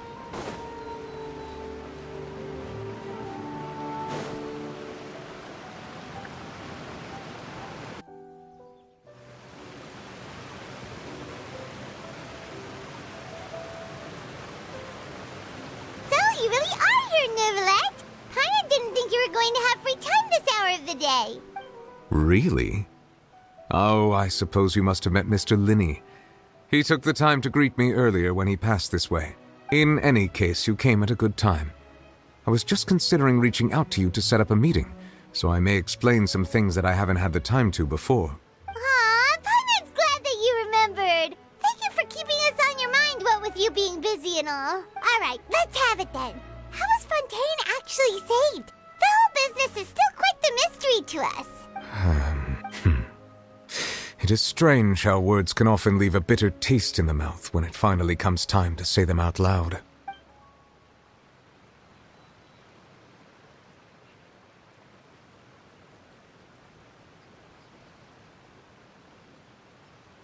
Whoa. So that's what happened? Focalord destroyed the divine throne of the Hydro Archon and restored your power to you, transforming you into a fully full-fledged elemental dragon sovereign! But Paimon still doesn't quite get what you did to save the Fontanians from dissolving. For me, the authority of the ancient dragons refers to absolute control over the hydro element. Fontanians were incomplete humans born of Egeria's use of the power of the primordial sea, with constitutions similar to that of mimics. But so long as those primordial energies remain within them, I could use the ancient dragon's authority to grant them true blood, after the fashion in which life was first brought into being on this planet. In other words, when I gave my verdict, Fontanians became true humans, and thus would naturally no longer be dissolved by water from the primordial sea. Focalor must have counted on you to make that decision as well. Your verdict was the key to making the prophecy appear to have come true while saving everyone. Yeah, and in a manner of speaking, Focalor finally managed to fulfill the original Hydro Archon's wish to turn Oceanids into real people too! It seems from your expressions that you still have more things you wish to ask. Ask away. I will tell you the truth as I know it. I have investigated his case along many avenues, and I have learned that he once fell into an unknown chasm when he was young. There, by chance, he awakened the all-devouring narwhal. But whether it be by sentiment or reason, that should not have been enough to consider him the root cause of the disaster. At most, he would have had tangential liability. As for the judgment passed by the Oratrice during the trial, whether it was due to that liability by association or Focalor deliberately using him to buy time for us on the assumption that he would be able to hold the creature off, I cannot say. Guess Focalor had Fontanians in mind the whole time. In the end, it was thanks to her that they finally became real humans. Hang on a second. Paimon suddenly got another question. Back when Fontanians hadn't yet become real humans, were the children they had also transformed Oceanids? Life has always flowed like water. Do you recall how Fontanians would often come to the Fountain of Lucine to pray for children? Yeah, Lynette said the fountain is where all the waters in Fontaine converge. In truth, even those couples did not know that such prayers were no mere custom, but instead a form of ritual. Those Oceanids who were blessed within the spring water would later descend as new humans in the coming months. Paimon sorta gets it now. Either way, seems like this ritual won't be of any further use, but it'll probably live on as a local custom. Ask away. I will tell you the truth as I know it. Yeah, about that. Risley said Farina has already left. What's that all about? Ah, Lady Farina. The people are only aware that her death sentence has not been carried out. She abdicated the post of Hydro Archon and left affairs related to that title to me, before leaving the Opera House. I related Focalor's words to her faithfully and completely. After hearing them, she seemed neither saddened nor comforted. She simply said that she was tired and needed to rest. Having said that, she then packed her things and moved out of the Opera House, not unlike how an ordinary person might. But she's still got a place to stay, right? You need not worry. I will make arrangements to ensure that she will not want for food, clothing, board, or travel. In truth, I am somewhat happy for her. The wear and tear on her spirit will, of course, take time to heal, but now that she no longer has to play the role of Focalor the Hydro Archon, she can finally lay down her burdens and lead a normal life. What about you then? What are your plans now that you've regained your full powers as the Hydro Dragon? After Focalor passed on, the Oratrice also ceased to function. This matter will directly affect our trials. After much careful consideration, I've decided to take over its role in our courts. From now on, I shall hear cases and pass verdicts by myself. Looks like you're still considering stuff from the perspective of the Udex, huh? As an elemental dragon, there are indeed many things that I must do. But this power and this duty, in a manner of speaking, you could say that both were granted to me. As such, before I attend to my other responsibilities, I must first and foremost continue to serve Fontaine as its highest judge. The duty of the Hydro Sovereign and the duty of the Udex shall coexist within my person. Additionally, the Hydro Archon's departure has brought about another problem, which is that the Opera House shall no longer produce indemnitium. That's true. That power was derived from the people's faith in the Hydro Archon, wasn't it? Wait, but the various mechs and machines in the city are all still okay. Where are they getting their energy from? As I am now, I have full command over New Musia, and it can serve as a complete substitute. Another reason why I cannot quite leave Fontaine immediately. Wow. This ancient dragon's authority stuff is really quite useful, huh? Ask away. I will tell you the truth as I know it. Oh, that's right! They say you've given it to the knave as a diplomatic gift or something! Leaving aside their intentionality, the two Fatui Harbingers have indeed done much for us during this crisis. Their sole remaining goal in Fontaine, at least at this point, would seem to be the Gnosis. The Oratrice has ceased to function. The Hydro Archon's divine throne is now no more, and I do not need the Gnosis's power. As such, it has lost all meaning for Fontaine. If the Fatui have impure designs, then we might as well accede to their request now, and avoid unnecessary conflict. What complicated considerations? Paimon thought you were just giving it to them out of gratitude to the knave and as an apology to Child. Ask away. I will tell you the truth as I know it. You will soon be heading to Natlan, I presume. I'm afraid that I have little talent as a travel guide, so all I can do is tell you what I know about that land. As far as I'm aware, Natlan can be said to be a nation of dragons. A nation of dragons? You mean like you? No, I suspect that I would not find myself welcome there. Unlike ancient dragons such as myself, the dragons of Natlan have undergone long years of development and evolution. Large numbers of them have entered a form of coexistence with humanity. Natlan is also the nation of war. War ravages those lands like an undying flame. There is one other piece of information I got incidentally from my negotiations with the knave that I believe may be useful to you. The Harbinger known as the Captain has thrown his hat into the endless ring of war. The Captain. Sounds like a real tough customer. Seriously, everywhere you look, there's a Fatui Harbinger doing their thing. I suggest that you fully prepare yourself before going to Natlan. In the meantime, Fontaine's doors will always be open to you. Ask away. I will tell you the truth as I know it.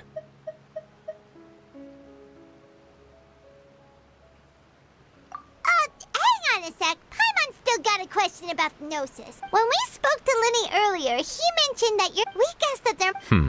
No. So regarding this specific issue, I was just... In truth, I exchanged some further words with that lady named Skirk after sending you two back to the surface. It went something like this.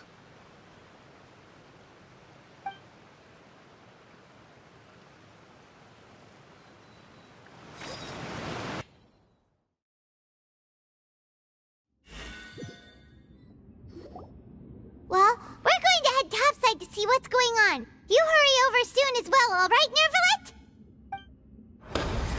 Whoa!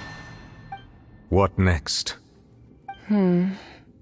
The all-devouring narwhal isn't here, so I'm no longer getting any interference. I can finally catch the scent of your power, what it's made of. It is the authority of the planet's primordial dragons, but with something very similar to a god's curse mixed in. It's quite a novel blend. I'm sure I've encountered something like this before. What was it again? I do not know what you speak of. Of course. How could I forget? You should have the remains of the third descender on your person, yes? Remains? I've never heard of any such thing. According to your parlance, I believe it may be called a gnosis. Well, that much is true. After Focalor's divinity faded, she handed her gnosis to me. But I fear I have never heard of it described in the manner that you just did. I've been training with my master, the Foul, ever since I was... It is only natural for those who are greater than humanity to possess a different sort of common sense, which is why there are so many problems in our attempts to communicate with humans. Regardless, you should probably get rid of objects of misfortune to prevent any disasters from befalling you. To live in itself is a blessing. But once a person dies, the bonds he once had with this world shall all turn to curses. What do you mean by that? No need to fret. These are just my personal thoughts, and my reason for no longer wishing to return to the surface. This third descender you refer to, Who are they? And when did they die? Master never mentioned them to me. Perhaps it just wasn't that important for me to know. If you're interested, though, I could ask him. I'll be sure to pass the answer on to you next time. Next time? You believe we will meet again? I do. Wait. I have a disciple of my own, don't I? He can be the messenger then.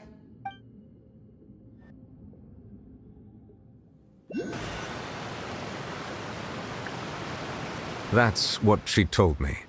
Whether it would prove useful or not, I wanted to pass that information on to you. The remains of the third descender? So that's what the Gnosis actually are. Paimon just thought they looked like chess pieces. How could they be a person's remains? All the same, assuming that there was no misunderstanding or special metaphor at play, that is what she meant to say. And she said that it would bring misfortune and that you should check it, which is why you gave it to the Fatui. If she speaks the truth, then I would simply be putting Fontaine at unnecessary risk by keeping it here.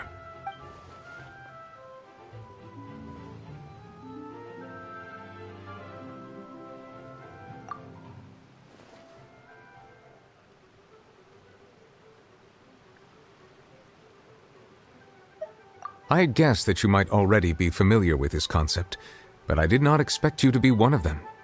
That means that the Gnosis, which are exceedingly element-compatible and can even enhance elemental abilities, do indeed come from the third descender.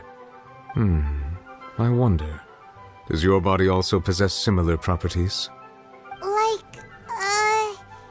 Like being able to use elemental powers without a vision! That does sort of count as special compatibility, right? No, let's not think about this stuff right now. It just feels creepy, comparing the Traveler to the dead third descender and all. That's what you say, but this topic still feels like bad luck. Once Child recovers, let's get some more answers out of him. Or go look for his master and get the answers that way. I too believe it unwise to make too many blind guesses when information is lacking. The same is true of being at court. All right. Whatever the case, it seems like the crisis here in Fontaine's over for now. Yes. All of Focalor's efforts were for this moment as well. But she sacrificed herself in the end as a god, and she suffered through all those years as a human. Was that really what she wanted? I suppose that would be the mystery of a god's will. I suspect not. But once in a while I too would guess that if wishes were like the clouds in the sky, they will one day return to the earth as raindrops. Life flows like water, and rain is the final answer. The water levels may sometimes tilt one way or another, but the rain falls fairly upon all. And what, ultimately, is the difference between the rains that fall upon all of us?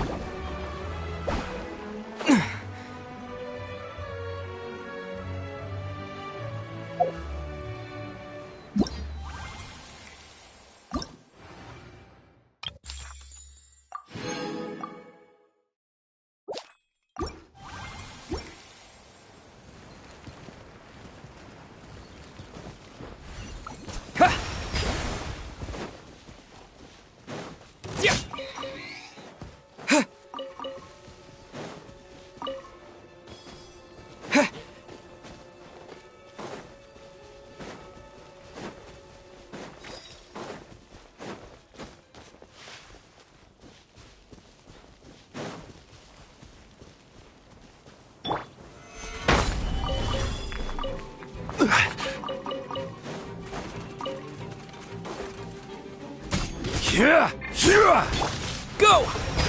Life goes on. Wind Strider! Rise!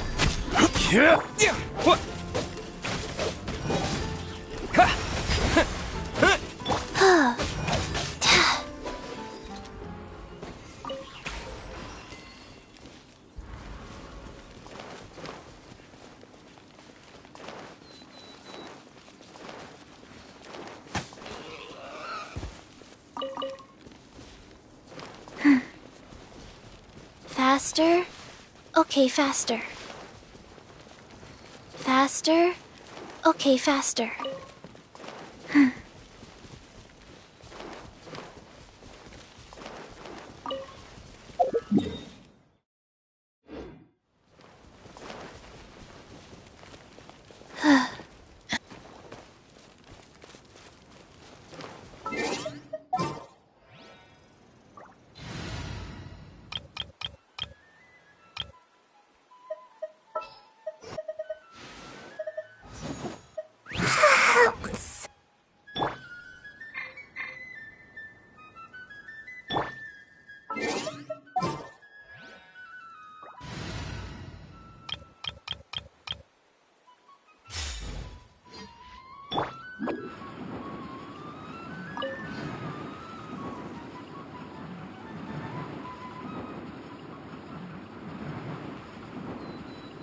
And away I go!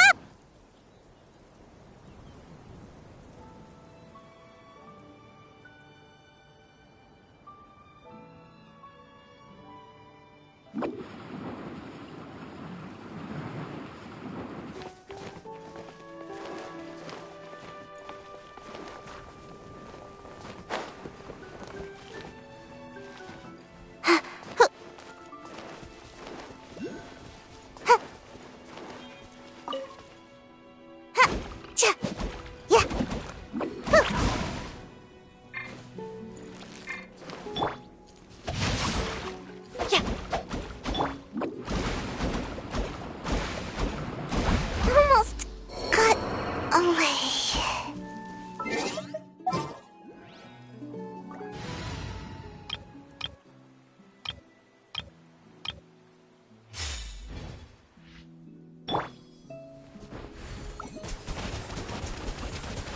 Water jet!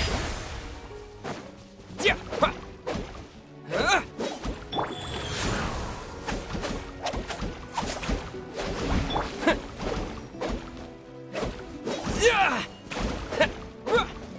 Yeah.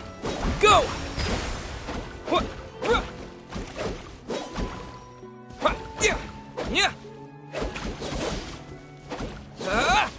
Yeah.